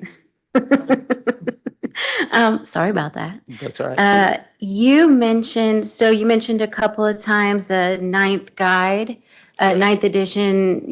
guide that you use and that's instructive of performing these appraisals. Did I catch that right? Correct. Okay. You also mentioned that you personally use some other publications to guide you in your appraisals. Is that what you said?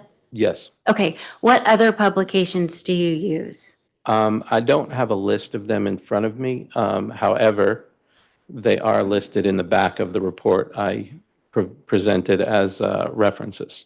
Do you need a copy of that report? Sure, that'd be great. Okay.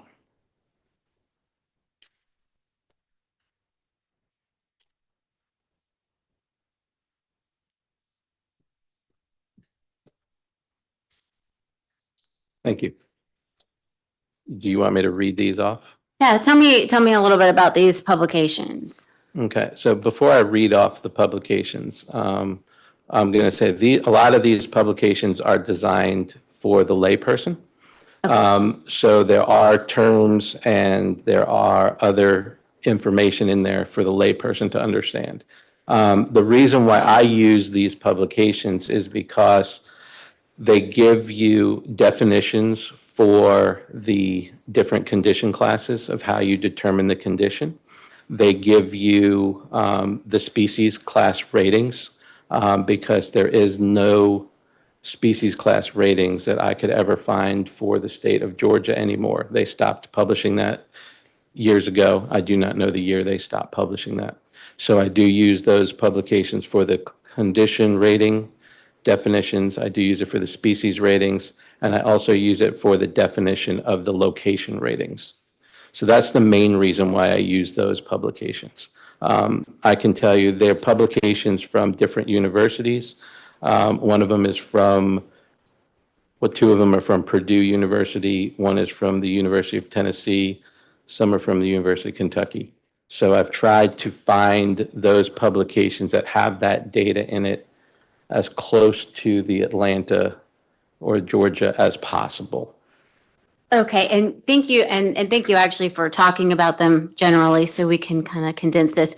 So if I'm understanding what you said about the publications that you used, is you're using publications from universities talking about species identifications in other states because you don't have them for Georgia, and you tried to get states that are as close as you could get?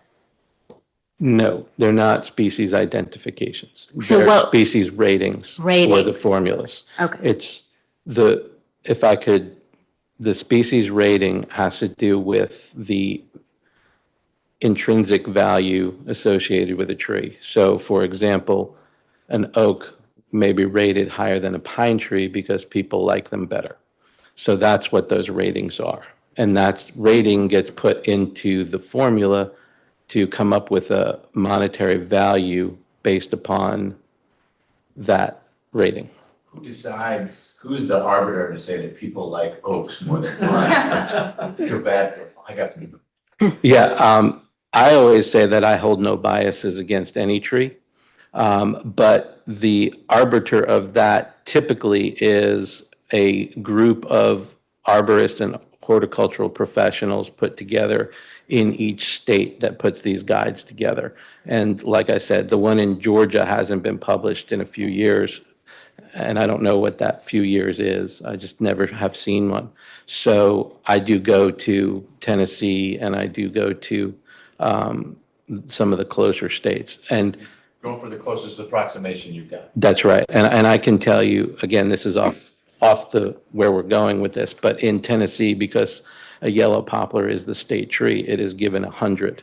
And I know here in Georgia that a yellow poplar is not given 100, and I don't. So again, Whatever Alabama's tree gets Yeah. So is that a standard in the industry that you might kind of pick and choose publications for species ratings to help you out in a different state?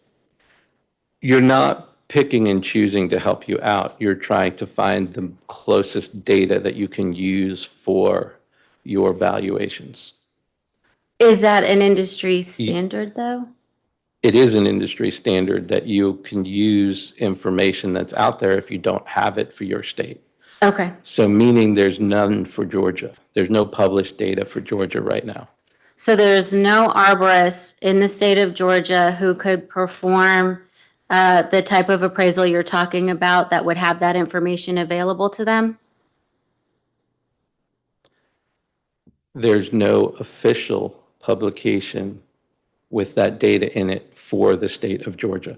So if an arborist was able to find that data that was published by a professional organization that had that data, I would gladly use it, but I have not been able to find it. Okay. And does that kind of cover your explanation of those other guides that you use? Yes, that is why I use those guides. Okay. Thank you so much. And I'm going to get that report back. All right, so on the table is a request to have Mr. Shostak qualified as an expert in the field of being an arborist and some of the valuations of plants. Do you object to that or not? I do have an objection because I think there are some concerns about, I mean, we're talking about very specific Georgia property. Sure. And Is your concern about the weight that jurors would give his opinion because he's already explained there weren't some resources he thought would be available? Because that's not the question. The question is he qualified as an expert? Your questions you were asking him had to do maybe some of his methodology, but not so much about the degree of his expertise or his ability to offer an opinion that a layperson such as myself wouldn't have about the value of a tree, which you're free to explore with him. Hey, you're really triangulating. This is what Tennessee arborists say a tree is worth, and so what do we do with that? And he may say, I don't know, I'm gonna give you a margin of error.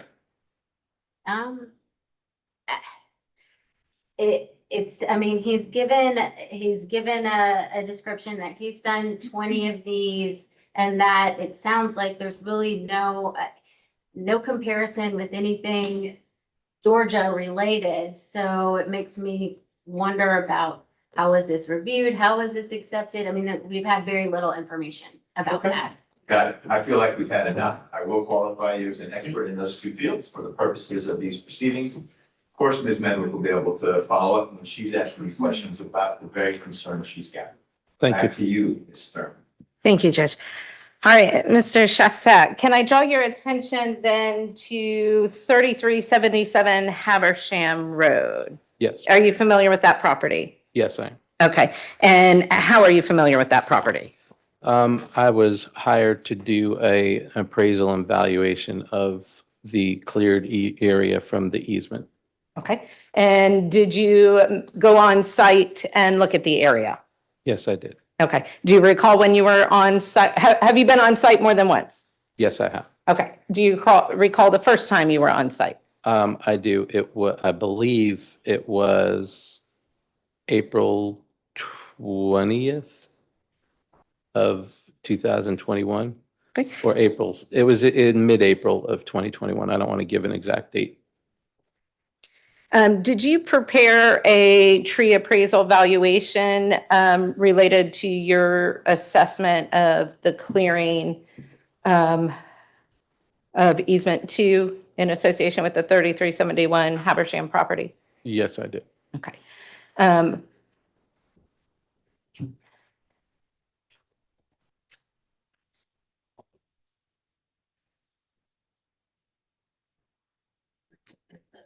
Hand you that document. Do you recognize that document? Yes, I do. Okay, and can you tell us what it is? This is the report I prepared for that valuation and assessment. Okay, and if you turn to page 2, You don't have to read it for us, but just take a look at the top. Does that refresh your memory of when you may have been out on site the first time? Yes, April 17th, 2021? 2021. Okay. Can you tell us how you went about performing your tree valuation and assessment for this area? And let me strike that for a second. Mr. Shasak, were you out, did you bring anybody out on site with you?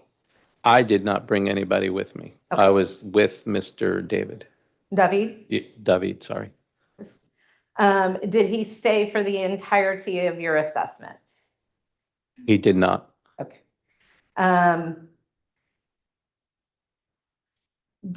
Can you please walk us through how you performed your tree valuation and appraisal for easement area 2? Yes.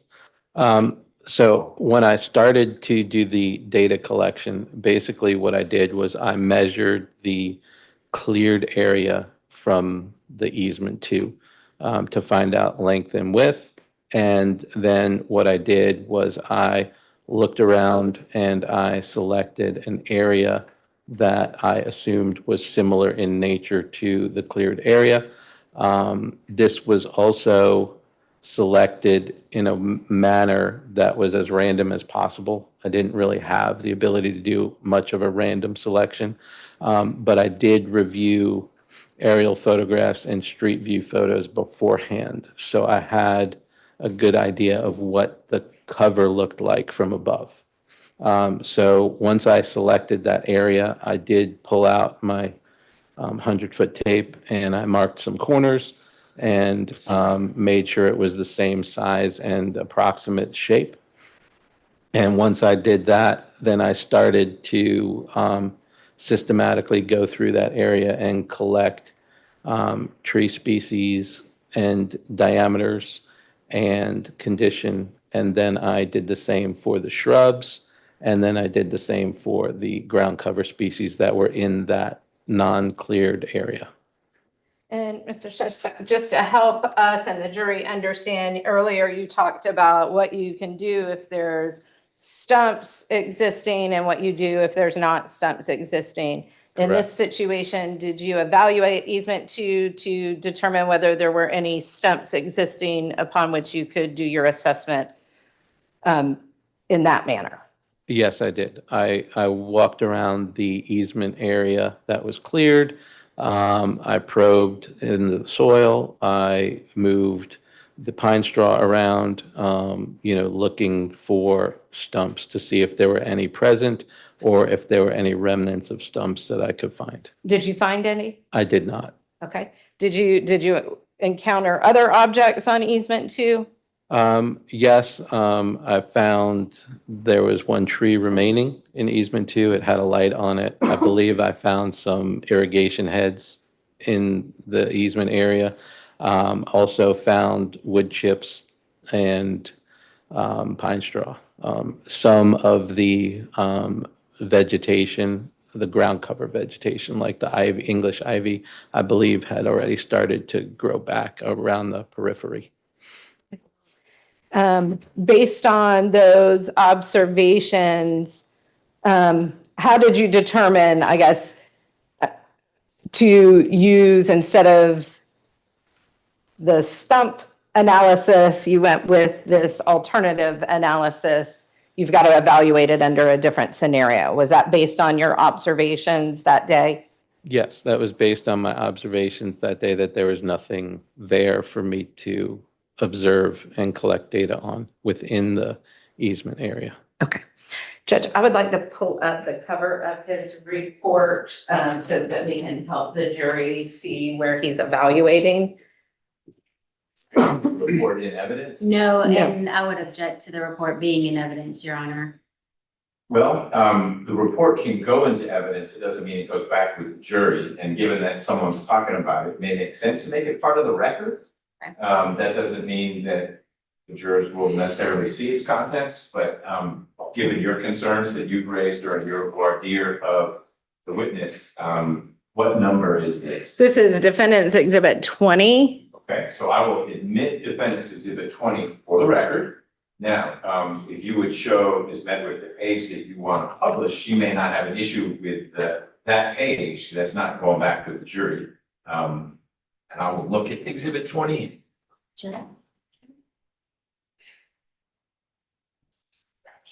If it's just a picture, that's fine. I could do a call out of just a picture. Yeah, if it's just a picture, that's fine.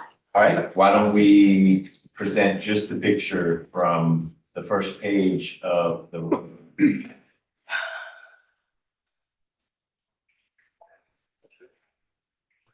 Sir. Oops, yeah, I missed that. Why don't we do this? We have to take a quick break. And while we're doing that, why don't you guys figure out how to get on the screen just the unobjectionable part. So ladies and gentlemen, you will go back to the jury room. Giving you a digestive break. We'll get you out here as soon as we can. Randy, I can do it. And we'll resume. Don't talk about the case. All right. No outside research about trees.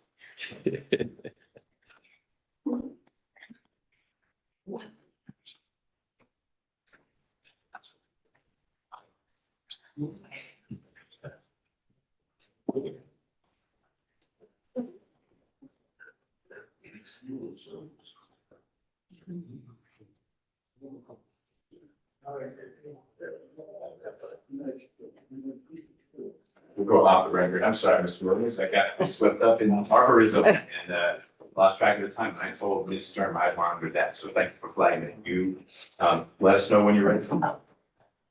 Please.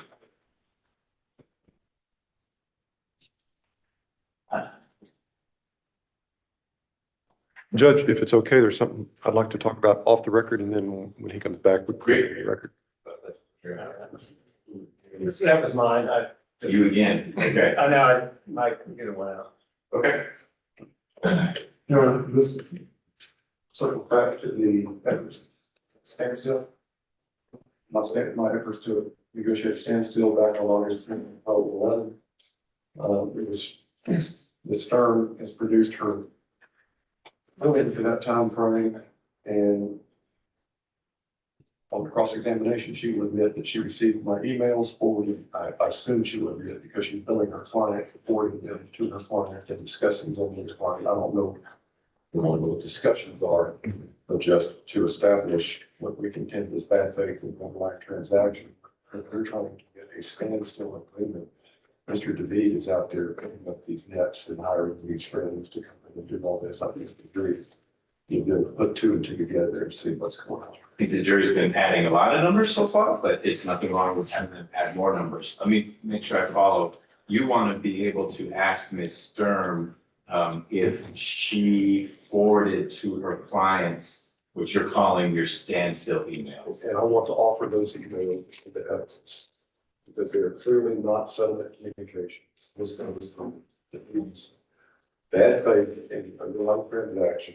As my first email says, hey, Casey, can we have a chance to talk and de-escalate the tensions, these new bigger, older limits and everything aren't doing anybody any good.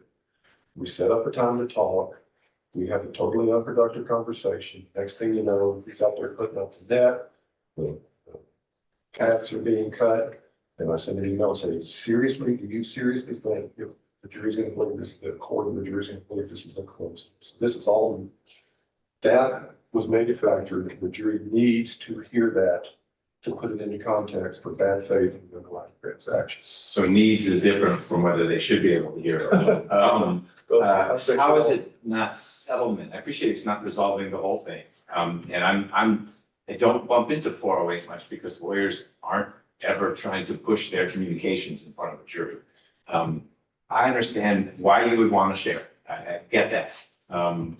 But how is a communication you have with Ms. Sturm to say, these are my words, let's sort a piece of this out? How is that not part of let's work the case out overall? Well, because Rule 408 precludes evidence by settlement negotiations when offered to prove the validity or the amount of the claim. it does not bar, doesn't bar a pure settlement negotiation to prove bad faith or intent. And that was, we cited cases to that effect in our motion for pretrial ruling on this.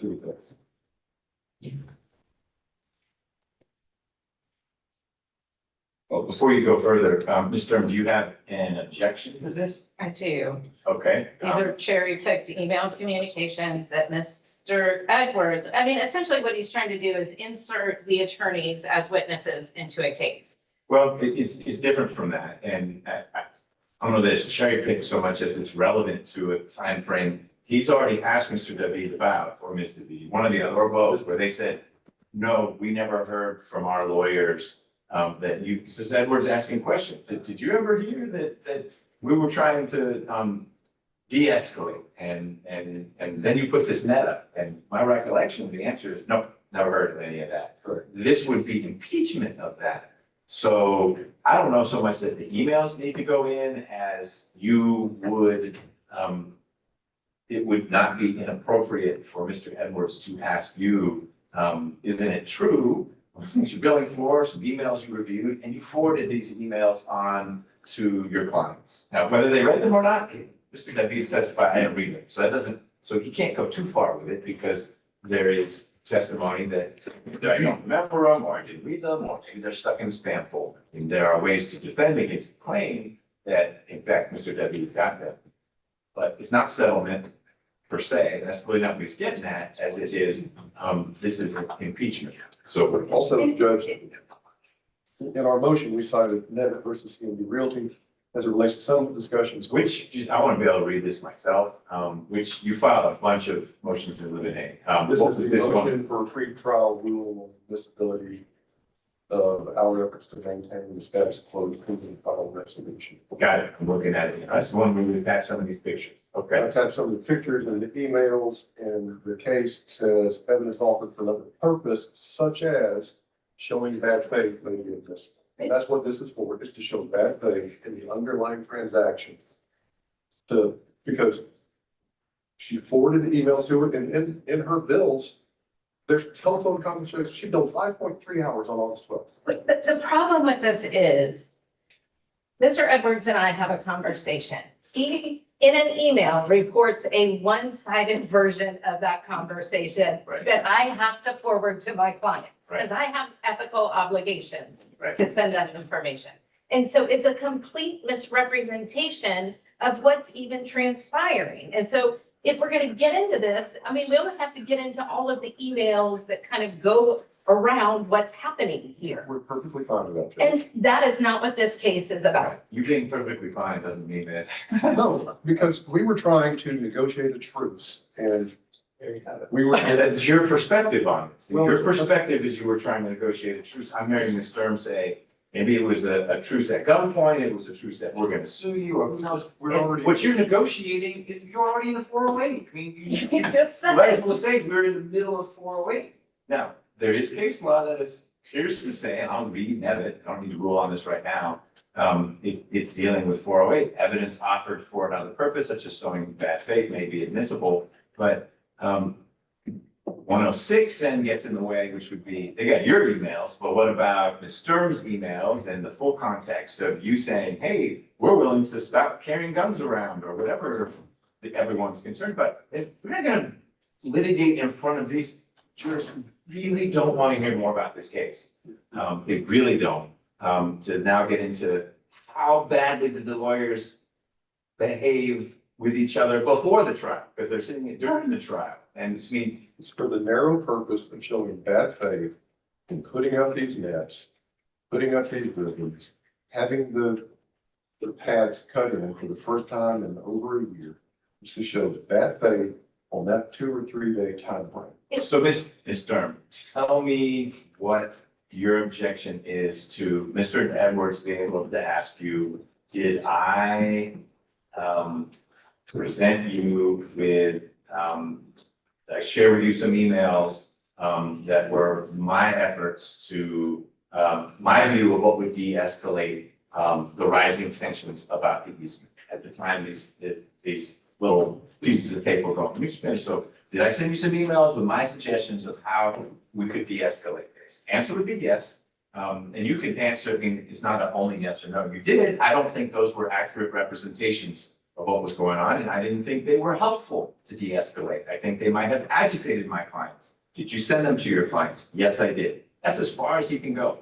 It wouldn't be getting into that. He can characterize them the way he wants, and you're free to characterize them the way you want, and to say, and of course, there's much more to it than your emails. I didn't think they were accurate. Whatever your testimony is going to be, he opens that door by asking that question. That's why you often don't ask your legal adversary a question. You're like, I'll drive the bus through that one. But I think he's entitled to get into evidence that however the jury's going to weigh it, that you in fact did forward to your clients what Mr. Edwards is characterizing as efforts to de-escalate. Because Mr. David said, I didn't ever get anything like that. And then maybe he read it and said, this is the opposite of de-escalation. I'm even more insulted now. Okay.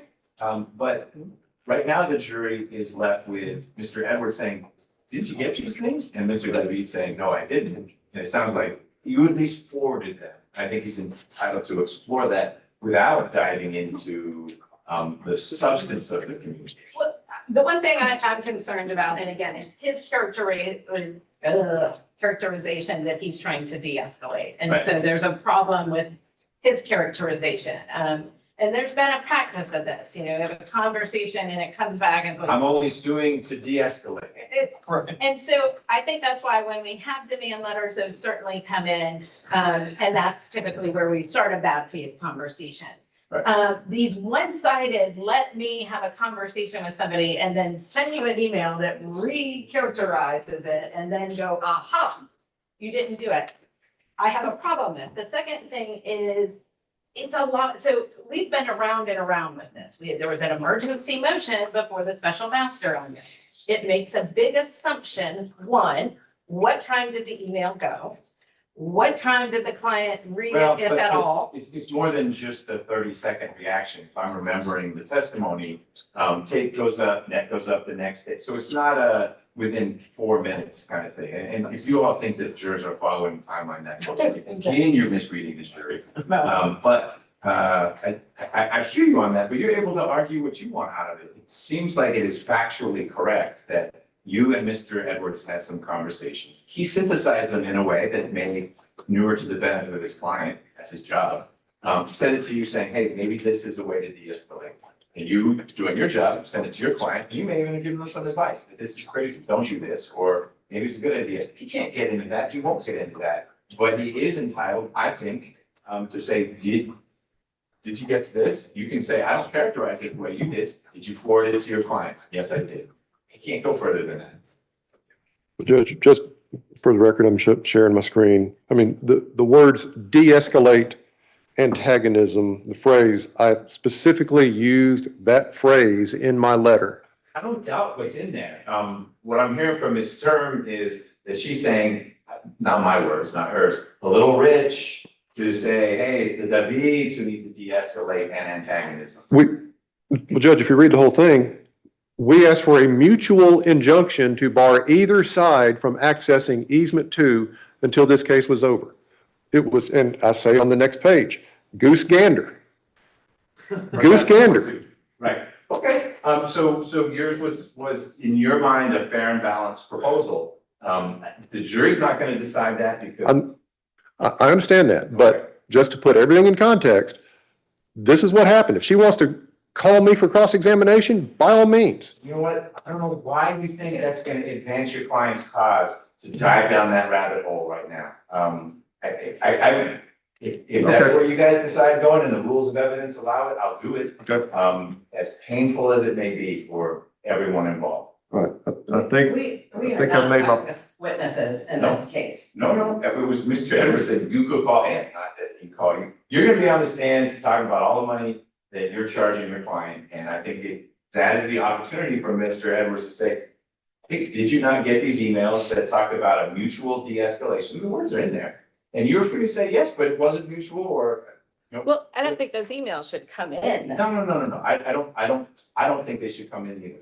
My ruling is this. He can ask you about them. He can ask you, did you forward them to your clients? and your answers are whatever your answers are, and you can characterize what the gist of the emails were. But my ruling is, and you can object if it's not sufficiently broad, and I'll preserve that for the record, is that the emails don't see the light of day. If we want to enter them into the record, I'm fine with that, but they're not going to go up on a screen, they're not going to go back with the jury. But I don't think he showed me the whole thing, which is always smart. I don't think it is a mischaracterization on his part to say, I sent you an email that said, even if it may not have been, in your mind, a fair summation of the exchange you and Mr. Edwards had, and said, hey, you know what? Let's de-escalate mutual injunction, just everyone stays off there. It goes back to the good old days of Nykerk's and Darby's, and people are just throwing their compost in there. And I don't mean their avocado rinds, but just the yard trimmings and everything. And it's a beautiful, natural, pastoral backdrop for both houses. And he's saying, let's just do that until we get clarity on how this case is going to go. You forward it to your client, and he then has that handhold that he's entitled to say, here's bad faith. I made this offer, and what is the response that my clients get? Lacrosse nets, party of 8 people on Christmas Eve, burning things where there's pine straw everywhere. If that's what argument he wants to make, he's entitled to make it. And I think this is relevant to that. And it isn't, if we keep it at this level, violative of 408. So that's my ruling. Mr. Edwards, if you want to tender those, feel free. Just label them. They're already marked. They're already. Plaintiff's X, whatever they are. When we get Mr. Williams back in here, I'll admit them for the record. And that way you're preserving, if your argument later on, if there is an appeal, is that I unduly circumscribed your ability to explore this with Mr. That's fine. And they're in our exhibit binders. I'll have her look at them.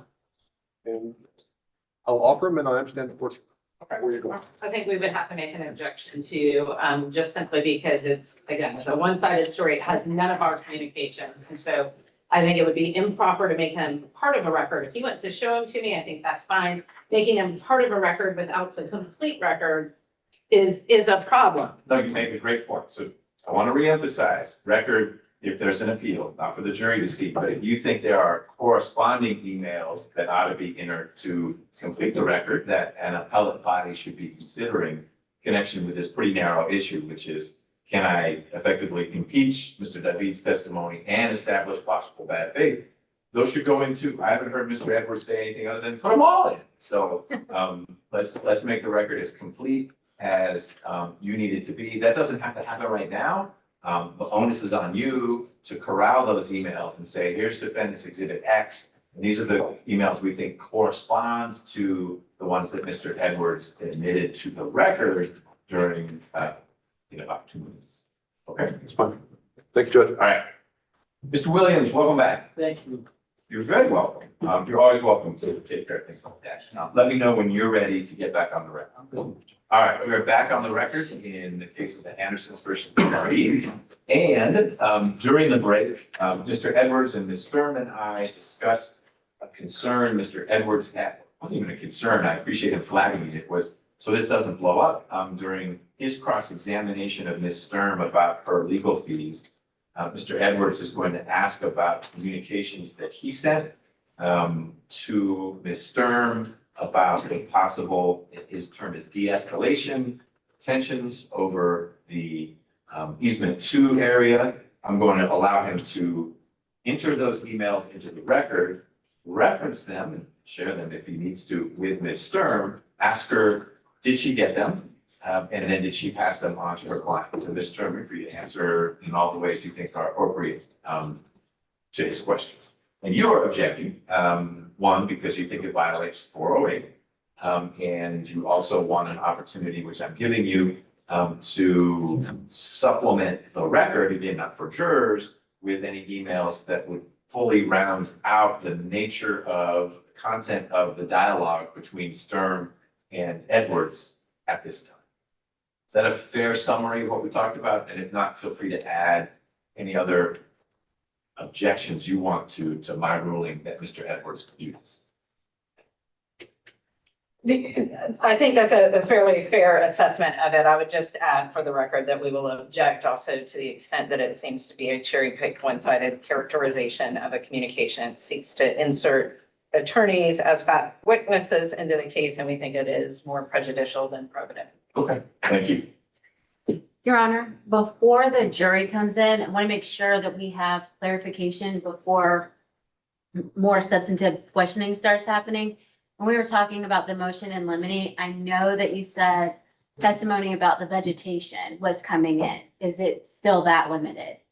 That was my understanding. I was sort of surprised, but always happy to meet a new witness. I didn't think we'd be hearing from Mr. Shostak based on how, say your last name again? Shostak. Shostak. Based on Correct. our discussion about the motion in limine, I thought my ruling was have at it with the vegetation, but with the missing trees based on what I understood the record would become, and as I think it has become, we wouldn't be getting into a valuation of allegedly missing trees because there's no stumps, there's no, here's what it used to look like. Here's some nearby stuff, and so I think there ought to be a few more trees here.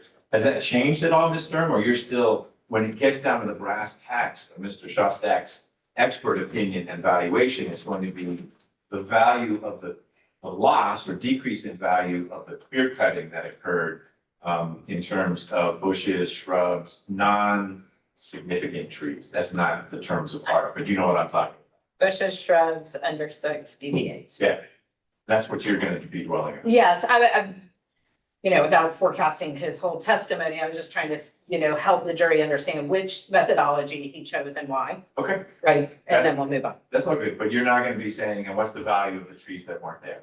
Okay, does that allay your concern? It does. And the reason that I wanted to bring that up was because it has been worded as the tree appraisal has been very forefront in the wording. And so I just wanted to make sure we were still on the same page. We are. Do we have just the picture up on the screen now?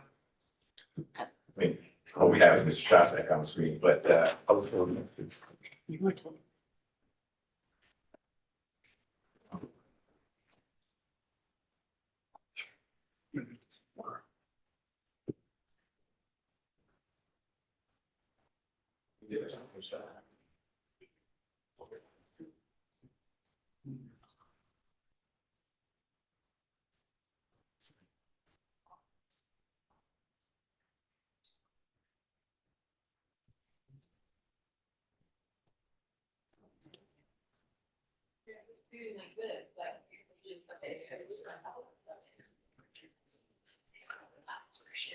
Sad when the happiest pleading you received in the day is a suggestion of death. You're a person party. That's terrible. all right, can we check on the jurors, please? I guess if they're ready.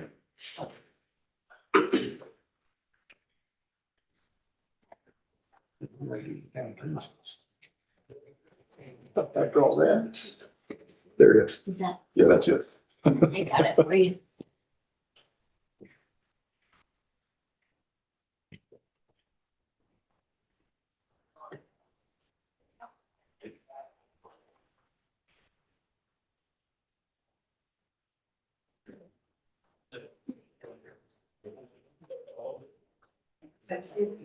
All right, the jury.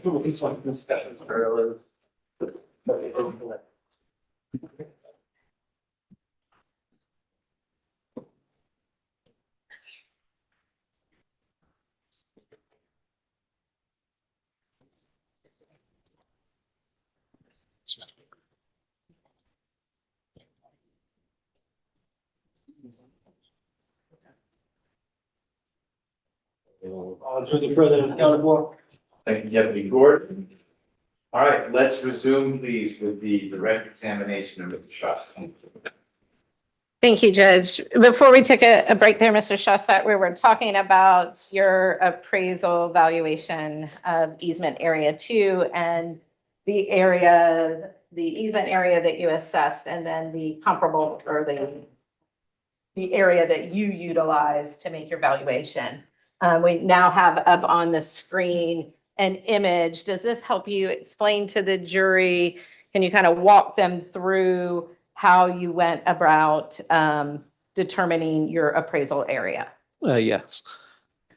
So this is an image I provided on the report. Basically, it's the property location map as well as the easement to and the areas where the work was completed.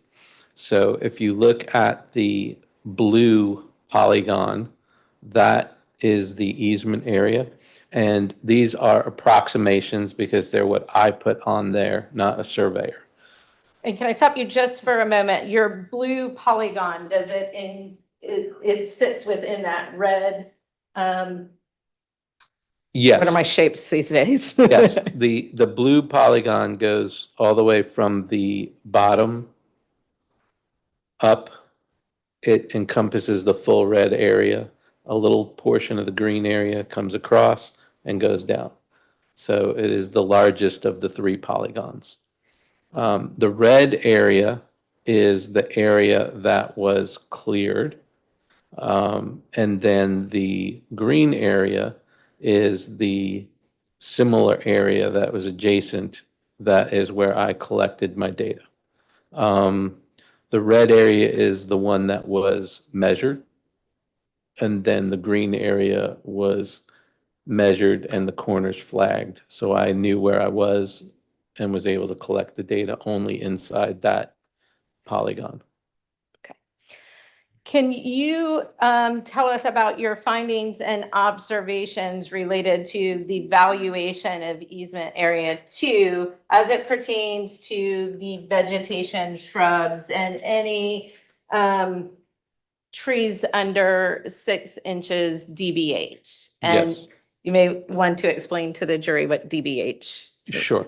DBH is what's considered diameter at breast height. That is measured at diameter, yes. Breast height. So it's diameter at breast height, and that is a forestry and arboricultural term, and it's 4.5 feet above the ground line. So that is where we measure trees, whether you're looking at it for timber or whether you're looking at it for aesthetic or whatever the reason may be. It's how you classify trees when you're doing reports of various and different reasons. So in doing my valuation of the area, there were approximately 4 trees that were under 6 inches DBH. And that's under 6 inches, not including 6 inches. And then there were various shrubs and ground covers of varying sizes and heights and types. If you would like me to go through that list, I would do so, but I need to use the report that's in front of me if that's okay.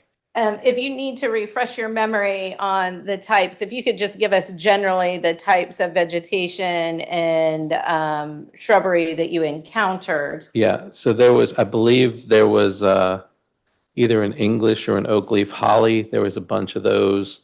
I believe there were some azaleas. There was this one called the Fuzzy Pride of Rochester. There was English ivy. Let's see, what else did I remember coming across? Do not recall the types of trees that I came across that were under 6 inches. It was back in 2021 when I did this.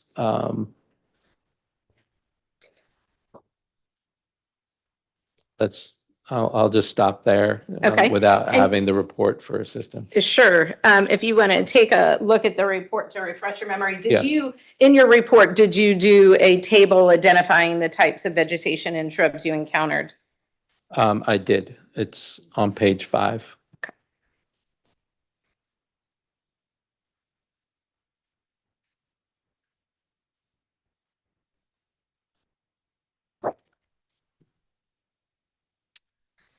Anything of note that you want to draw our attention to, Mr. Shostak?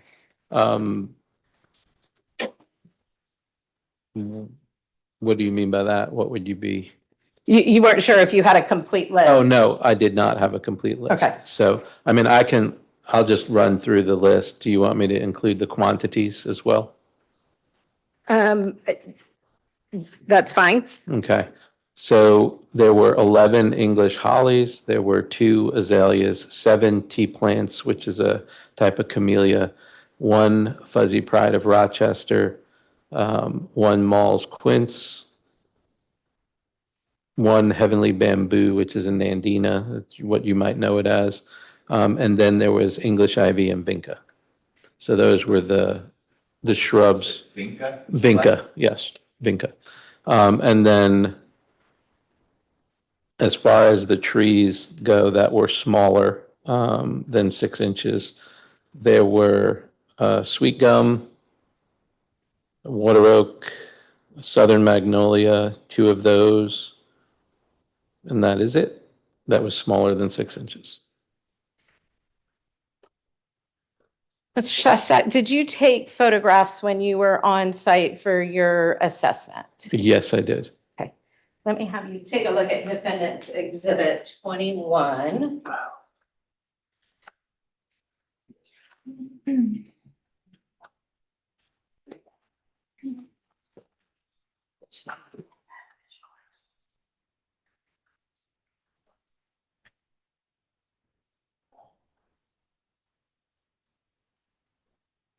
Thank you. Do you recognize the images and have you had a chance to flip through it? Let us know if you recognize the images in that it's a, Yes, so far these do look like my photos. okay. Are these photographs of this green appraisal area? Actually, they're photos of both areas. And when you say both areas, is that easement area 2 that's been cleared and the appraisal area? Yes. Thank you. We would move to admit Defendant's Exhibit 21. Any objection to defendants 21? No, Your Honor. All right, it's admitted. Mr. Shostak, did you walk through the appraisal area? Yes, I did.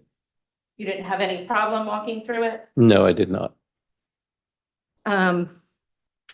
Shostak, turning back to your appraisal valuation, can you tell us the opinions you arrived at for the valuation of the vegetation, shrubbery, and any trees under 6 dBH? Yeah, the total value of that was around $90,000. $90,000? Around $90,000, yes. Does your report include, you had indicated earlier in your methodologies, how you go about valuing. Does your report include a table that identifies the valuations for the various shrubs, vegetation, and trees under 6 inches? Yes, in the appendices section, there is a Excel spreadsheet that shows the valuation of the shrubs. And then there is another that shows trees on it. They're 2 separate tables or Excel spreadsheets. Thank you. Mr. Shostak, did you return to the easement area 2 and David property prior to this trial? Yes, I did. Okay. And when did you return to the area? It was about a week and a half, 2 weeks ago. Did you have any encounter with Mr. Anderson while on site? While I was on site, Mr. Anderson was over, I believe it was near his garage, and he was yelling, "See you in court, big boy." That is all I remember. Thank you, Mr. Shostak. I have no further questions at this time. Ms. Medwood, do you have questions for Mr. Shostak? Yes, Your Honor. And y'all can leave that picture. Okay. You want me to move it? Good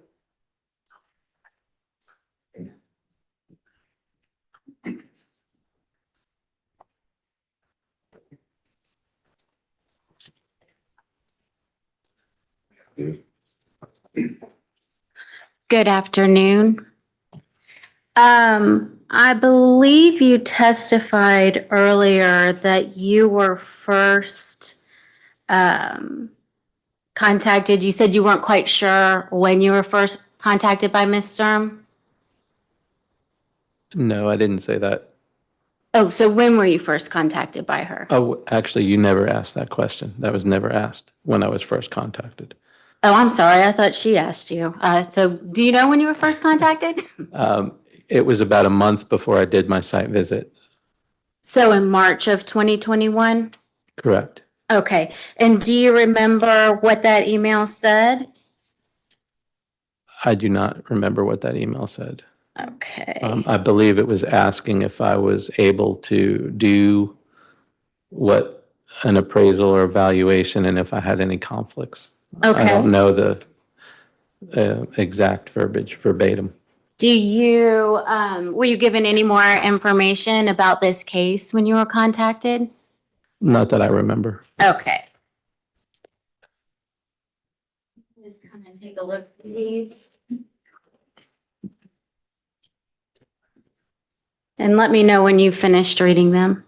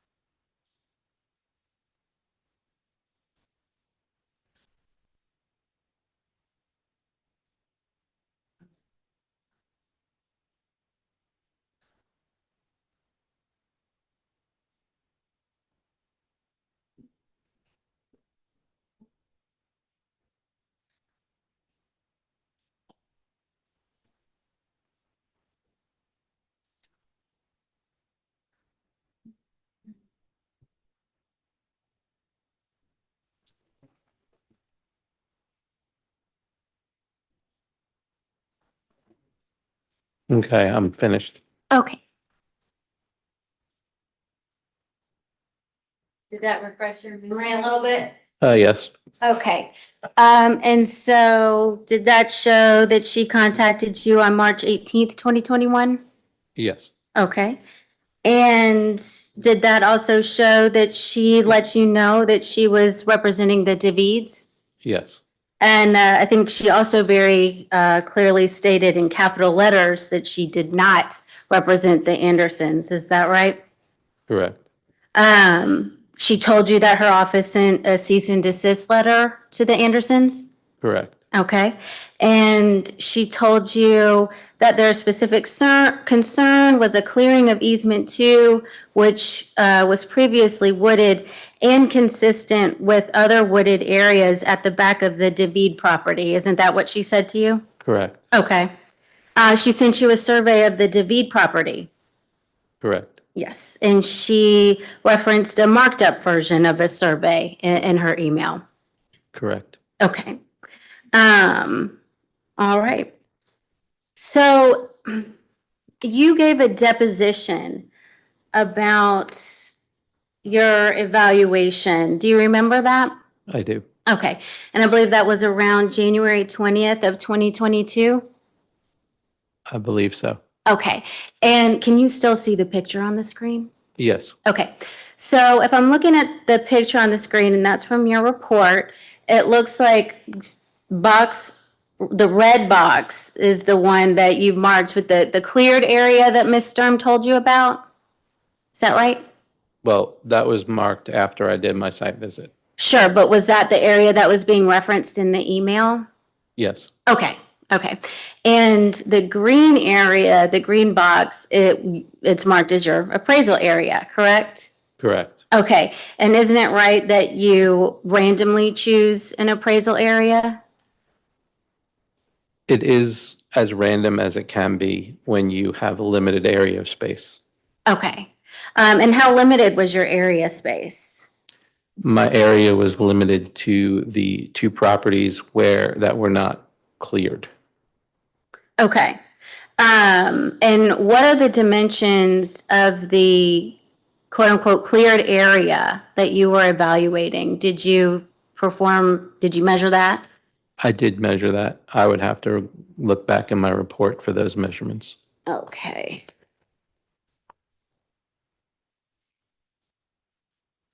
Let's see.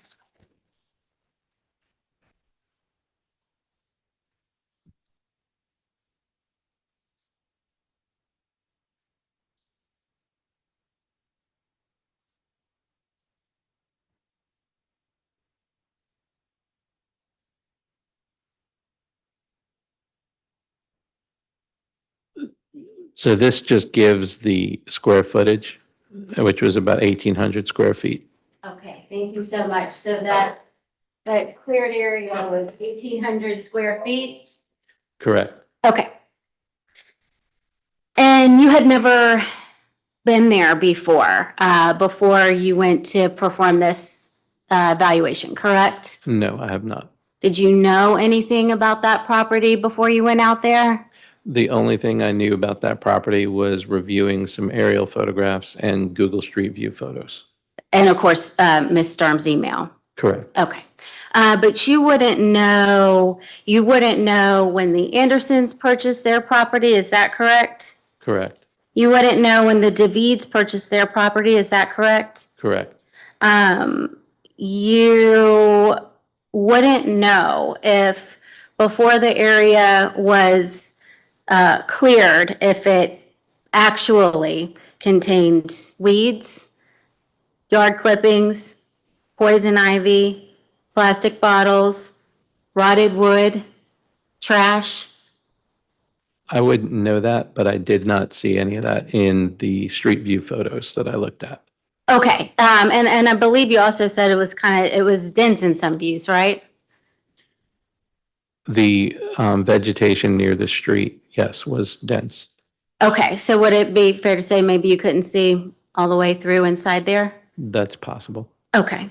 And you would also have no knowledge if anybody at any point in time had made any efforts to landscape it in any way, correct? No, I would not. Okay.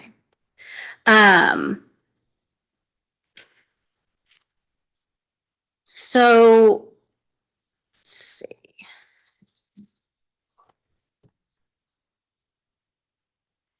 I believe you said, well, do you remember kind of describing how you chose what you were going to compare the cleared area to? Yeah, I mentioned that I looked for an area that was adjacent to it that had what I would assume to be the same or similar vegetation in it. Bear with me for just a second. I'm dropping things.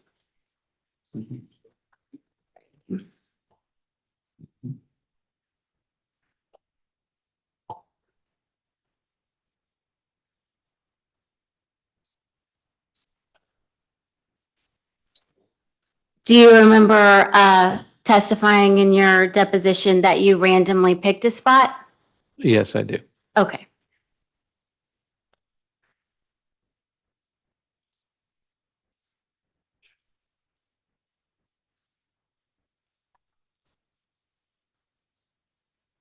So I am going to ask you some questions about that table that you were talking about with Ms. Sturm with the ground vegetation. Remember that just a minute ago?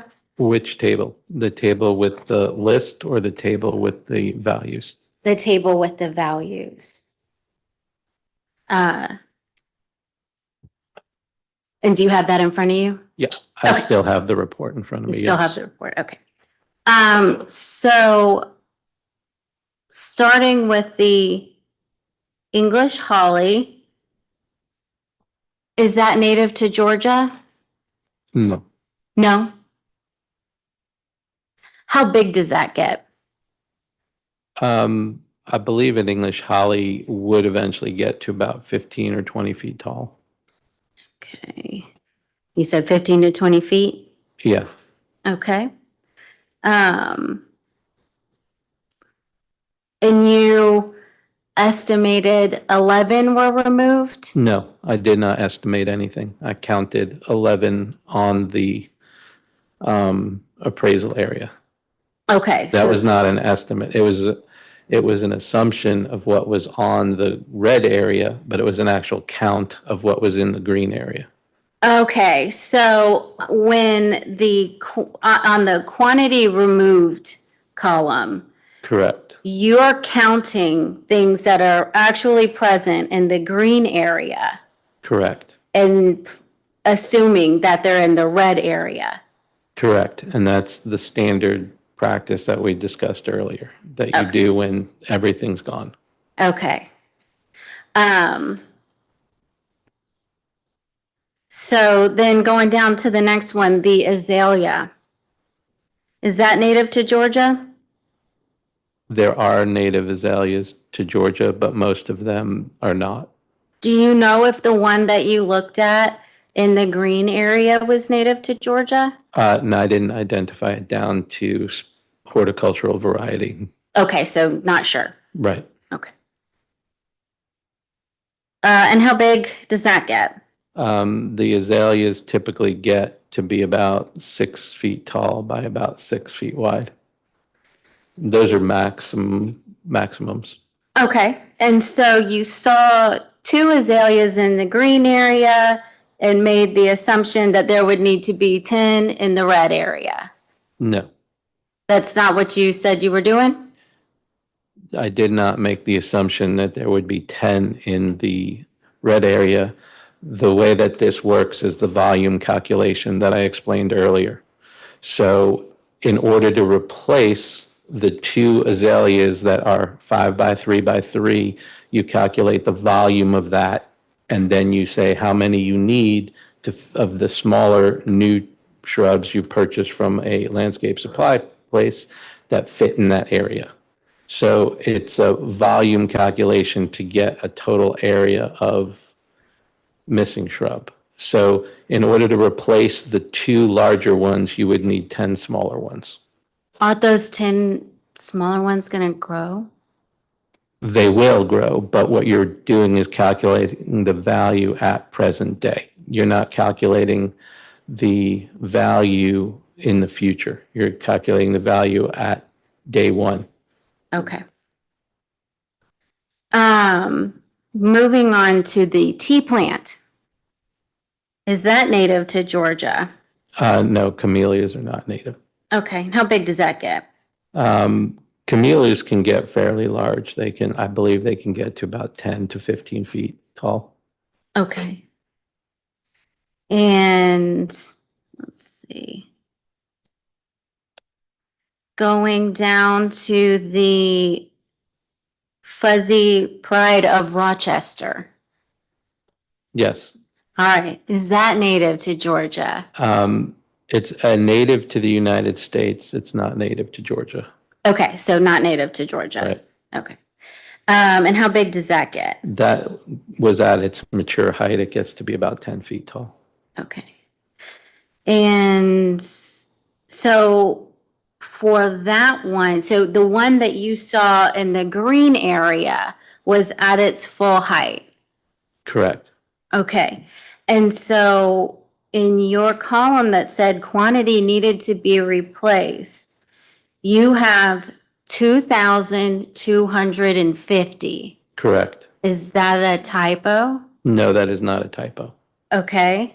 Can you explain that? Yeah, so if you do the math and you take 10 by 15 by 15 and you get the volume, and then you take the volume of a replacement shrub, which is a 3-gallon, which is 1 by 1, and you do the math, that's how many of the 1 by 1 or 3-gallon shrubs you need to fill in the volume created by a 10 by 15 by 15 shrub. With that math, conceptually, what that says to me is that if you think of these as slices of that geometry, you cover that bottom slice with the 1 by 1s, but now you're buying and stacking on top of the ones you just planted, more 1x1s and stacking, but not planting others, eventually crushing the ones you planted, because I get it, you have a prism that you're filling with all the 1x1s, but layers 2, 3, 4, 5, 6, 7, however many it would take, they're not even in the ground. They're hovering, maybe it's hydroponics. But I mean, am I understanding the math? And if I am, how's that the right number? So you are understanding the math.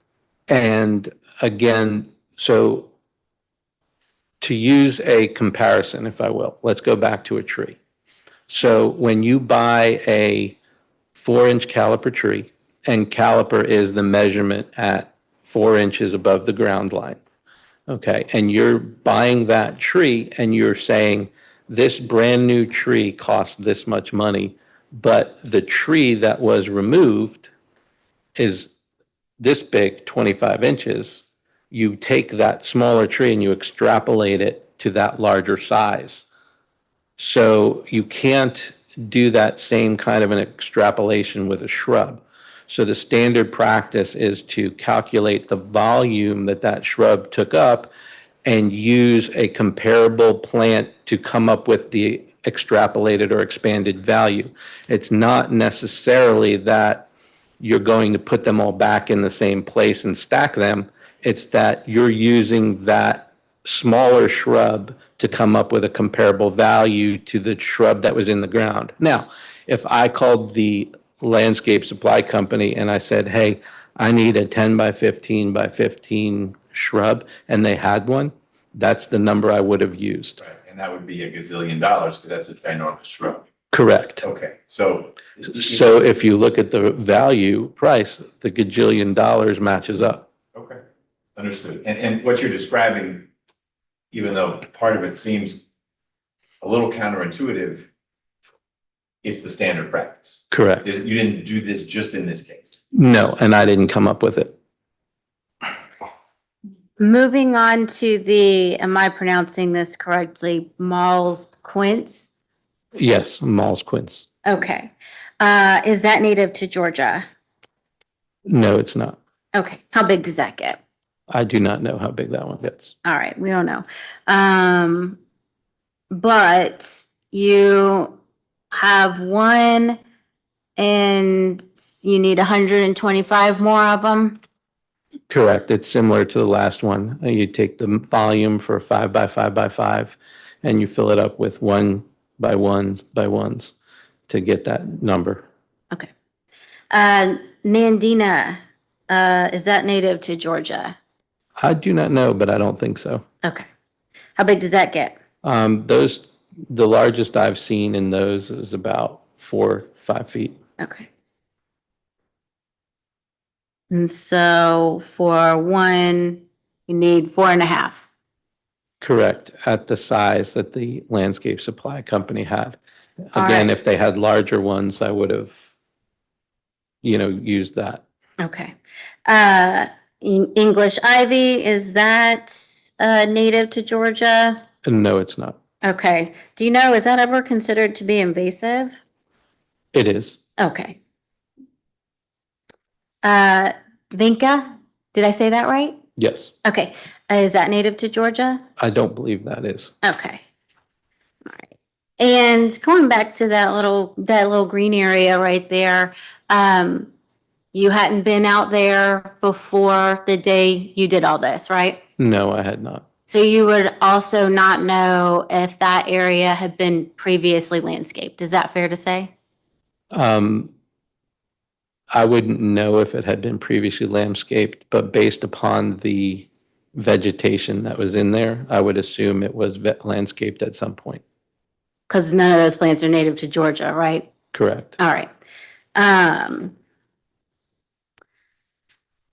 Those are all of my questions. Thank you very much. Sure.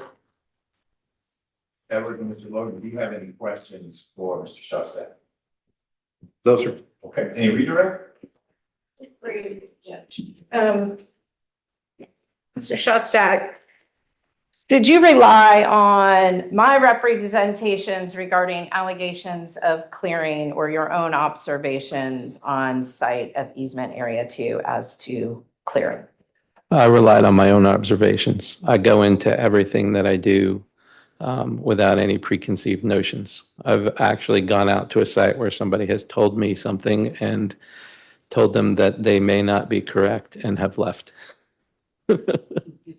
Understood. Now, Mr. Shostak, your green appraisal area, it seems to overlap a little bit onto the easement area too, is that correct?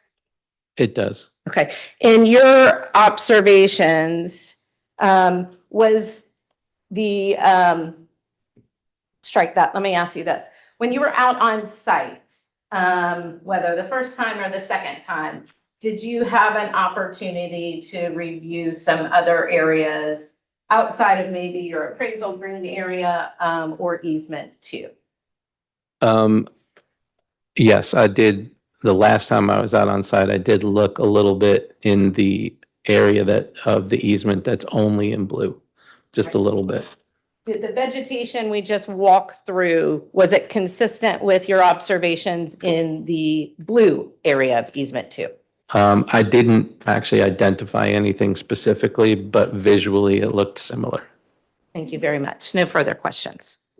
Just a couple follow-ups. 2 it is.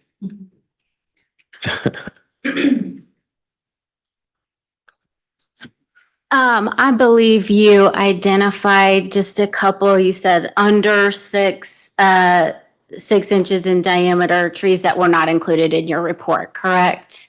No, they're included in the report, but they're not included in the table of vegetation. They're included in the tree table. That's right, you did mention that. I'm sorry, I forgot. And when you were saying you looked at some of the stuff in the blue area, that's not included in your report, is it? It's not included in my report, except there may be, and again, may, because normally I do this is I do a general observation of areas surrounding. So there may be a general observation in my report of that area. Do not remember if I did that this time. Okay, so it would have been a general observation, but the specific one we have is that table that you and I went through. Is that right? Yes. Okay, thank you so much. Any questions from the jurors for our arborists? Yes, sir. Hold up, Deputy Gordon, please.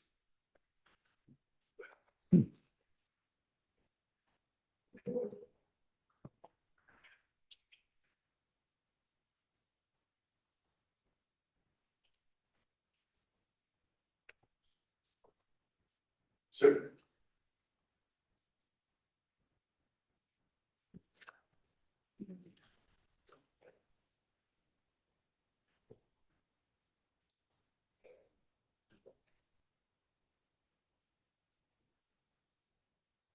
Council, we look at these, we need to head out, but we're all. Okay.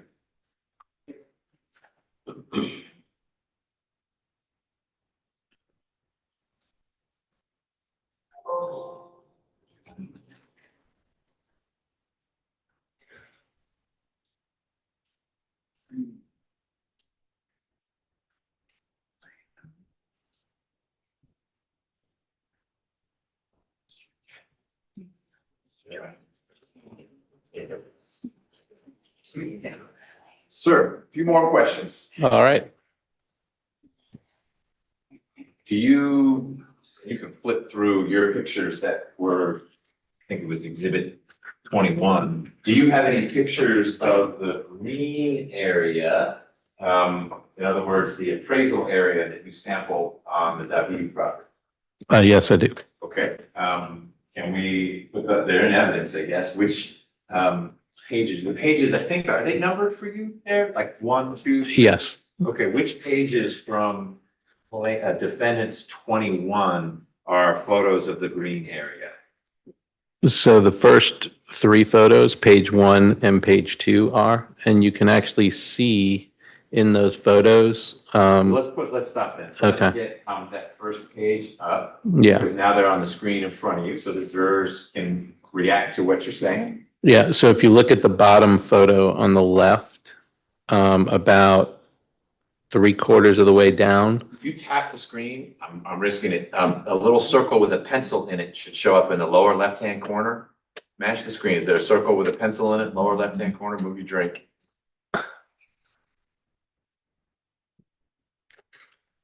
So what I've circled there is the flagging tape that I used to denote one of the corners of the easement area when I was out there. So I knew where I was while I was walking around. But if I'm you holding the camera, are my feet in the green area and I'm taking a picture of the easement, or am I in easement 2 taking a picture of the green area? You're in the green area, taking a picture of the green area. Okay, and the picture above, same thing, I'm in the green area taking a picture of the green area. Correct. All right, and as we could look at the picture, please, on page 2. There's a little back circle with the arrow pointing like you're going backwards in time. I think if you tap that, it makes your red ring go away. I don't see that. What is the erase thing? Is it in a circle that goes? Oh, here it is on the, maybe I have to touch the screen again for it to show up. Yeah, feel free to touch the screen. It's a touch screen. Mind me. There you go. All right. Yeah, so in this, What does this show? so in the center of that, you can also see another flagging tape that shows another area within another designation of the boundary of that. So I believe to the right is the easement area in that photo. But again, this picture is taken by you standing within the green Correct. box that you drew on the original picture we were. Yeah, correct. Okay. And if you keep going, you can kind of scroll through some more of those photos. Well, they're in evidence, and the jurors will be able to look at that. Yeah, okay. Is there a reason why you wouldn't have, you go back to, the picture with the blue and the red on it, please? While she's pulling that up, is there a reason why you wouldn't have done a little bit of a survey, if you will, of the blue area? It's also adjacent to the red area. Yeah, because when I was out there in the field, I did not know where the bottom property line was, and I did not want to trespass and go on the neighboring property without permission. So I stayed where I was confident or comfortable that I was not be trespassing. You talked about an English holly, is that correct? Correct. In the green area, about how old would you say that was?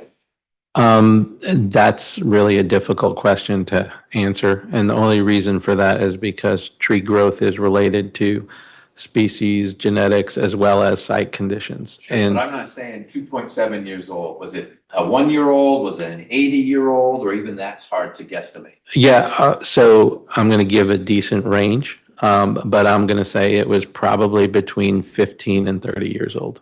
The English holly. Yes. Okay, thank you. Last question from me.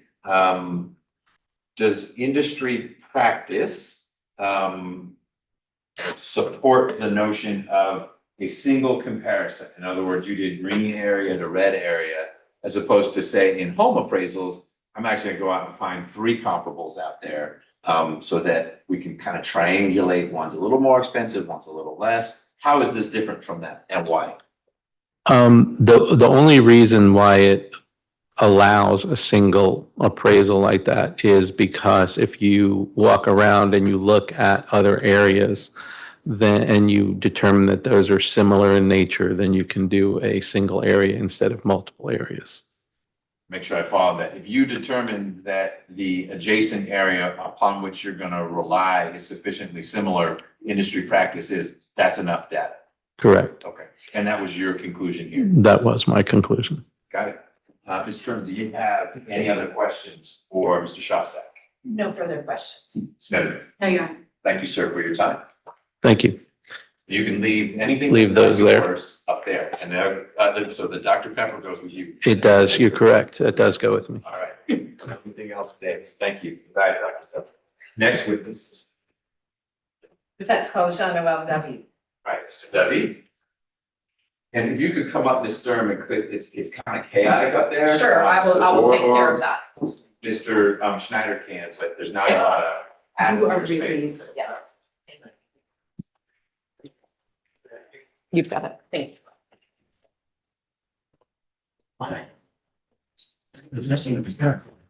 Raise your right hand. It's fine. Do you swear affirm that the testimony you will give will be the truth, the whole truth, nothing but the truth, so help you God? Yes, I do. Go ahead. Absolutely. Please explain the rest of the records.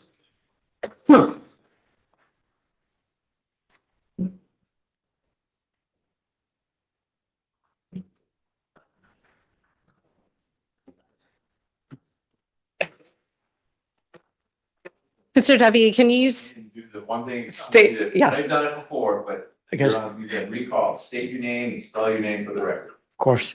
My name is Jean-Noël David, Jean hyphen Noel David, spell as David as the last name. can you introduce yourself to the jury? Sure. So I was born and raised in West Africa, Senegal, in a little city called Kaolack, 100 miles southeast of Dakar. My parents are from Lebanon. They fled the civil war.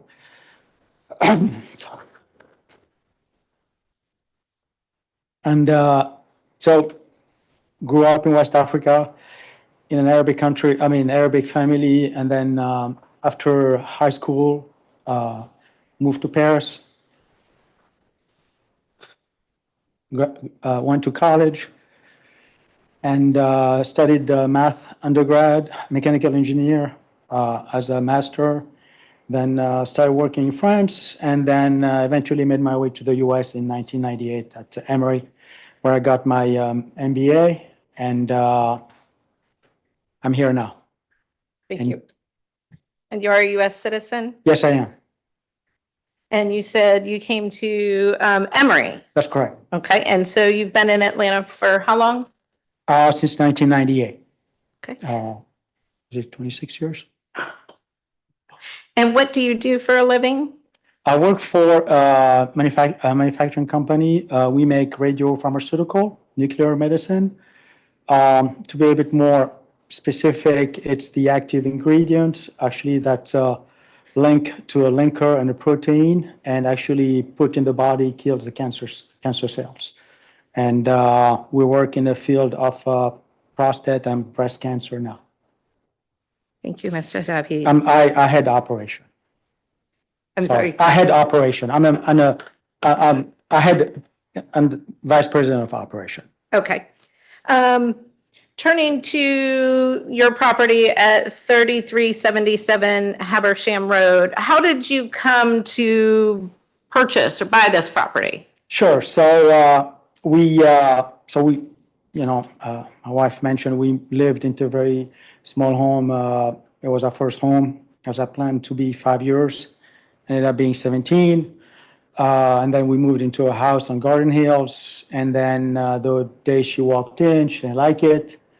I passed the details, and then we agreed to, say, if we find the right place for us, let's just do it. And then we started looking, and 10 months later, not even that, we ended up on Habersham, and we looked for a while, and that was the one she wanted, because we looked at it multiple times. Okay. And talk to me a little bit about did you do any due diligence prior to purchasing? Yes, we absolutely looked at everything that first didn't work in the first house, and then second didn't work when we walked into the second house, but also all the surrounding. So yes, we did, bedroom, bathrooms, daughter, son, also play, because we have, our boy is very active, our daughter too. So yes, we did. Okay. And did you walk the 3377 Habersham Road property before purchase? Yes, we did. Okay. Did you walk, were you aware when you were looking at the house that there were easements involved? Very well aware, yes. Okay. And before purchasing, did you walk easement 2? Yes, we did. I did. Okay. And tell me, did you walk the fullest extent of it from 3377 Habersham to West Andrews, or did you walk West Andrews to 3377 Habersham? Both ways, multiple times. Okay. And did you have any problem doing that at the time? Oh, no, not at all. Okay. No. And can you describe easement area 2? Was it wooded or was it cleared? No, it was actually wooded, it was wooded. Did you close on the home with attorneys at Campbell and Brannan? Yes, we did. During your closing, were you provided a copy of your easement agreement? Yes, I was. Okay. Did you have any questions about the easement agreement at the time of closing? No, I did not. It was actually pretty straightforward reading. No question, just confirmation of what I was reading. So it was very clear for me. Okay. Were you, at that time, were you aware that the attorneys at the firm Campbell and Brandon also had closed on the neighboring property? Yes, we were made aware. That's correct. Were you aware, strike that. Did you move into the property at 3377 after purchasing? We did not. What transpired?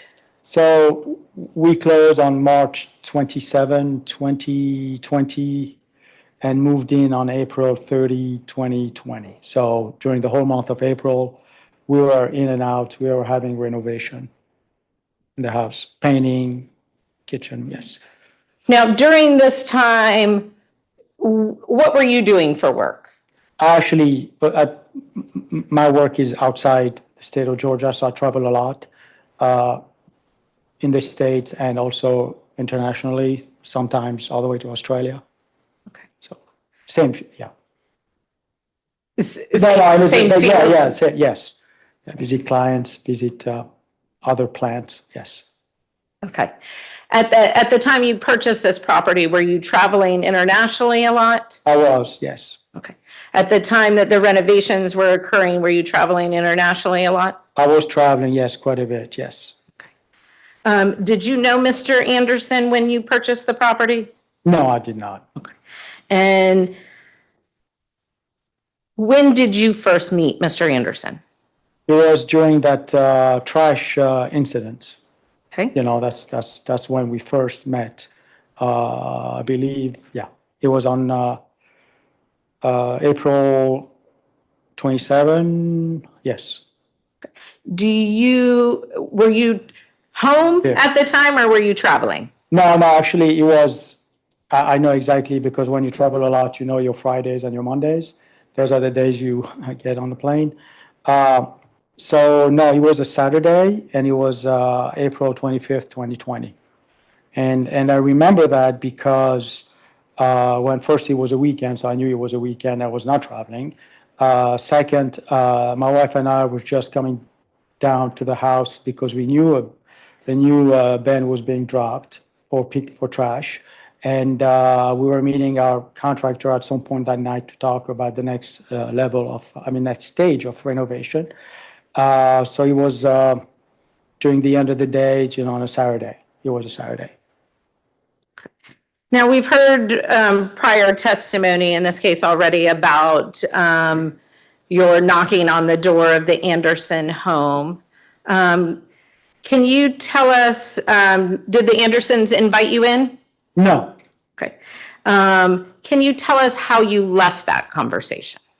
I honestly didn't feel warm and fuzzy at all. I was really looking forward to an opportunity to introduce myself, kind of, have a conversation, maybe, try to say, well, drop trash, why not? I mean, kind of reset.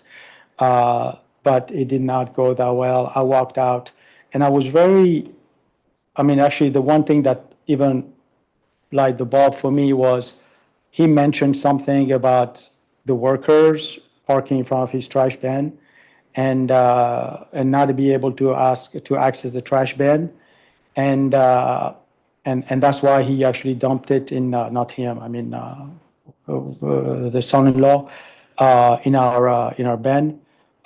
And I walked away and that's it very, very skeptical because it was a Saturday and a day, no workers, not able to access the trash on a Saturday afternoon.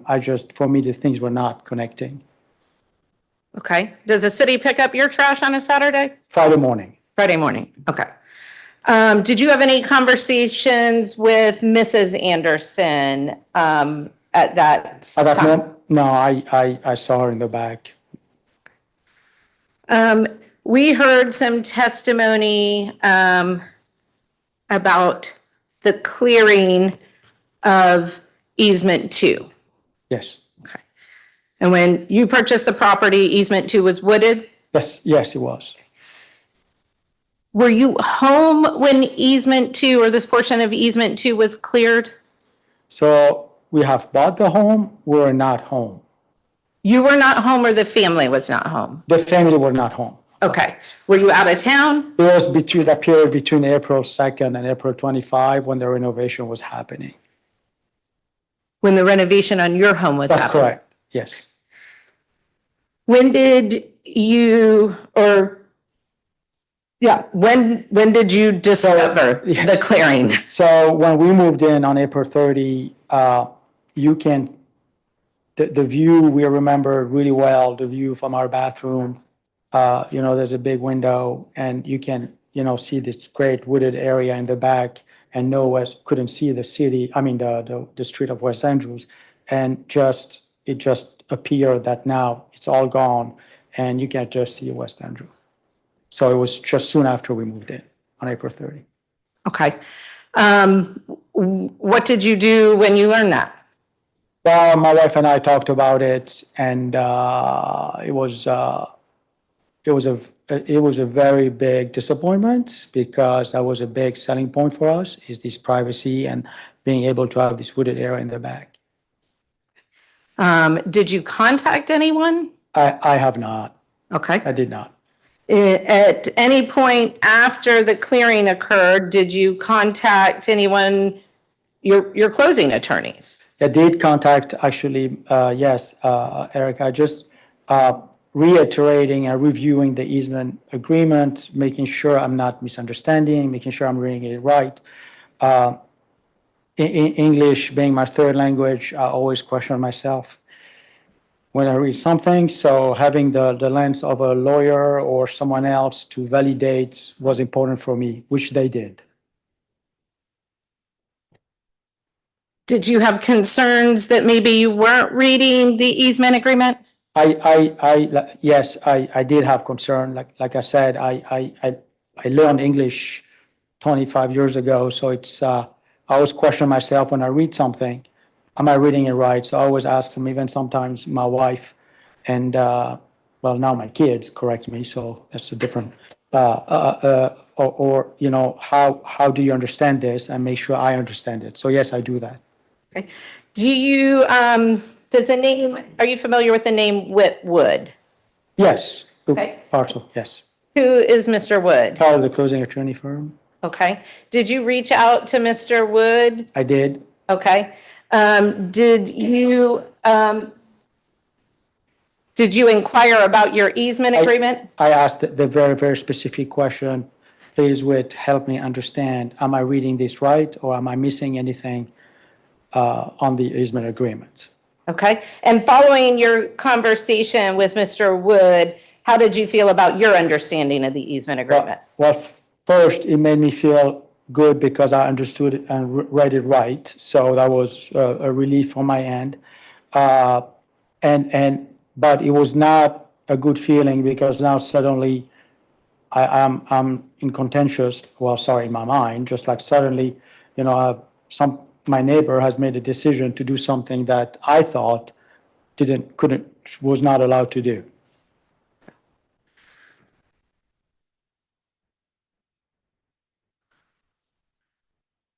And so you felt confident in your understanding of the easement agreement afterward? That's correct. Yes, I did.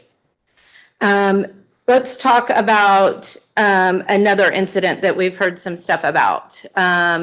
Fencing of the property line. And tell me about what happened with this fencing.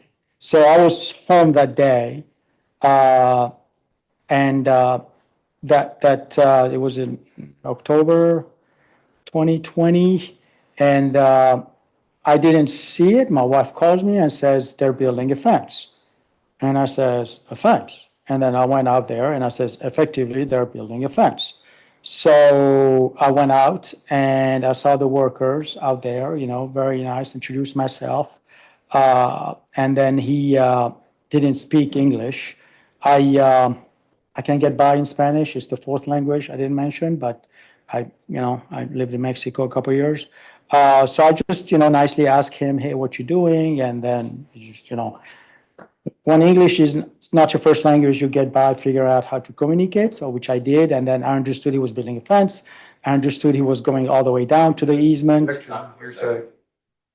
It's hearsay from his fourth language to his third language.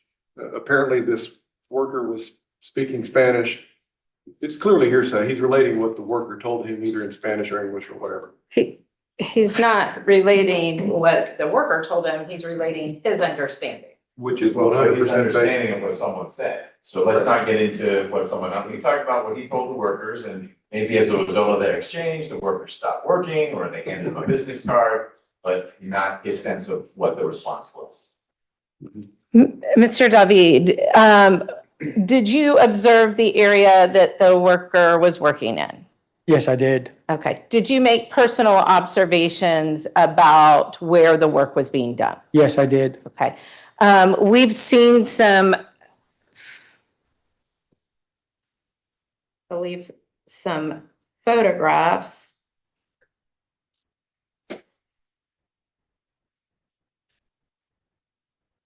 Yeah, different exhibit.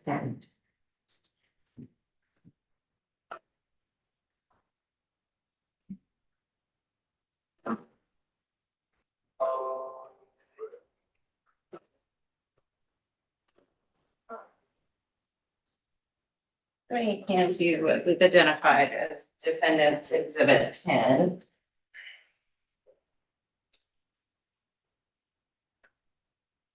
Do you recognize this picture? Yes, I do. Okay. Can you tell us what it is? Yes, it's a worker, someone building a fence. There's yeah,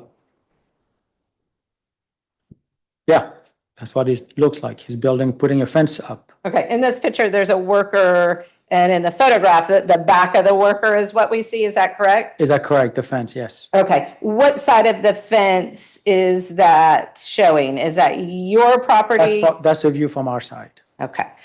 Your Honor, we would move to admit Defendant's Exhibit 10.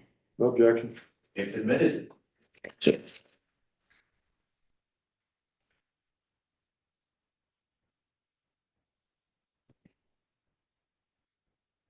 And Mr. David, can you help the jury understand where this is the worker? Is the worker on your property or on the Anderson property? No, he's on our property. He's on your property. There's some wood pieces that are leaning and, oh, I am so sorry.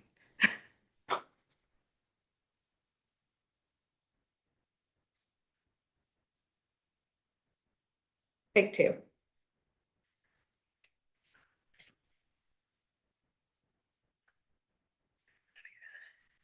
Okay. In this photo, the worker is standing on your property or the Anderson property? On our property, Okay. And we see some wood leaning. yes. The bottom pieces of the wood, is that your property or the Anderson property? No, definitely on our property. Is this fence that's going in, is this on the property line essentially? It's actually wood. Objection, no foundation. Mr. David, do you know the location of the fence that was installed? I did.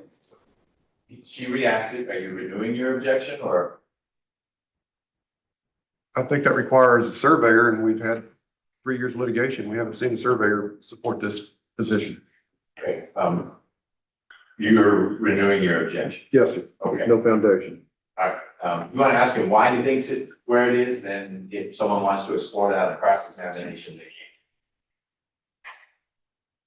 Why do you think you know the location of this fence? Because I've looked at my survey that was issued during closing by McClung, and I know where the property line is, and they explained to me when they came out where they put the fence. Don't go into what they said to you. No, I'm not. You just said they explained to you. Yeah. So don't go into what they explained to you either. I'm gonna call that's what they said. And based on their explanation, I actually draw a conclusion that this is the easement, this is a property line. Now, in this photo, are we closer to your home? Or are we closer to the easement? Or are we somewhere in the middle? Now we're actually just in front of Mr. Anderson garage, so we're closer to our home. Closer to your home. Okay. And did you say, that the gentleman whose back is to us, he is on the side of the fence that faces your property? That's correct. So what is this brick? There's white along the edge of the photo. That's probably the shed. Okay, that's your Our shed. Okay. Is that the brick path we've seen pictures of? It looks like a dirt or paved area, just a couple feet behind the gentleman. That you walk on? Yeah. Yes. We've seen these aerial Yes. shots of a That's right. brick path, and you said, sometimes I take that, sometimes I go through my back. That's correct. Okay.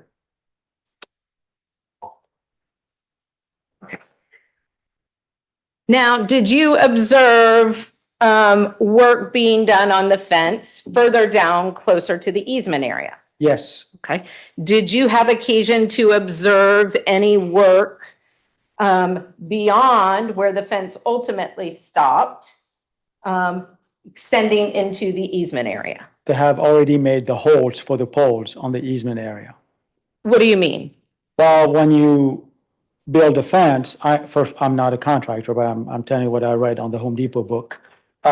When you build the fence, you actually put the holes, put the holes of the, where you put the put holes, and then that's where you will end up putting the base of every certain distance of those big poles, and then you put build the fence in the middle, in between. So they've already marked it out and already identified where to make the holes, and in some cases on the easement already made the holes.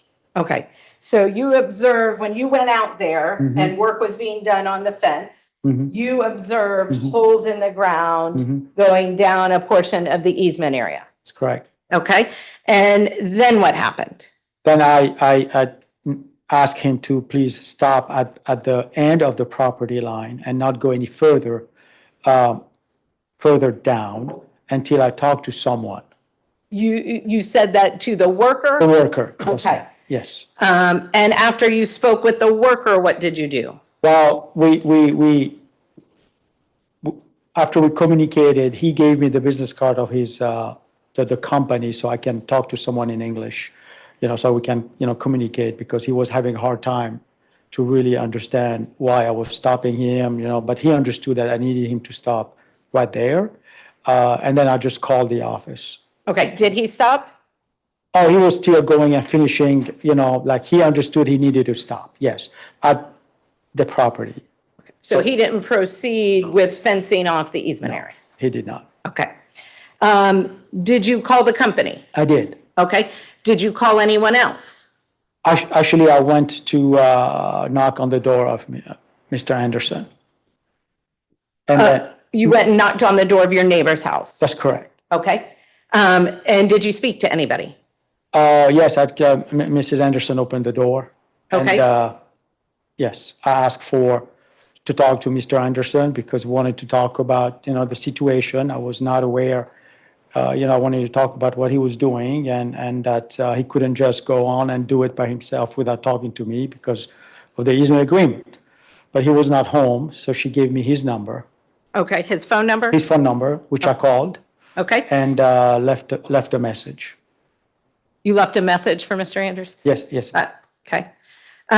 Did he call you back? Yes, he did. Okay. Do you know how Oh, long it took to call back? Oh, it was in the morning, within the hour, he called me back. Okay. And did you have a conversation with Mr. Anderson?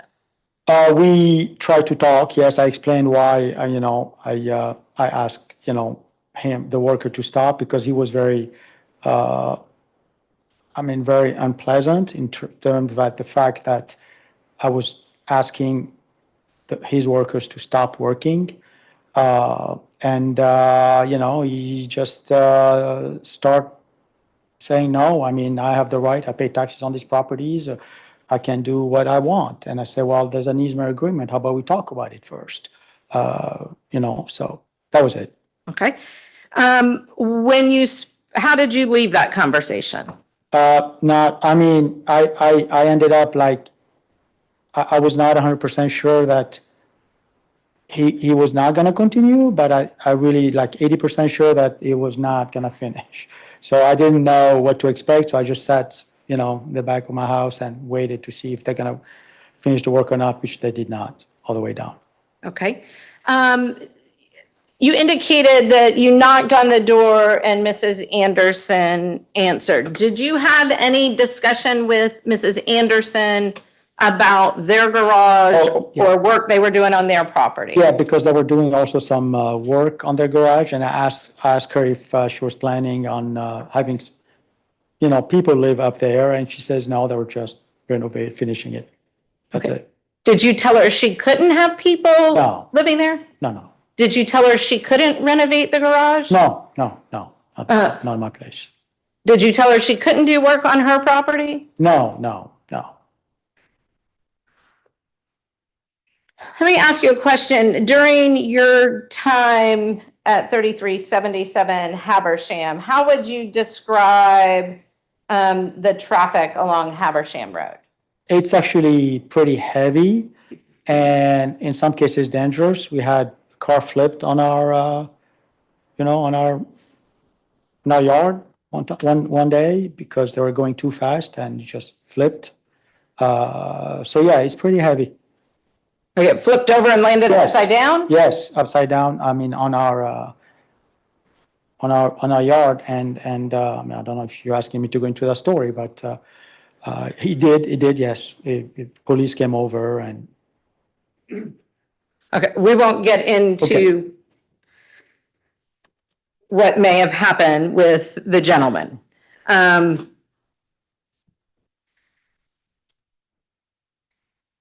We've heard, and I don't want to belabor this, the jury has heard a lot already. We've heard about the trash incident. We've heard about the fencing. We've heard about the clearing. How many times would you say that you've had an interaction or a run-in with Mr. Anderson? 4. Okay. And what are those occasions? So the first time was the trash incident. The second time was when we talked on the phone, but the fence incident. The third time is when I was on the easement, putting, I believe the picture was up yesterday or the video, putting a net for my kid. He just screamed at me, says, "Oh, this is going to cost you a lot of money, buddy." That was the third. And the fourth time was 10 days ago when I was with Mr. Shostak on the easement. He just screamed at me, "See you in court next week, big boy."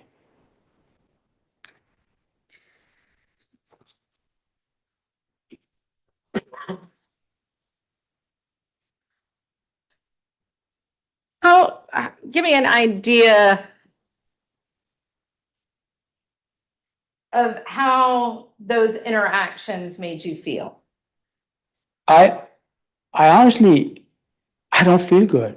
I mean, I'm very conscious about where I come from. So, I mean, I have parents play Civil War.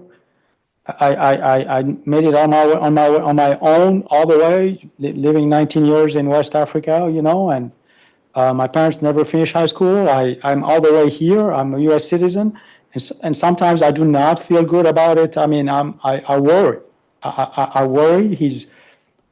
I don't know. I mean, I don't feel good at all. I really worry about my safety. I worry about my wife, my kids. I travel a lot. I don't know what's going to happen. I don't feel good. Okay. So we talk about 4 incidents. Trash, and that is shortly after purchase. Is that correct? The trash was on April 25. That's correct. And then the fence. And then the fence. Do you recall, did you contact an attorney right after this trash incident?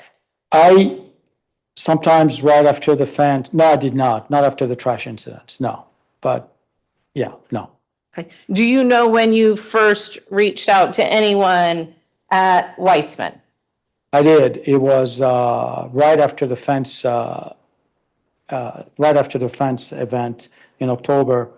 And the reason really was to once again make sure I was not missing out on anything on the easement agreement.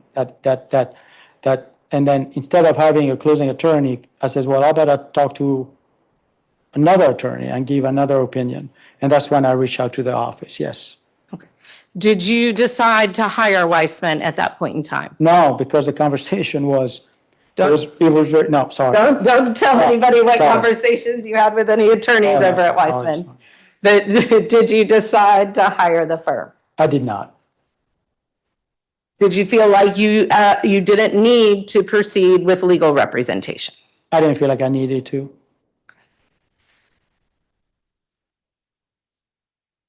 When did you decide to hire Weissman? It was actually early, right at the beginning of the year, the next year, early January of that year, 2022. 2021. 2021? Yeah, 2021. it was just a few months after. And why? Why did you decide to proceed with hiring an attorney at that point in time? There was, so I was actually traveling a lot, and my wife has brought to my attention that she's been seeing a lot of activity on the easement, and she was worried that they were going to do something, and then just like the history, they would just do it without saying anything. So I did not. That's when I decided to just hire the lawyers. I mean, that's when I decided, is because between the traveling, not being here, I figured even if I knew how to read English and the agreement, having representation would be a peace of mind for me.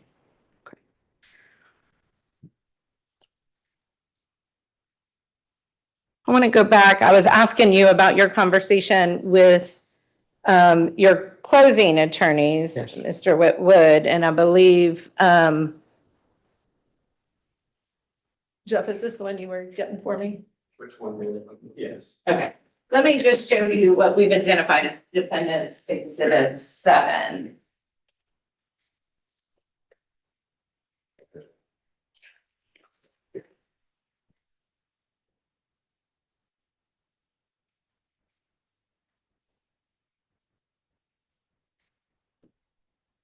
Do you recognize this document, Mr. Dovey? Yes. Okay. And can you tell us the date and what it is? It was May 27, 2020, and it was from Whitwood at Campbell and Brannon to myself. Okay. And it CC's Erica Eaton. Who is Erica Eaton? She's our realtor who's help her buy this house. Okay. And so this is you testified earlier about you reached out to the That's correct. closing attorneys. That's correct. Is this when you reached out to the closing attorneys about the easement agreement? That's correct. Yes, I did. Okay. And did they send you another copy of the easement agreement? They did. Okay. We would move to admit B7. Objection, hearsay. Out of court statement by Mr. Wood. I saw that coming too. Tell me, I think we can redact portions. It goes to one that he obtained another copy of the easement agreement, so state of mind. And we can redact the statements from Mr. Wood. what were you planning? Were you planning on publishing anything right now? No. You want it in the record at a minimum, and then we can work through if it's something that goes back to the jury, and if it does, what should be redacted before it goes back. Is that all a fair statement? That's a fair statement. Okay. If we handle it that way, Mr. Edwards, do you still have an objection? I need to see what is redacted. I mean, Sure, we have to work through that. It may be that everything has to be redacted, in which case it's in the record for other purposes, but would be something that the jury can see. He's established that he got another copy of the easement around.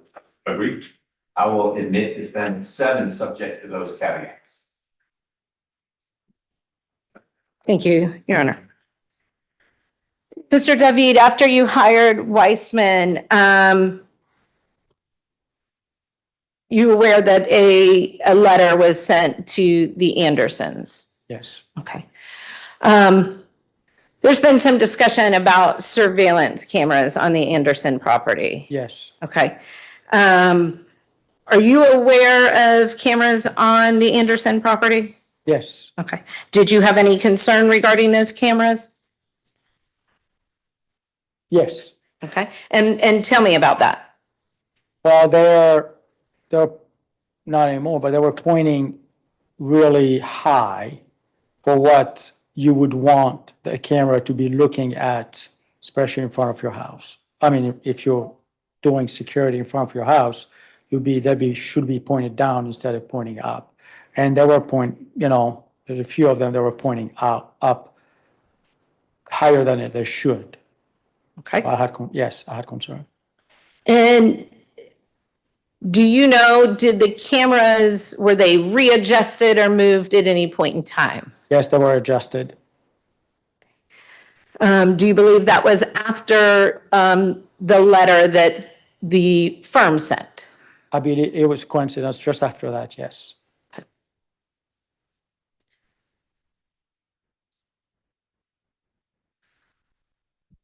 So we've talked a little bit about these incidents that you've had. You've seen, and your son was here earlier testifying, you've seen videos of your son that Mr. Anderson has taken. Can you tell us how that impacts you and your family?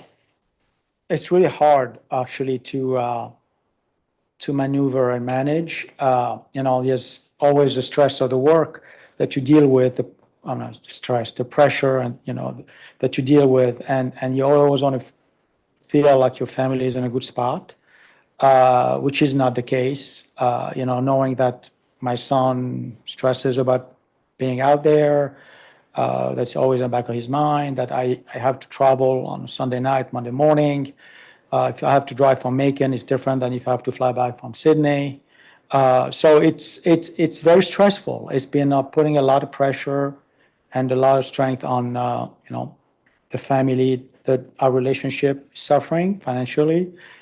It's tremendous pressure, and even my health is, it's taking it. Yeah. It's stressful? Yeah, very stressful. How would you characterize, or how would you describe the impact these events with the Andersons have had on your ability to use Easement 2? It has prevented us, it's preventing us from going out there and do what we want to do. Play or even walk by. I actually think twice before when I come back from a run, or even I want to go out from a run, just because I do not want to have an encounter with Mr. Anderson, because I know for some reason, every time I'm out there, he just shows up. And I also want to avoid any opportunity to run into the gentleman. Okay. So it's now it's getting to the point where we don't want to be out there trying to do the Easement 2. So Okay.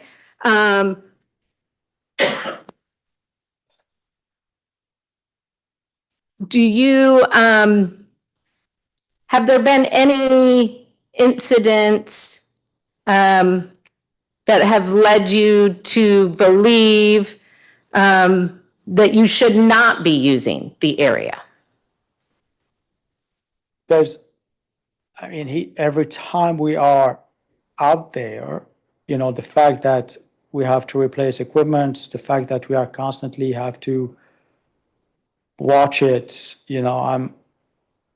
I'd rather not deal with it than just deal with it. Like be out there and deal with, Mr. Anderson. So I sometimes choose many times not to be out there. Okay. And that's easement too, but I mean, there's also the fact that my daughter drives now and comes back home by herself and I mean, parks on easement one by herself. It has crossed my mind that what if one day happens to my daughter, what happens to my wife? Where someone shows up from the back wall and starts screaming at my daughter because she's on easement one and that would be Mr. Anderson. So it's becoming a problem, major problem from a personal health and family financially.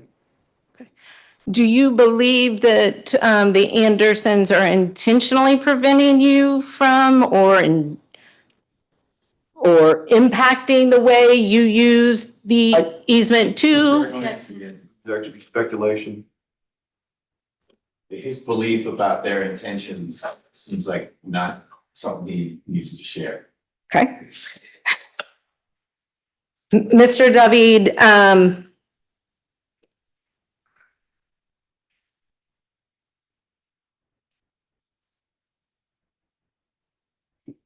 do you feel like you are being personally attacked? Yes, I feel like I'm being bullied.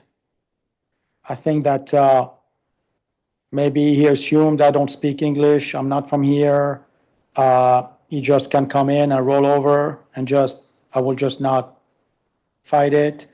And he just probably assumed I don't speak English very well, or I don't understand the language of the law. And that by those actions, I will just back down and not fight it, and he'll take it over. Just like putting a fence through the easement and preventing me from walking on the easement and preventing my kids to get on the easement. And yes, I do.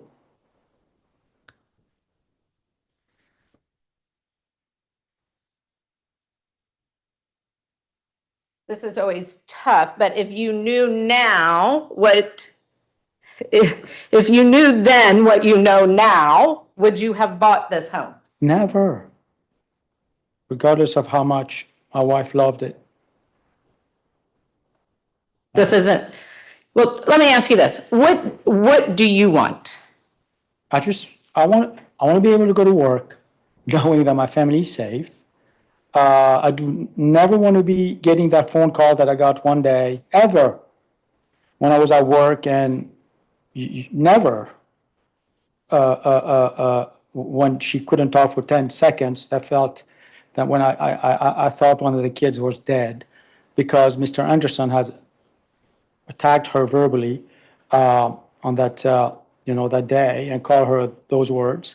I want to be able to live my life. I never filed this lawsuit. I exercised an easement agreement. I bought a property like everybody does and wants to do. I'm living the American dream. Apparently not anymore, but I'm living the American dream. I just want to keep doing it. Does it feel like a dream? No. No further questions at this time. Member?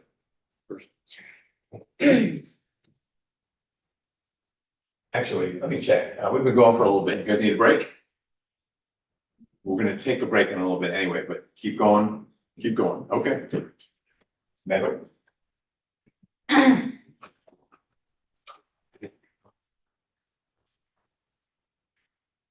So it sounds like there was about a month in between when you bought the house, when you first moved in, right? That's correct. Okay. Yes. Did you ever, and I believe you actually indicated that the dumpster incident happened on April 25th of 2020, right? Yes. That was the day? Mhm. Okay. So in between March 27th, 2020, April 25th, 2020, did you ever go over to the Andersons' house and say, hey, we're really excited about these easements? Can we talk about, like, what did you and the other owners do? Or how can we work this out? You know, I know they're on your property, but, you know, let's talk about it. I don't understand. Why would I do that?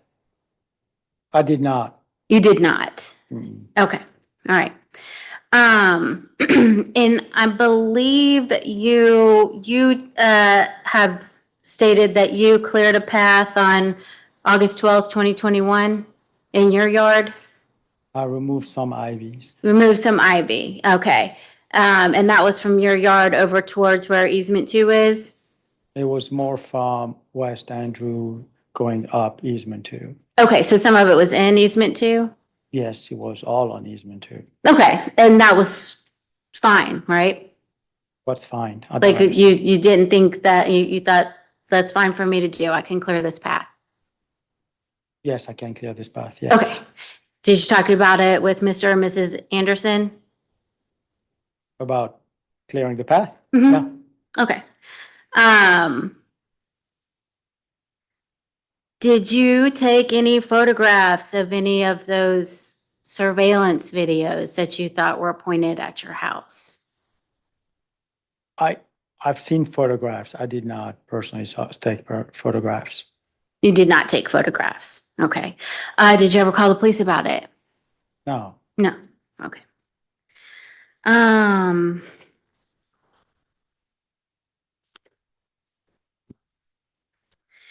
You, for efficiency's sake. We're 10. Yes. Okay. Yeah. And you pointed to that worker that's working on the fence. Yes. In this photograph. And it's correct that you've never had a survey done on where the Anderson's fence is, correct? I did not hire a surveyor to survey where the fence was. Okay. Yes. So if you truly believed that he was standing on your property, why didn't you say something to him? You didn't say something to him, did you? No, it didn't bother me. Okay, all I right. mean, you're talking about, sorry, clarify the question. Well, I mean, you said, you made a point today to say that he's standing on your property. I answered the question. If he was standing on my property, I said yes. Okay, and so did you ask him not to? No, I did not. Okay. Okay. I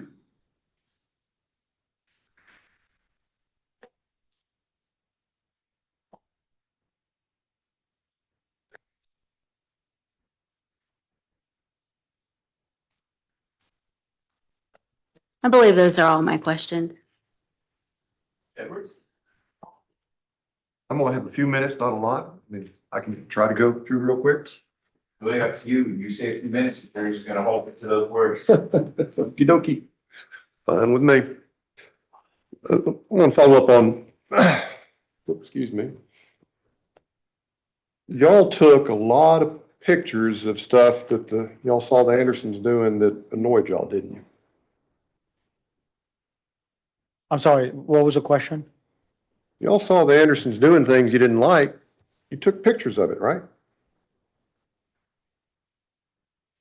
Like this picture of the fence. I can't, which picture? There's a 2 or 3 second lag. There you go.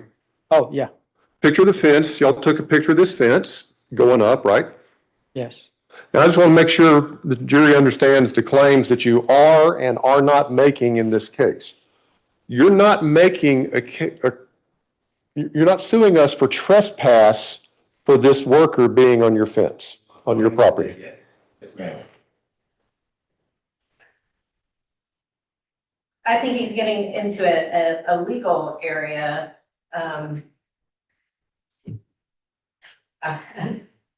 I guess we can see where this goes, but I'm concerned he's getting into a legal area and I don't want him to elicit communications. Okay.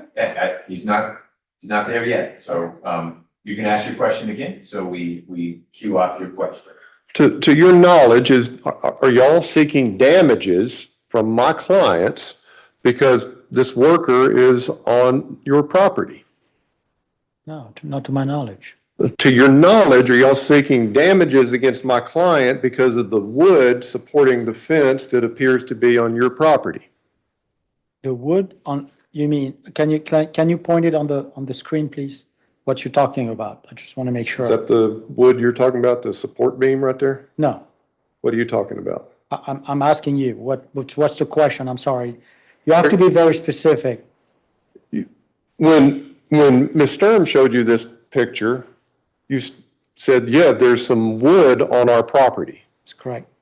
And I'm trying to find the wood that's on your property. Is it not this support beam Yes. here? Okay. To your knowledge, are you suing my clients to recover damages for that support beam? No. Is that support beam still there? No. Okay. Now, you walked, and I underlined this, you said, I walked easement 2 before we bought the property. Does that mean just you? I've done with my wife, I've done it with the realtor, I've done it by myself. That's my question, whether it was just you or anybody else. Now, did you take your camera and say, oh, look at these beautiful trees, look at this beautiful 10 by 15 by 10 bush? Did you do that? I did not. So you have no pictures of easement 2 in what you contend is its heavily wooded and heavy vegetated state, do you? I do not. Okay. And you bought the property on March 27th. That's when you closed. You moved in April 27th, right? April 30. April 30, okay. And it's my understanding from your testimony that the tree clearing occurred between April 2nd and when y'all moved in on April 27 or 30. Is that right? That's correct. Okay. Yes. Yes. So you're not contending that the clearing occurred between when y'all closed on March 27th and April 2nd, are you? No, it's between the closing and when we moved in. Well, you said April 2nd, and that was a specific date, which is why I wrote it down and asked you about it. Yeah, just because it was a weekend, yes. Now, you complained to the workers and to Mr. Anderson about the fence supposedly or planned to cross the easement, correct? No, Who did you complain to about that? Mr. Anderson. Okay, you complained to Mr. Anderson because it looked like the fence was going to extend beyond or into easement 2, correct? That's correct. And as we sit here today, does the fence extend into easement 2? No, Okay, so y'all got that resolved, didn't you? it's not there anymore. Was It's it, not there. There's no fence there, so it's resolved, I guess. was it ever there and it had to be torn out? No, Okay, so that's an example of a potential problem. You talked to Mr. Anderson and y'all avoided a problem, right? I responded to an action Mr. Anderson has started, and then he stopped. And he stopped because you picked up the phone and called him and said, hey, don't do this, right? Because I caught him. I understand you caught him. That's not the point. The point is, You're not lecturing him what the point is. You're asking the question. I'm asking the question. This was resolved because you picked up the phone and called him neighbor to neighbor, man to man, right? Because I caught him. Yes, he stopped because I caught him. Have I not caught him, he'll be all the way down, which he admitted yesterday. Okay. All right, I think we've got the point. He said what he said, and then you ask the next question. I think the jury's got the point.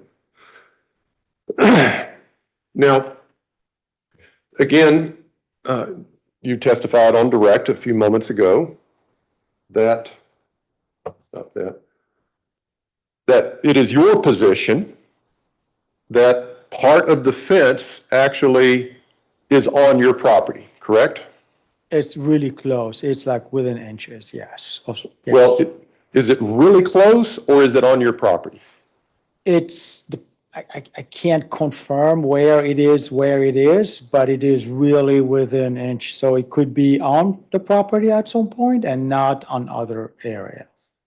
And during your discussion with Mr. Anderson about the fence, you complained about it going across the easement. Did you complain to him about it being a 6-foot tall wood plank fence? No, I did not. Okay. So that was not an issue that you raised with him or tried to resolve? No, I didn't talk about that. Did you express any concerns to Mr. Anderson that, and by the way, I think your fence might be on part of my property? I did not. Okay.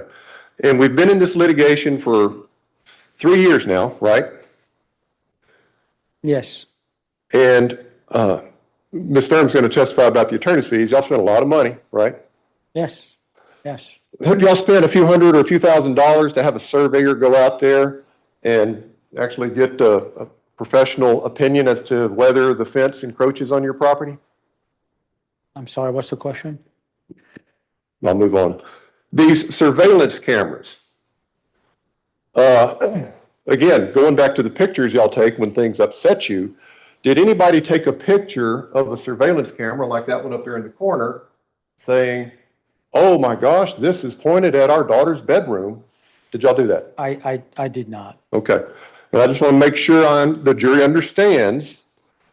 To your understanding, are y'all suing the Andersons for invasion of privacy based on this alleged illegal surveillance? No.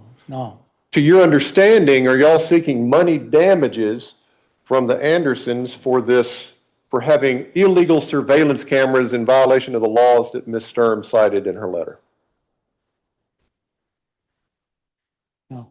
Okay. And kind of follow up to the surveyor on the fence, you have not spent a few hundred or a few $1,000s to have a surveyor go out and look at easement 2 and confirm how much, if any, of the sod encroaches on easement 2, have you? I'm sorry, what's the question? The question is, in the 3 years we've been in this litigation, have you paid a few hundred or a few $1,000s to send a surveyor out to say, I'm registered licensed surveyor number blah, blah, blah, blah, blah, and the sod encroaches 3.2 inches into the easement area. Have you done that? No, I have not.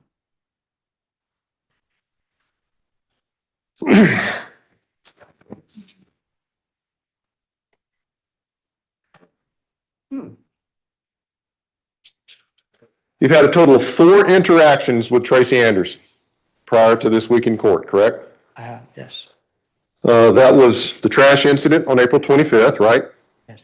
The phone regarding the fence, right? Yes. The issue with the net in August of 2012, right? Yes. And a week ago Sunday, when you and Mr. Shostak were out there checking out easement 2, right? Yes. Other than that, you've had no interactions with Mr. Anderson in any way, shape, or form. Is that correct? To my knowledge, that's correct. Yes. Okay. Now, there have been some interactions between him and your son, right? Yes. And one of those, we heard from your wife yesterday and your son today, Mr. Anderson was carrying a gun, right? Yes. And it was in the case. Yes. And your son called you, right?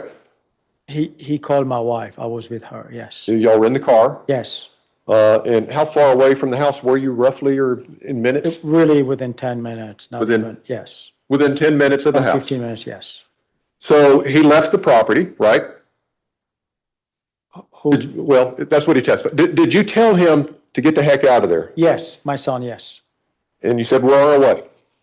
Yes. And on your way, you picked up your phone and called somebody, right? You called these lawyers over here. Yeah, probably my wife did, yeah. Okay. Your wife called these lawyers. Nobody called 911. Objection. He's assuming facts that aren't in evidence.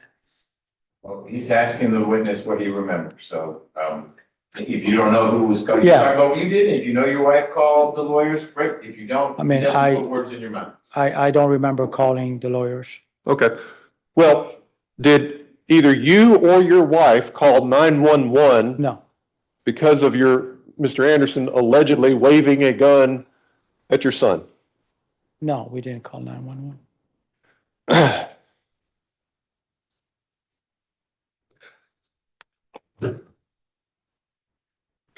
Now, you hired the Weissman firm in January of 2021, correct? Correct.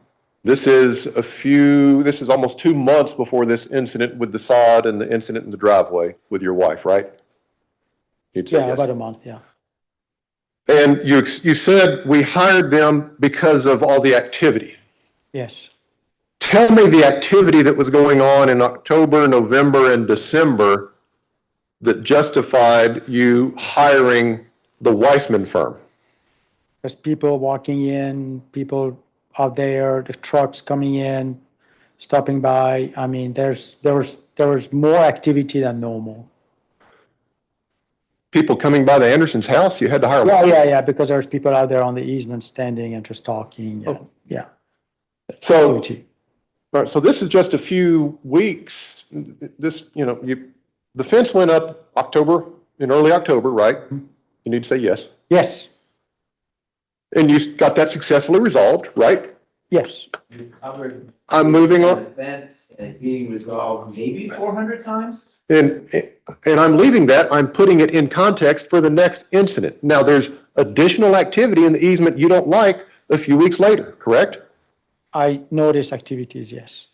But this time you didn't pick up the phone and call Mr. Anderson, did you? I did not.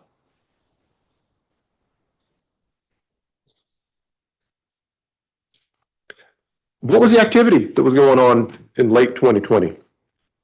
There's trucks, pickup trucks, people going, I mean, there's movement.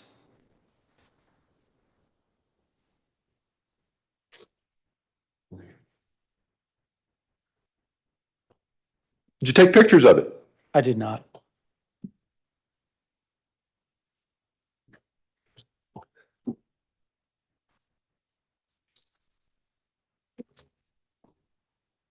Thanks, sir. Nothing further. Do you have any redirect? Think carefully before you answer. Very brief. Mr. David, Yes, did Mr. Anderson ever reach out to you before clearing the easement? never, Did he ever reach out to you before putting up the fence? never. Thank you. No further questions. Jurors, any questions for Mr. Dudley? Yes, bring it. Deputy Gordon? Simple. Maybe I overlooked it.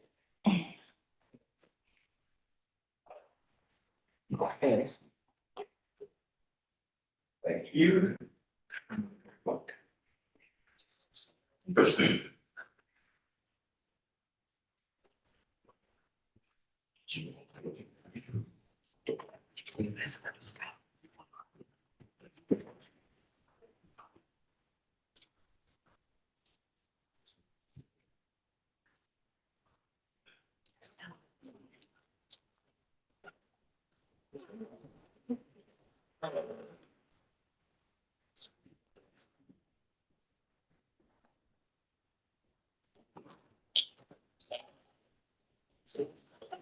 Choose.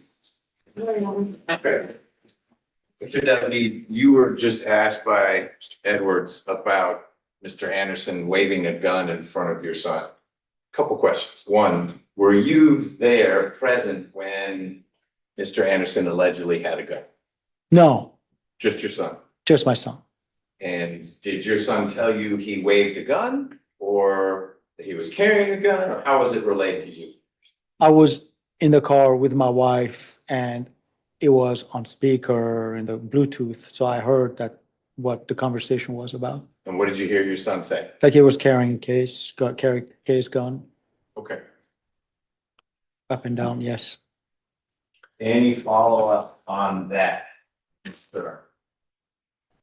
No, Judge. Sedgwick? No, Your Honor. Mr. Edwards? No, sir. All right, thank you, sir. You can step down. We are gonna take a quick afternoon break. We've been going for a little bit. Let's try to get everyone back here, 5 or 6 minutes, but if you aren't ready by then, you just tell Deputy Gordon you're not ready by then. I know you're ready, but. Yeah. you just- Get on up, don't talk about the case, we'll get you back out All right, jury. here.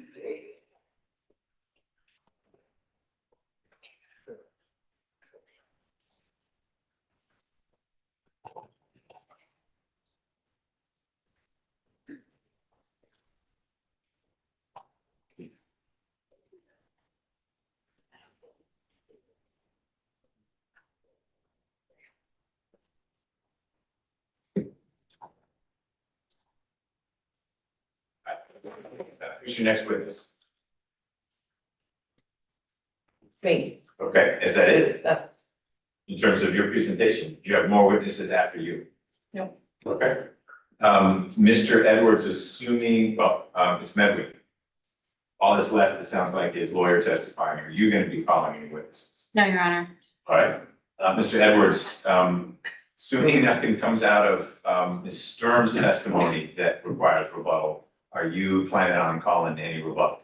Well, let me talk to my clients. If I do, I'll put Mr. Anderson up just for a few minutes to respond to some of these Okay. new claims. You guys talk over the break, and we'll see what, we can fit in the remainder of the day. Thank you.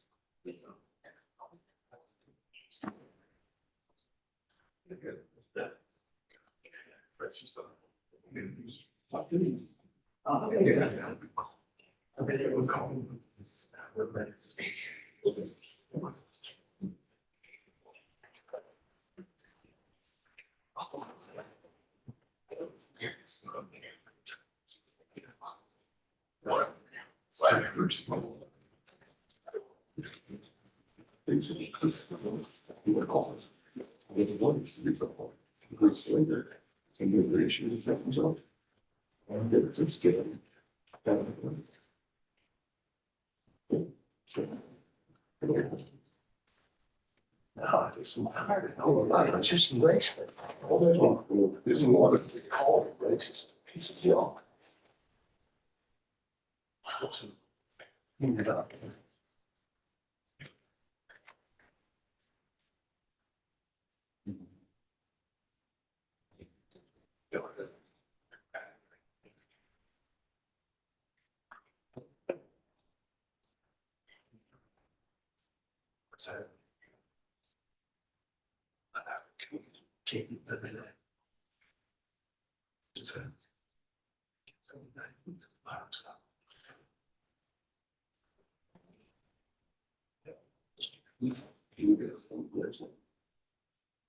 What that she said that.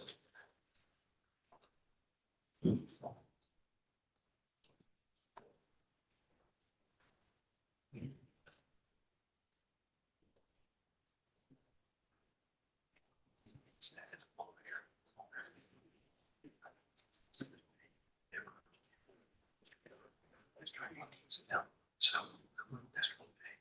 She'll say, man, she got to be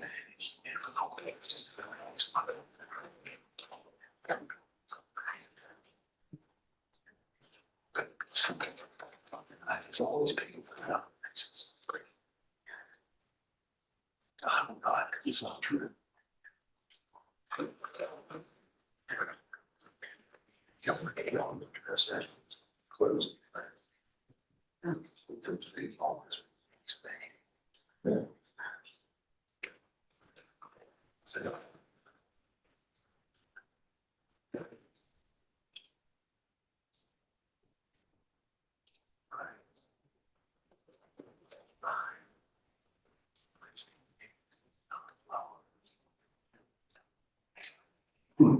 Crazy.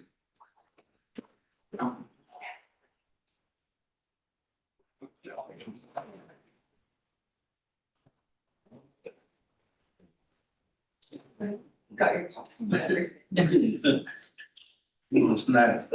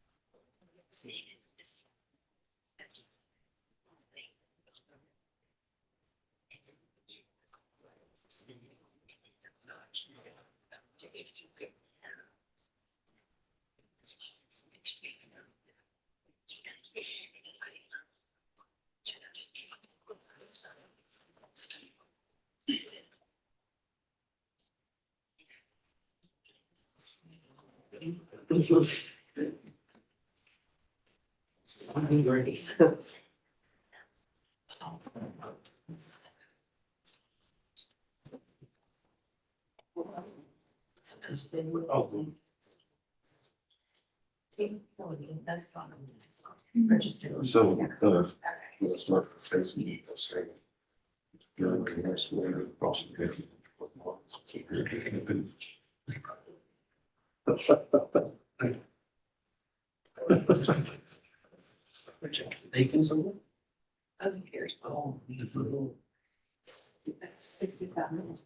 Should be. Well, okay.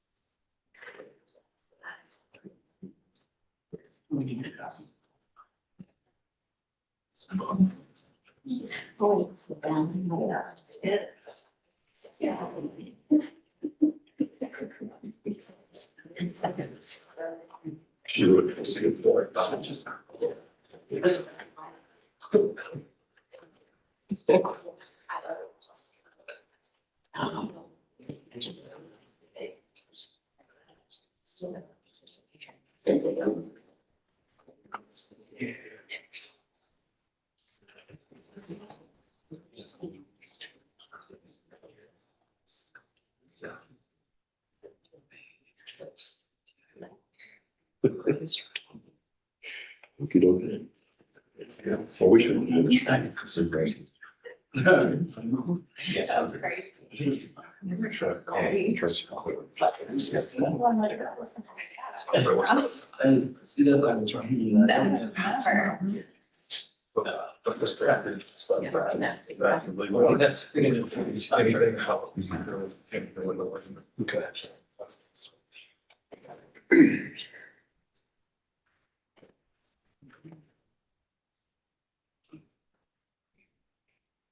There. Just a small back. Clear.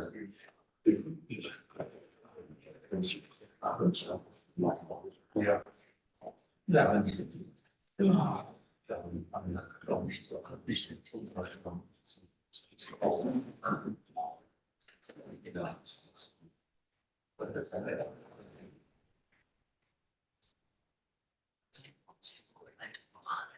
She just checked.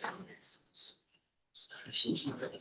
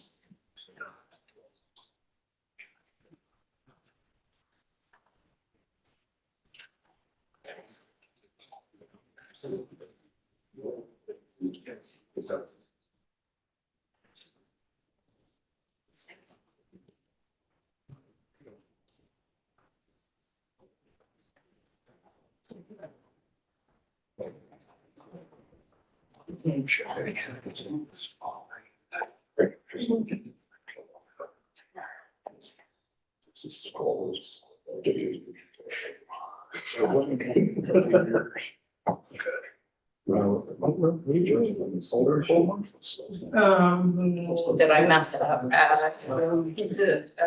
Doesn't, I don't like your number. Yeah. Oh, okay.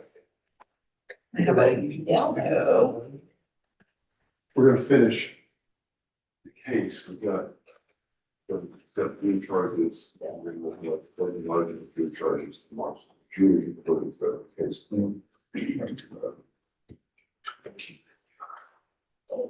That's what I'm saying. Oh, there's some people. No, no. Yeah. Yeah, that's nice.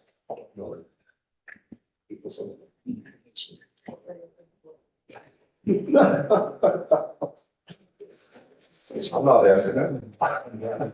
Is that, is that? That's the most question. She's simple, not yes. Yes. Right, she's already. Exactly.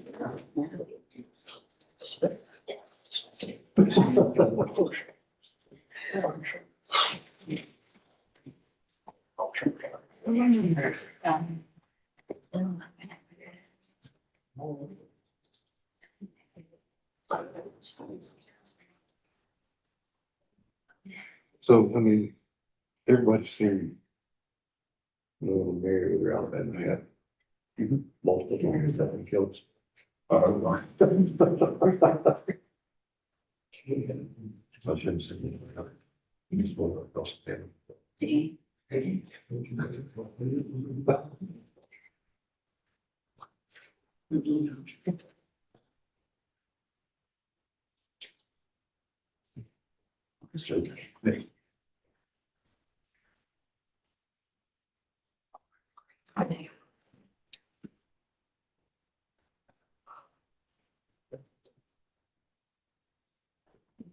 I believe my keypad back when this turned off. None of the numbers were working. Keypad.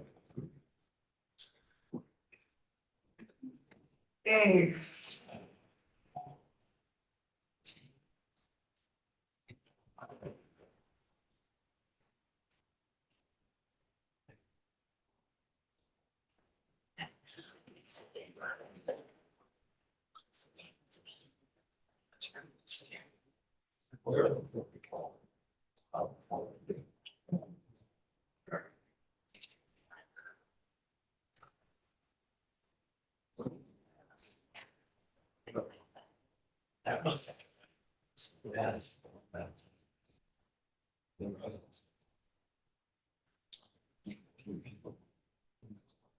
Wow. Oh, this is why you're so great with time.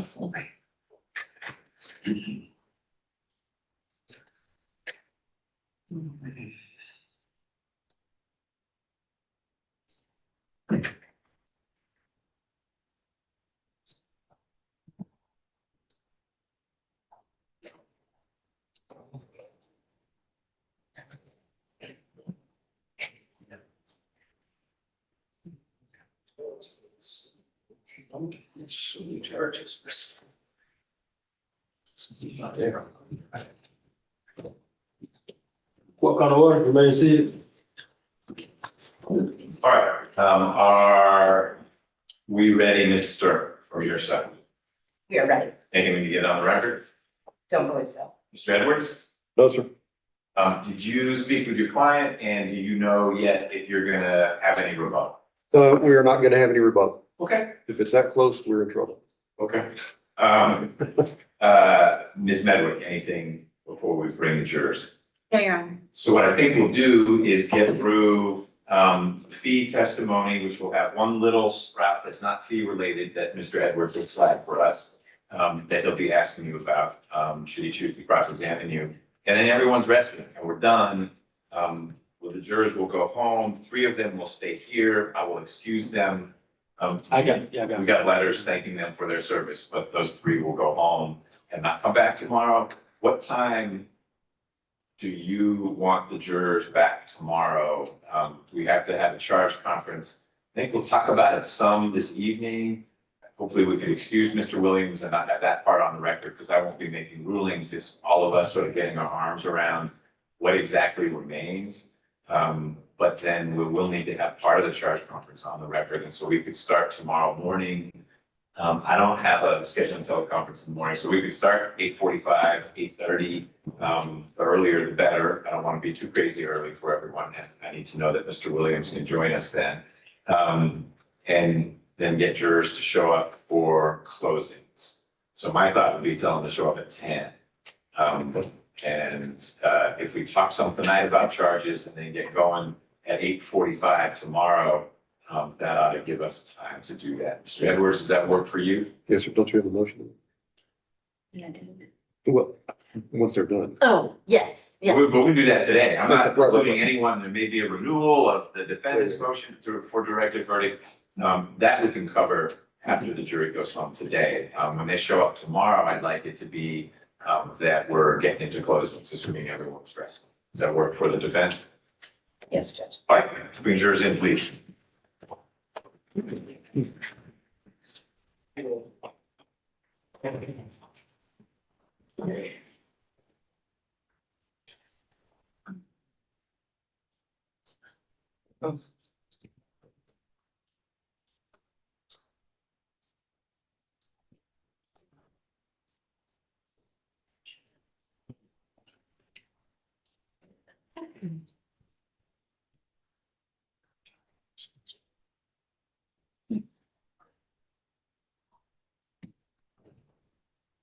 All right, for jurors.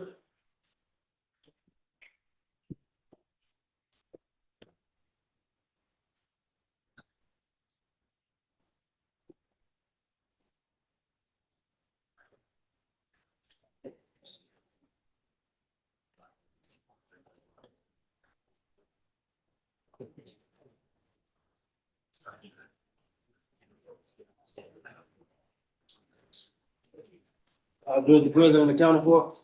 Thank you, Deputy Gordon. Those to be seated. Welcome back, ladies and gentlemen. Ms. Sturm or Mr. Schneider, we'll call your next witness, please.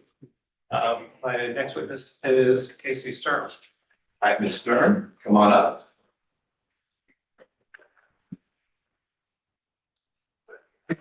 You're up. Thank you. Raise your right hand. Do you swear affirm that the testimony you will give will be the truth, the whole truth, and nothing but the truth, so help you God? Good, amen. Have a seat. State and spell your name for the record. My name is Casey Sturm, KASEYSTURM as in Mary.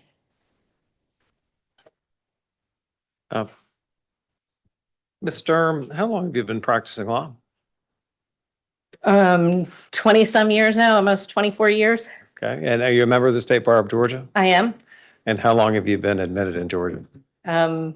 Roughly the same amount of time. Okay, and where did you go to law school? I went to law school at Vermont Law School. I got a dual degree and my law degree and also a master's in environmental law. And have you been practicing in Georgia since being admitted in the state? Yes. Okay, and what's the nature of the practice been? And to clarify, I practice both in Georgia and in South Carolina. My practice covers a number of different real property areas. I practice environmental law. I practice zoning and land use law. I practice condemnation, real property law, these kind of disputes that we're talking about with this case, dealing with easements, handle a lot of property contamination issues as well. Maybe stormwater often happens to be a big one, but also toxic tort type situations as well. Other than your practice for pay, so to speak, do you do any teaching or any other education? Yes, I teach land use law at Emory University's law school. And have you been lead counsel in this case? I have. And are you familiar with the lawyers that have been active in this matter? I am. Okay, and including myself? Yes. Have you prepared a fee statement including detailed recitation of the time incurred in the matters done on behalf of the client? Yes. Okay, let me hand you exhibit number 35. And ask you if that is your statement. Collective fee statement.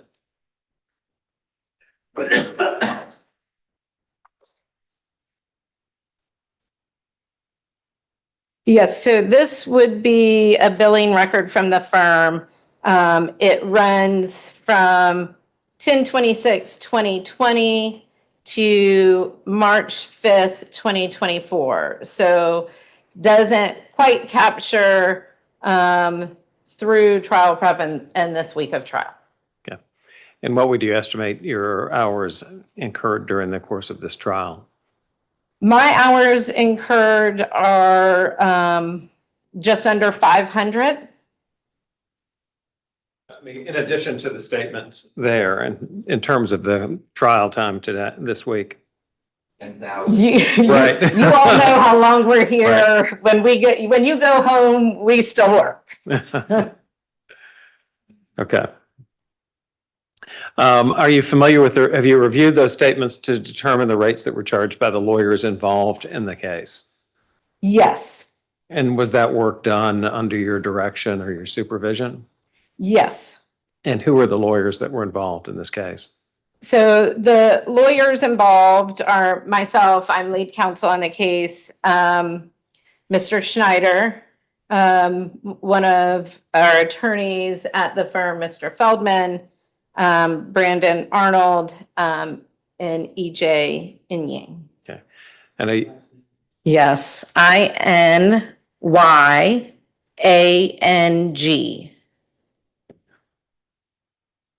and you've reviewed the hours that have been billed and for this matter, right? Yes, Okay, and they're reflected in that statement. Based upon your expertise and your experience practicing law in the state of Georgia, are you familiar with the rates that are charged by lawyers of similar expertise in matters of similar complexity? yes, And based upon your review of that, are the fees charged by those lawyers and the time expended fair and reasonable for the handling of this matter? yes, And were they necessarily incurred as a result of both the defense against the plaintiff's claim and the prosecution of the counterclaim? yes. Okay. And the cumulative balance of those statements, do you have that number? I do. And what is that? So the cumulative balance of the hours, along with the fees and expenses, is $262,685. $262,685, correct? That's correct. How long has this litigation been going on? It's been going on, well, the litigation itself has been going on for close to 3 years. Yeah. And do you have a sum of the hours? The total hours spent, 662.2. Your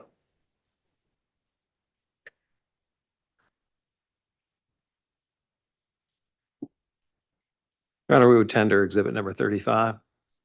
No objection. 35 is admitted. Those are all that I have for this witness at this time. All right, Mr. Edwards, questions for Ms. Sturm? Yes, sir, I have a few. Now, Ms. Sturm, on the very top of this inquiry activity work build report, October 26, 2020 through 3/5/2024. That doesn't mean that y'all are actually retained. That's just the time frame y'all went back for this report, correct? So in our business records, what's going to show up is 10/26/2020 is going to tell me that either Jean-Noel David or Stacy David reached out to the firm. Okay. If we look at so the first page of this exhibit is a summary. The second page will start with time entries. If we look at the second page, the first time entry is January 4th of 2021. And so based on our billing records, what this tells me is that a client reached out, they talked to someone, appears they didn't decide to hire us. So at the close of 2020, any, entries that an attorney would have made, the firm's gonna write off saying, we didn't get hired. And we all have to run conflicts checks, so that would have been done around that October 26 timeframe, right? Yes. Okay. And the activity actually started in January 4th, right?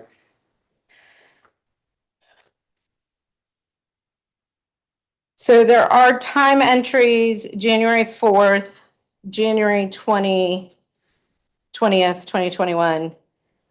It appears that the activity really picks up February like February 22nd and February 24th in that time frame. Okay. Yeah, because there's maybe an hour or so in the month of January, but then, as you say, things really pick up February 24th of 2021, right? That's correct. Okay. I'm not going to ask you what happened. I think everybody knows that. And then if you flip over to page 4 of 65, about a little less than halfway down, an entry on March 11th, 2021. You are identifying an appraisal expert and valuation expert for conversion of forested land on back easement, correct? Tell me that date again. March 11th, it's ID number 3068757. It's on page 4. Yes. Okay. So March 11th, you've reached out to an expert, and we now know that's David Showstack, right? That may be David Showstock. Okay. And if you look at the next page, page 5, 1, 2, 3, fourth entry down is March 19th of 2021. Brandon Arnold attends a TPO hearing, correct?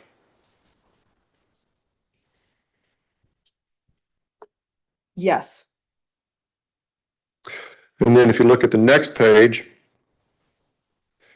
page 6, on April 1st, 1, 2, 3, fourth entry down, the big one, 0.3 hours. Receive, review email communication from Randy Edwards identifying himself as new counsel. So that's when you first heard that I'd be involved representing the Andersons, right? I believe so. Okey doke. And you were here for my opening and you heard Mr. Anderson talking about some activity going on in mid-August. Do you recall that? The clearing of the path to West Andrews and Mr. David putting those nets up and things like that. Remember that? Okay. Is that a yes or a no? I mean, you remember that testimony from the last couple of days? Yes. Okey doke. And around that time, you and I were exchanging a bunch of emails, were we not? If you look on page 16 of 65, August 9th, receive, review latest email communications from Randy Edwards, about the middle of the page.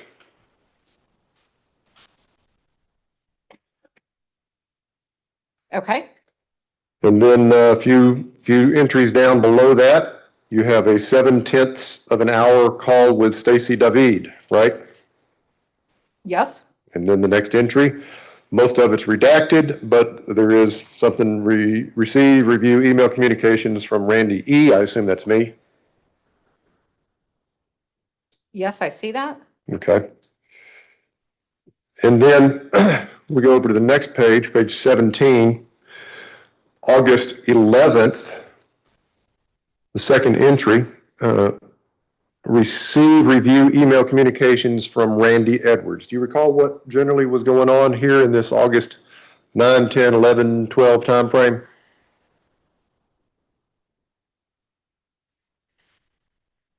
Not necessarily. Okay.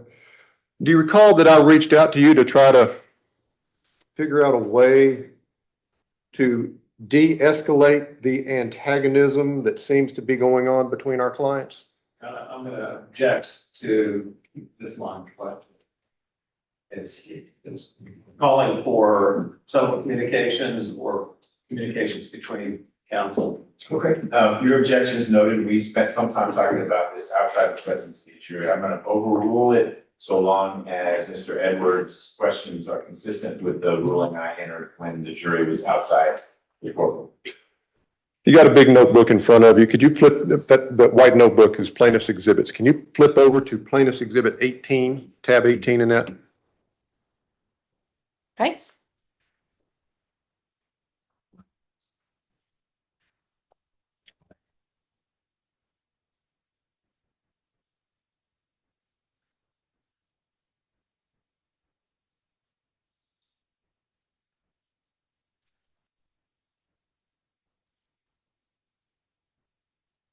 Do you recognize plaintiff's exhibit 18 as a 4-page email chain between you and I, and the last page is just the footers from, this is an email communication. But email communications between you and I, the first one is August 11th, 2020, from me to you at 11:50 a.m. Yes. And then you replied a couple hours later, and then you replied a couple hours later, and we exchanged a couple emails trying to set up a telephone conference to discuss the issues raised in my email, correct? It appears that we are trying to get in touch. And do you see on August 12th, the same page, about a third from the bottom, time entry 309-2805, email communication with clients. Do you see that? What page are you on again, Randy? Still on page 17.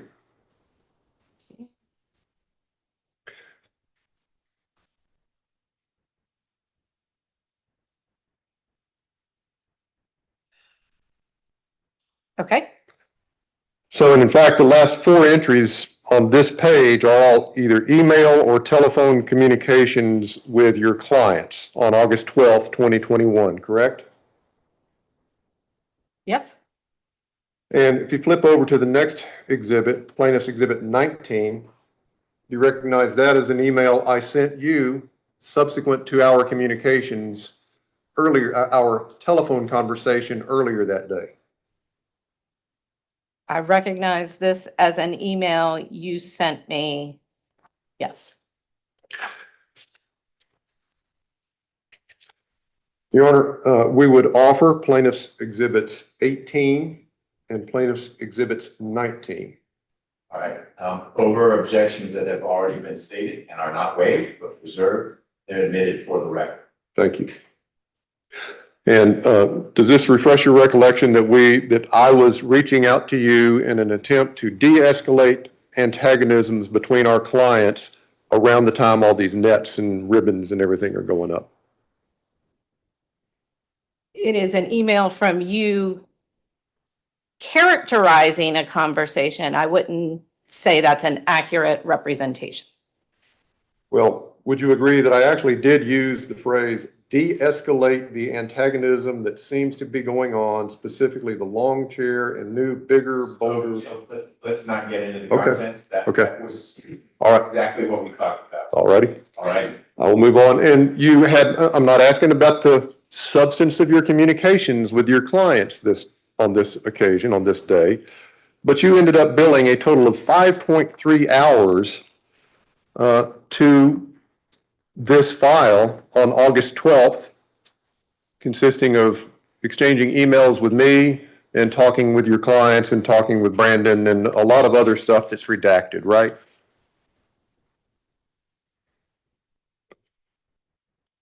And give me that line item number. Well, starting with 309-2793 on the 12th on page 17,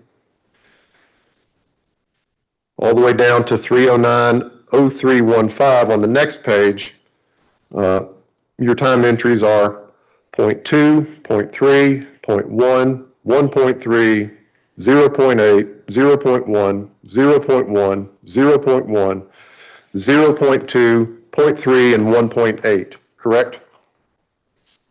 Yes, it appears like we are communicating with a special master in this case, among some other things. So we're doing various different activities. Well, and among some other things are the issues that I have raised in the emails, correct? Again, Mr. Edwards, I I think it's a mischaracterization of the communications that were had. And Mr. David, and again, I'm not asking for what any advice was. Mr. David said yesterday during my cross-examination that whatever advice you would have given him, he would have followed. Do you recall that testimony from your client? I recall him saying that. Do you agree with that he followed your advice? No, let's not get into it. Whatever your advice was, better be followed. All right. You know better than You, that. you know I can't answer. Do you have any redirect? None. Okay, any questions from the jurors about attorney's fees? All right, thank you, Ms. Stern. Ms. Medwick, I didn't mean to shortchange you. Did you have any questions about attorney's fees? I do not. You had what's covered. All right.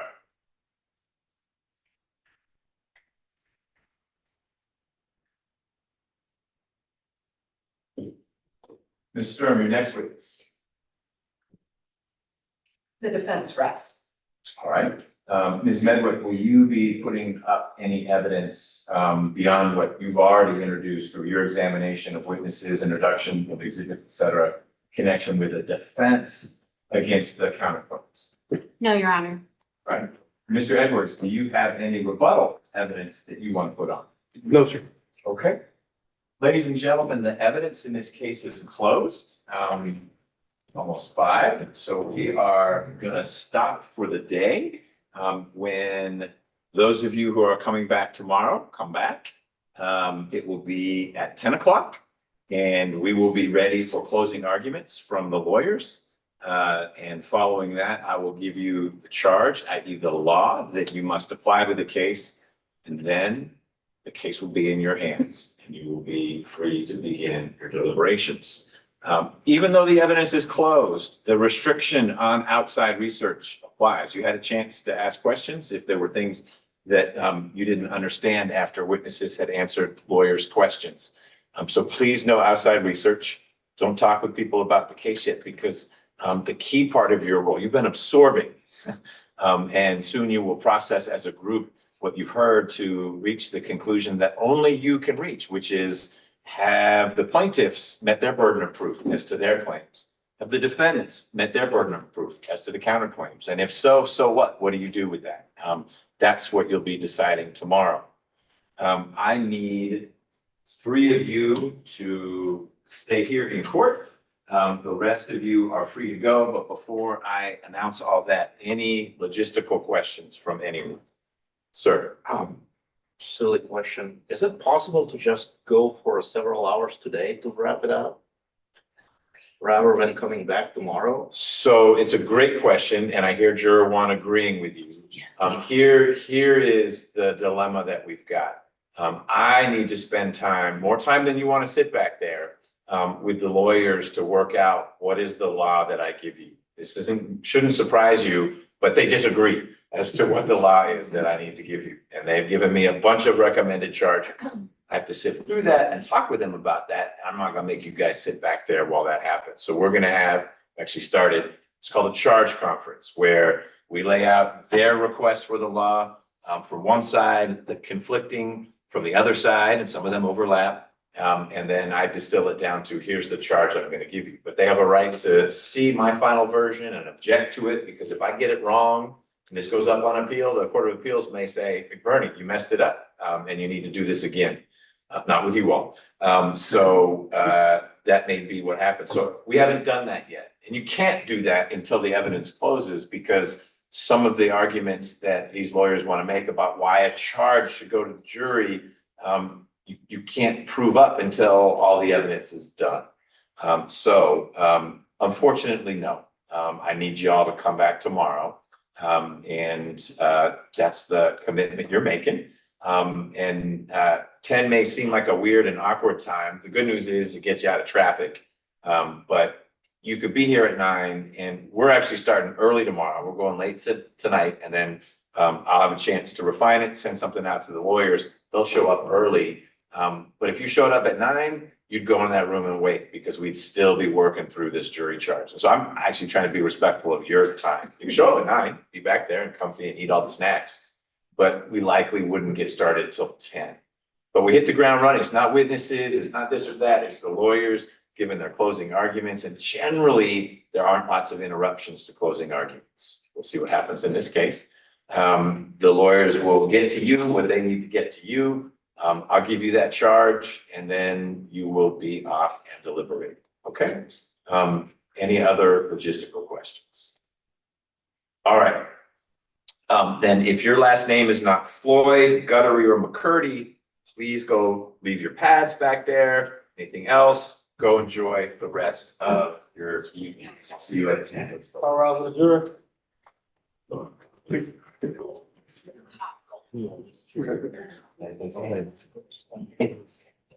I just that was my second better.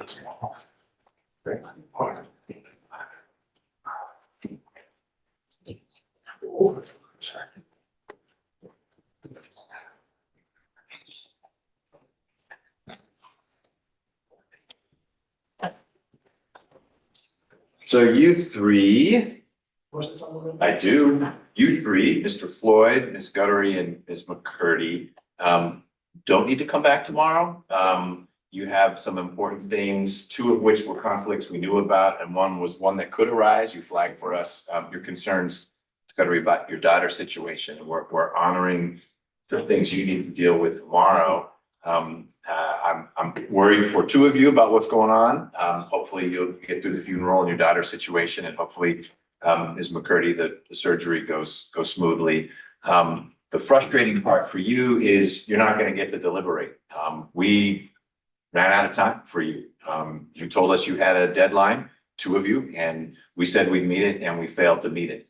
And we're still honoring our commitment to you. You go to the funeral, you get your surgery, and you're going to deal with your situation, Ms. Guttery. So we'll let you know what happened. You're welcome to call the number on there on Monday and say, what did my friends do? You may have exchanged numbers with other jurors, but you are free to talk to not those 10 people, but anyone else, because your jury service is now complete. It counts as full jury service in the sense that if you get a summons in the next year, you should call and say, let me tell you what I went through. And they'll look it up, and there won't be a red star next to it, but they'll see that you served, and they can defer you further out because you have served your county and these litigants admirably. And I'm just sorry we weren't able to fit it all in so that you could have that final step of saying, well, here's what we think gotta happen. Your voice will be heard through your colleagues. It just won't be your spin on it. So don't reach out to any of those 10 until their service is done. But if you call my office late tomorrow, we should have a sense of what's going on. Monday would be the safest to reach out. If you're curious, you may not want to know. Leave this behind you, and we respect that as well. Okay. Mr. Floyd, any questions about what I just said? No, sir. Okay. Ms. Guttery, any questions? No, sir. And Ms. McCurdy? No? All right. Thank you, everyone.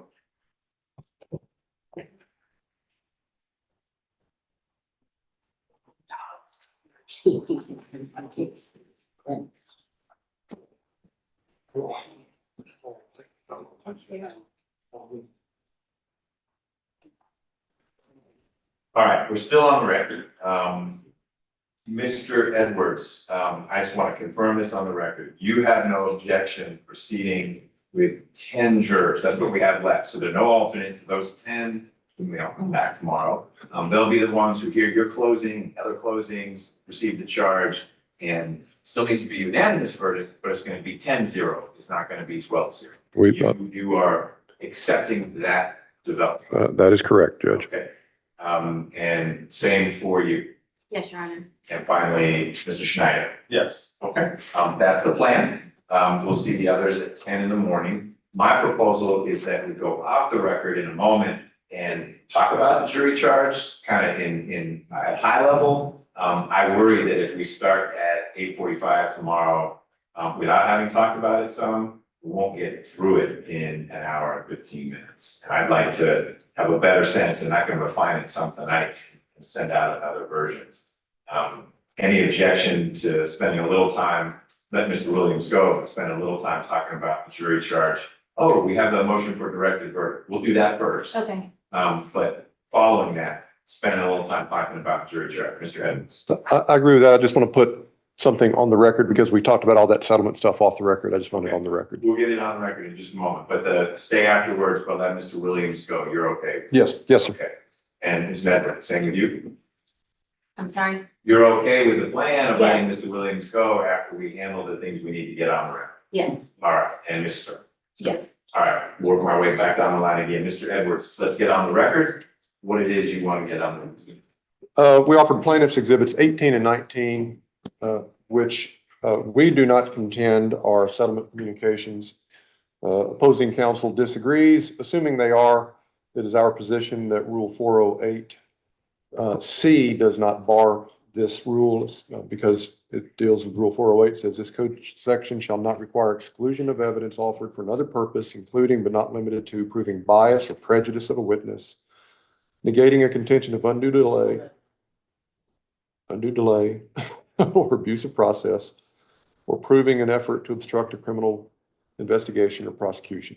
And the case of Nevitt, Nevitt versus CMD, all caps, Realty Investment Fund 4, that's IV, LP, 282 Georgia Appeal 533, says, as it relates to settlement discussions, evidence offered for another purpose, such as showing bad faith, may be admissible. But we offered plaintiffs exhibits 18 and 19 to show bad faith in the underlying transaction for the installation and maintenance of the nets and clearing of easement too. Got it. And I'll let defense counsel respond in a minute. I will make this observation. Emails actually don't show bad faith at all. They don't talk about bad faith. The emails are your writings, arguably hearsay, statements out of court, maybe being offered to prove the truth of the matter asserted. You're not a party. You're not a party opponent. You're a lawyer, which adds another layer of complexity. The lawyer-to-lawyer communications. But the reason why the gist of the communications, which you have chosen to characterize as trying to de-escalate, and Ms. Sturm strongly disagrees with, that's what the back and forth was, and really not, if one person is saying that and it takes two to de-escalate, then maybe that's not what the communications were all about. But what you wanted to do was to be able to ask Ms. Sturm, did I not send you emails to that effect? She said, I got these emails and I disagree that that's what they were about. And then did you communicate them to your client? Yes, I did. And that's the trigger for bad faith. And it was to contradict Mr. David's, I think it was his testimony that I didn't hear anything about any efforts that would have ultimately come from the Andersons because they flowed through you. They would be attributed to the Andersons to de-escalate. So I think you were able to achieve the goal that would be permitted under 408C.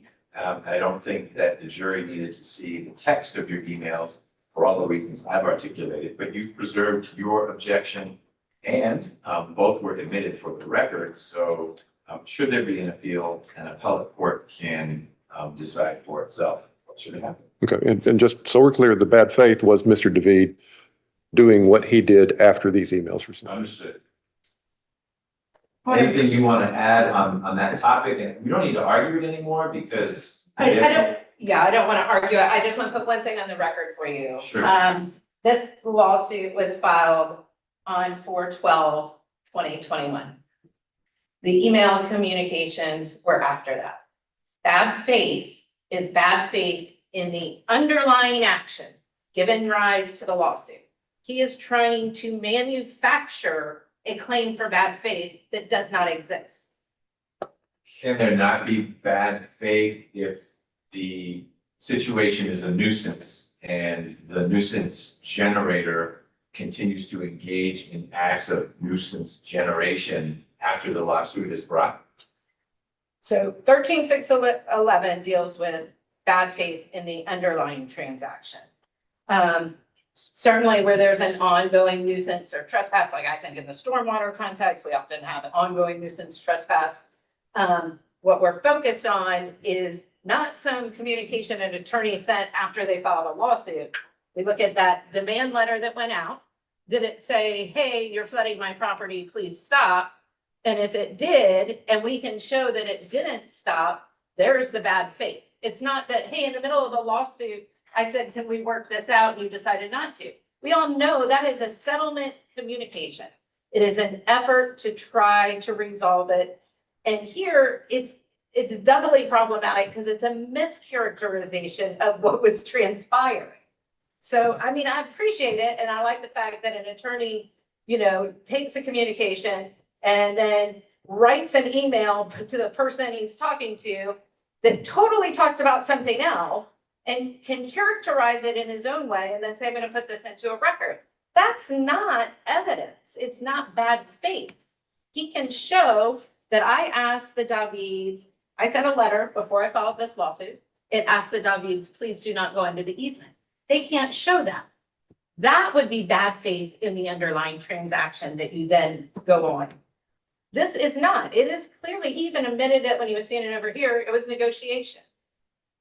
And it's a mischaracterization of what's going on. So our contention is Nevitt does not apply. It should not be admitted. We understand what's going on. We think it's highly prejudicial in this context. And it doesn't go to the claim that's being advanced here onto 13-611. And I think you're right. It's out of court statement. So it's hearsay and it is intended to be offered for the truth of the matter that Mr. Edwards is asserting. Okay. Thank you. All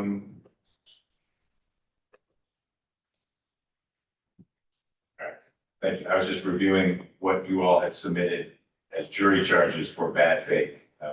I guess there's a equally forceful argument that it actually relates to the underlying transaction because it was relating to the trespass nuisance. But you've made a good record and I made my ruling and we are gonna move on.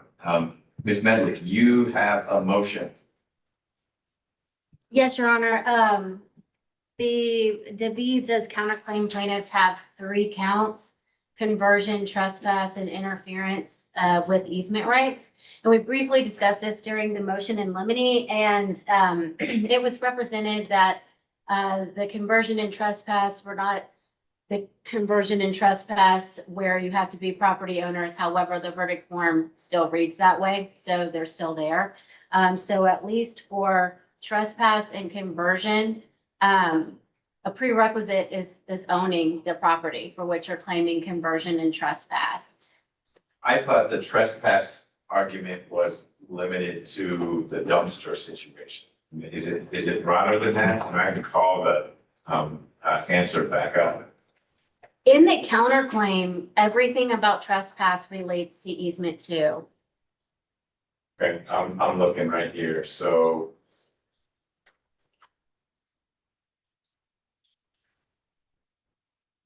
And easement area 1. Yeah, so easement 1, they disposed of trash, so that's the dumpster. It also is, Mr. Anderson entered on an easement area 1, berating Mrs. David. Great, I'll let you know if I want to know if you think it's true. The cameras.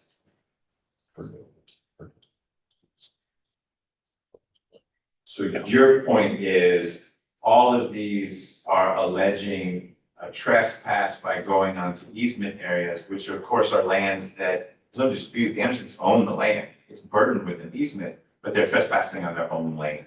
This is why you're saying, so what's your argument? Yes, exactly that, Your Honor, that they can't trespass on their own land. That would be, and I'll get to the interference portion in a minute, but that would be more appropriate to the interference issue. Right. And not an actual trespass. They cannot trespass onto the easements. They own them. Okay, what's your argument about conversion? Same thing. They own the easement properties. There's no, excuse me, there's no conversion to easement 1. It's all about easement 2 and the clearing. That's Right. and so it's not a again, the Andersons have not converted the David's property. This would go to interference. Okay, I'll certainly hear from the David's lawyer. And then what about the interference with easement rights? The evidence is closed and supports that multiple times the DeVries have testified that they've continued to use the easement however they wanted. So there's no evidence that they've been interfered with. Okay. Got it. Anything else? That's it, Your Honor. All right, who's gonna be responding from the defense side?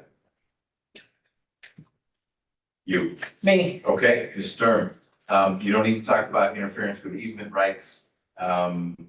Conversion shouldn't be a real long conversation. I think I understand it, but the trespass one is intriguing to me. Let's start with conversion. How do you convert, property that's your own? Well, I'm simplifying the argument. Wait, how could there be conversion? This was our property. If we remove brush, it's our brush. because easement 2, we have the express right to use for any legal purpose. And there was testimony about the original, enjoyment in its wooded state. And so clearing it, again, there was no notice, there was no, hey, I'm gonna do this. There was no consent to that clearing. So the clearing of it defeated the purpose for which they enjoyed that easement. What do you think the record evidence is? What's your understanding of the record evidence as to when this conversion occurred? It occurred after they purchased their property, after the Davids purchased. I'm with you on that. Were they even occupying the house though when it happened? I don't think it matters because they have purchased that and the rights with that as of March 27th, 2020. As to whether they were occupying it at the time or going back and forth at the time, I will have to look back through my notes. But I think the testimony was it was sometime in between there. So the argument would be that the Andersons wrongly converted this property, meaning the greenery and whatnot, for future use by the Davids, because it may well be that the jury finds that the clearing occurred before the Davids moved in. I'm not arguing with you that they didn't own that, whatever the easement rights are, they own them by the time the clearing happened. That seems to be what the record is. But the way I was hearing Mr. David testify about, or Ms. David or both, is that by the time they moved in, it had already been cleared. And so it's not that they were enjoying the greenery and the privacy it afforded or the sense of comfort that that backdrop provides, because they never had it. I mean, yes, they had it, they bought the house and it was that way, but there wasn't a week they could point to, like this 1 week of serenity in the backyard, and then they buzzed it all down, and we didn't have that. You see what I'm getting at? I'm just wondering if it's gonna go to maybe the damages awarded would be different, but I wanna make sure I'm not missing a threshold question of the conversion of this occurred before they could have enjoyed it as green space. My understanding of what came out there is that it occurred sometime after the purchase. And that there is at least some evidence in the testimony to suggest it was right after they moved in. Now, irregardless of that timing, I think what matters is on March 27th, I purchased this property. Along with it, it had easement rights. I'm out there, I want this easement wooded. I've got my workers coming in, I'm going back and forth to the house. So maybe I'm not sitting in my home enjoying it, but I'm still got the comfort of knowing I've got this easement. And I've got these woods and now I can go about my other things. So I don't know that you can say that's not somebody's enjoyment.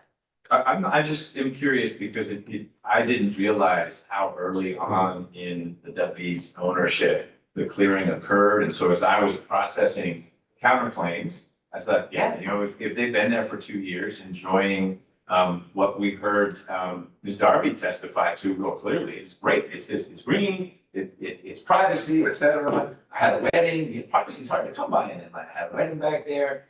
That's gone, and I don't mean to minimize the damages for the Davids, and that's your argument to make, not mine. It's just, to me, it's pretty different if by the time they moved in, the deed was done, if you will. But that doesn't mean it's not a conversion. Okay. How about trespass? How, are the Andersons, trespassing on their land?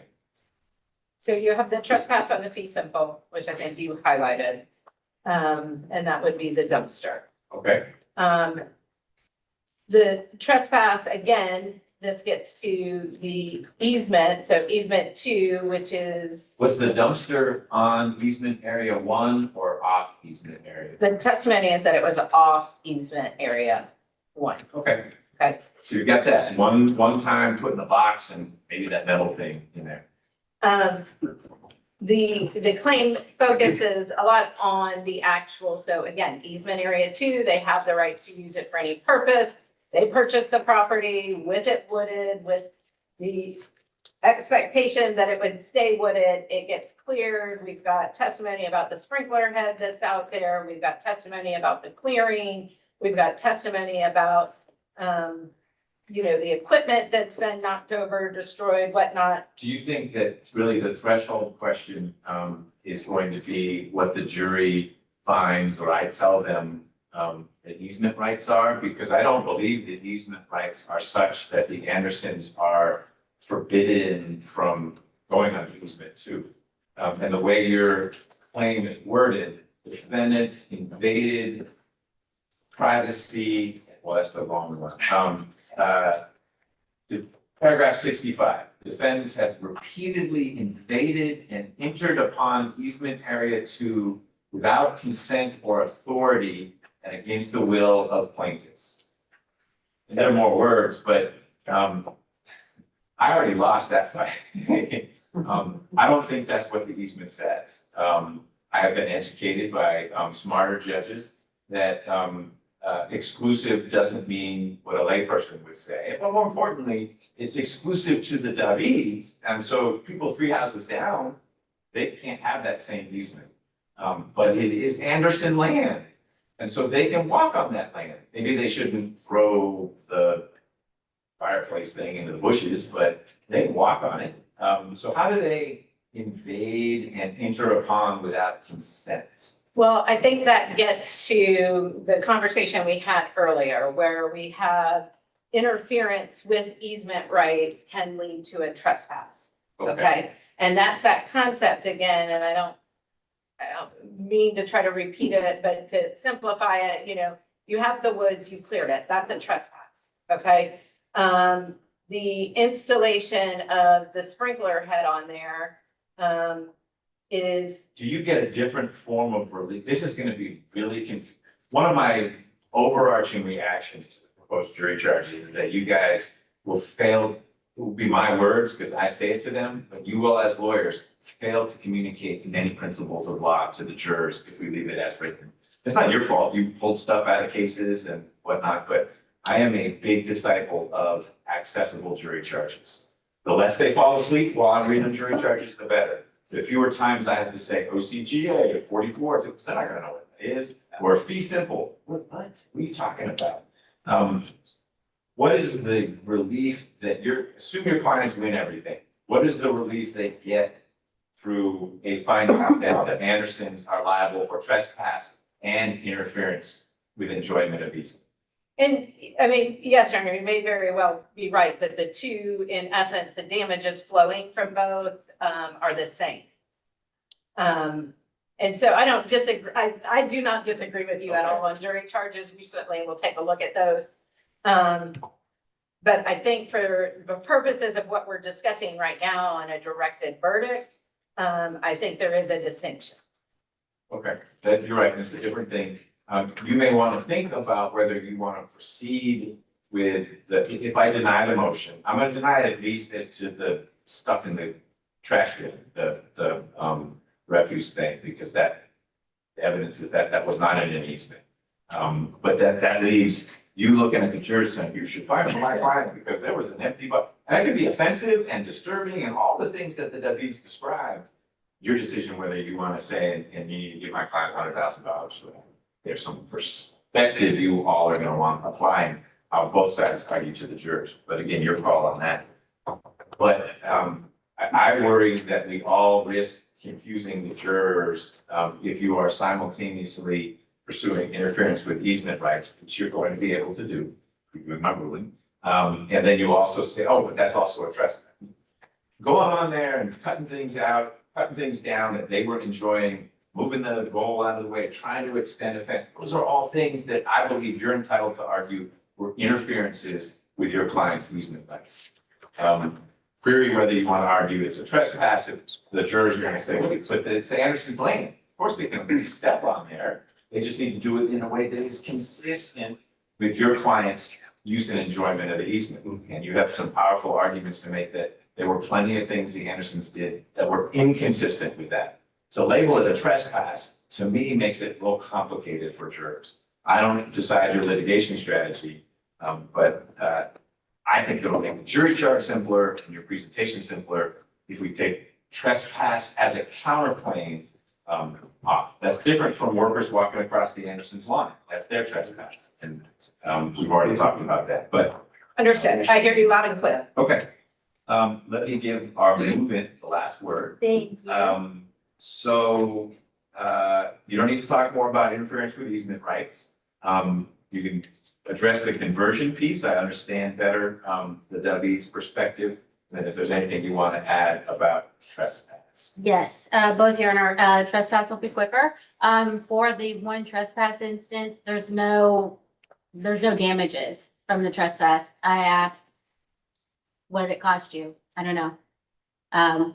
So there's a trespass with no damages. Well, there's nominal damages, et cetera. So I again, that was my point to the defense, how much they're gonna want to argue that this is all about the blocks in the trash dumpster, but none of this is about a single event. It's about recurring themes from both sides that didn't get de-escalated despite Mr. Edwards' efforts. Certainly. And there was different testimony, moving on to conversion. There was different testimony from Mrs. David and Mr. David about when the clearing happened. But one thing that they do agree on is that they were not living in the house. Actually, Mrs. David's testimony has the clearing happen before they closed. So, and But then that's there's a conflict in the testimony, still a jury question. certainly, however, if you look at either perspective, if number one, you have to be the property owner to have a conversion, they fail on that front because the Andersons are the property owners. And then number two, if you look at it from the perspective of, I was using it in this way and now I can't, they absolutely were not. They were not living there. I'm going to deny the motion for directed verdict as to interference with easement rights, as well as conversion. I find there's at least a question of fact, and if there is, because Mr. David's testimony was it was after we owned the place. May have been after we moved in, probably during the renovations. As for the trespass, I'm denying it as to the one part about putting things in the dumpster, and I'm deferring until we as a group off the record work through what am I going to tell these jurors about what the easement says? Because if ultimately I tell them the easement says the Andersons can be on that land without, as long as they're not interfering with use, I may say we're not going to talk about trespass from the defense side. Okay? Okay, thank you. You bet. Can we let Mr. Williams go now? I think he has something he needs to attend to real quickly, but then he can be done for the day. Mr. Williams, what time can you be here tomorrow? Every time you tell me. 6 a.m., brothers. No, 8:45. We're gonna get started, please. Thank you. And you are free to disassemble your stuff, leave it here, but to be on your way and enjoy the breaking of the fast. Thank you.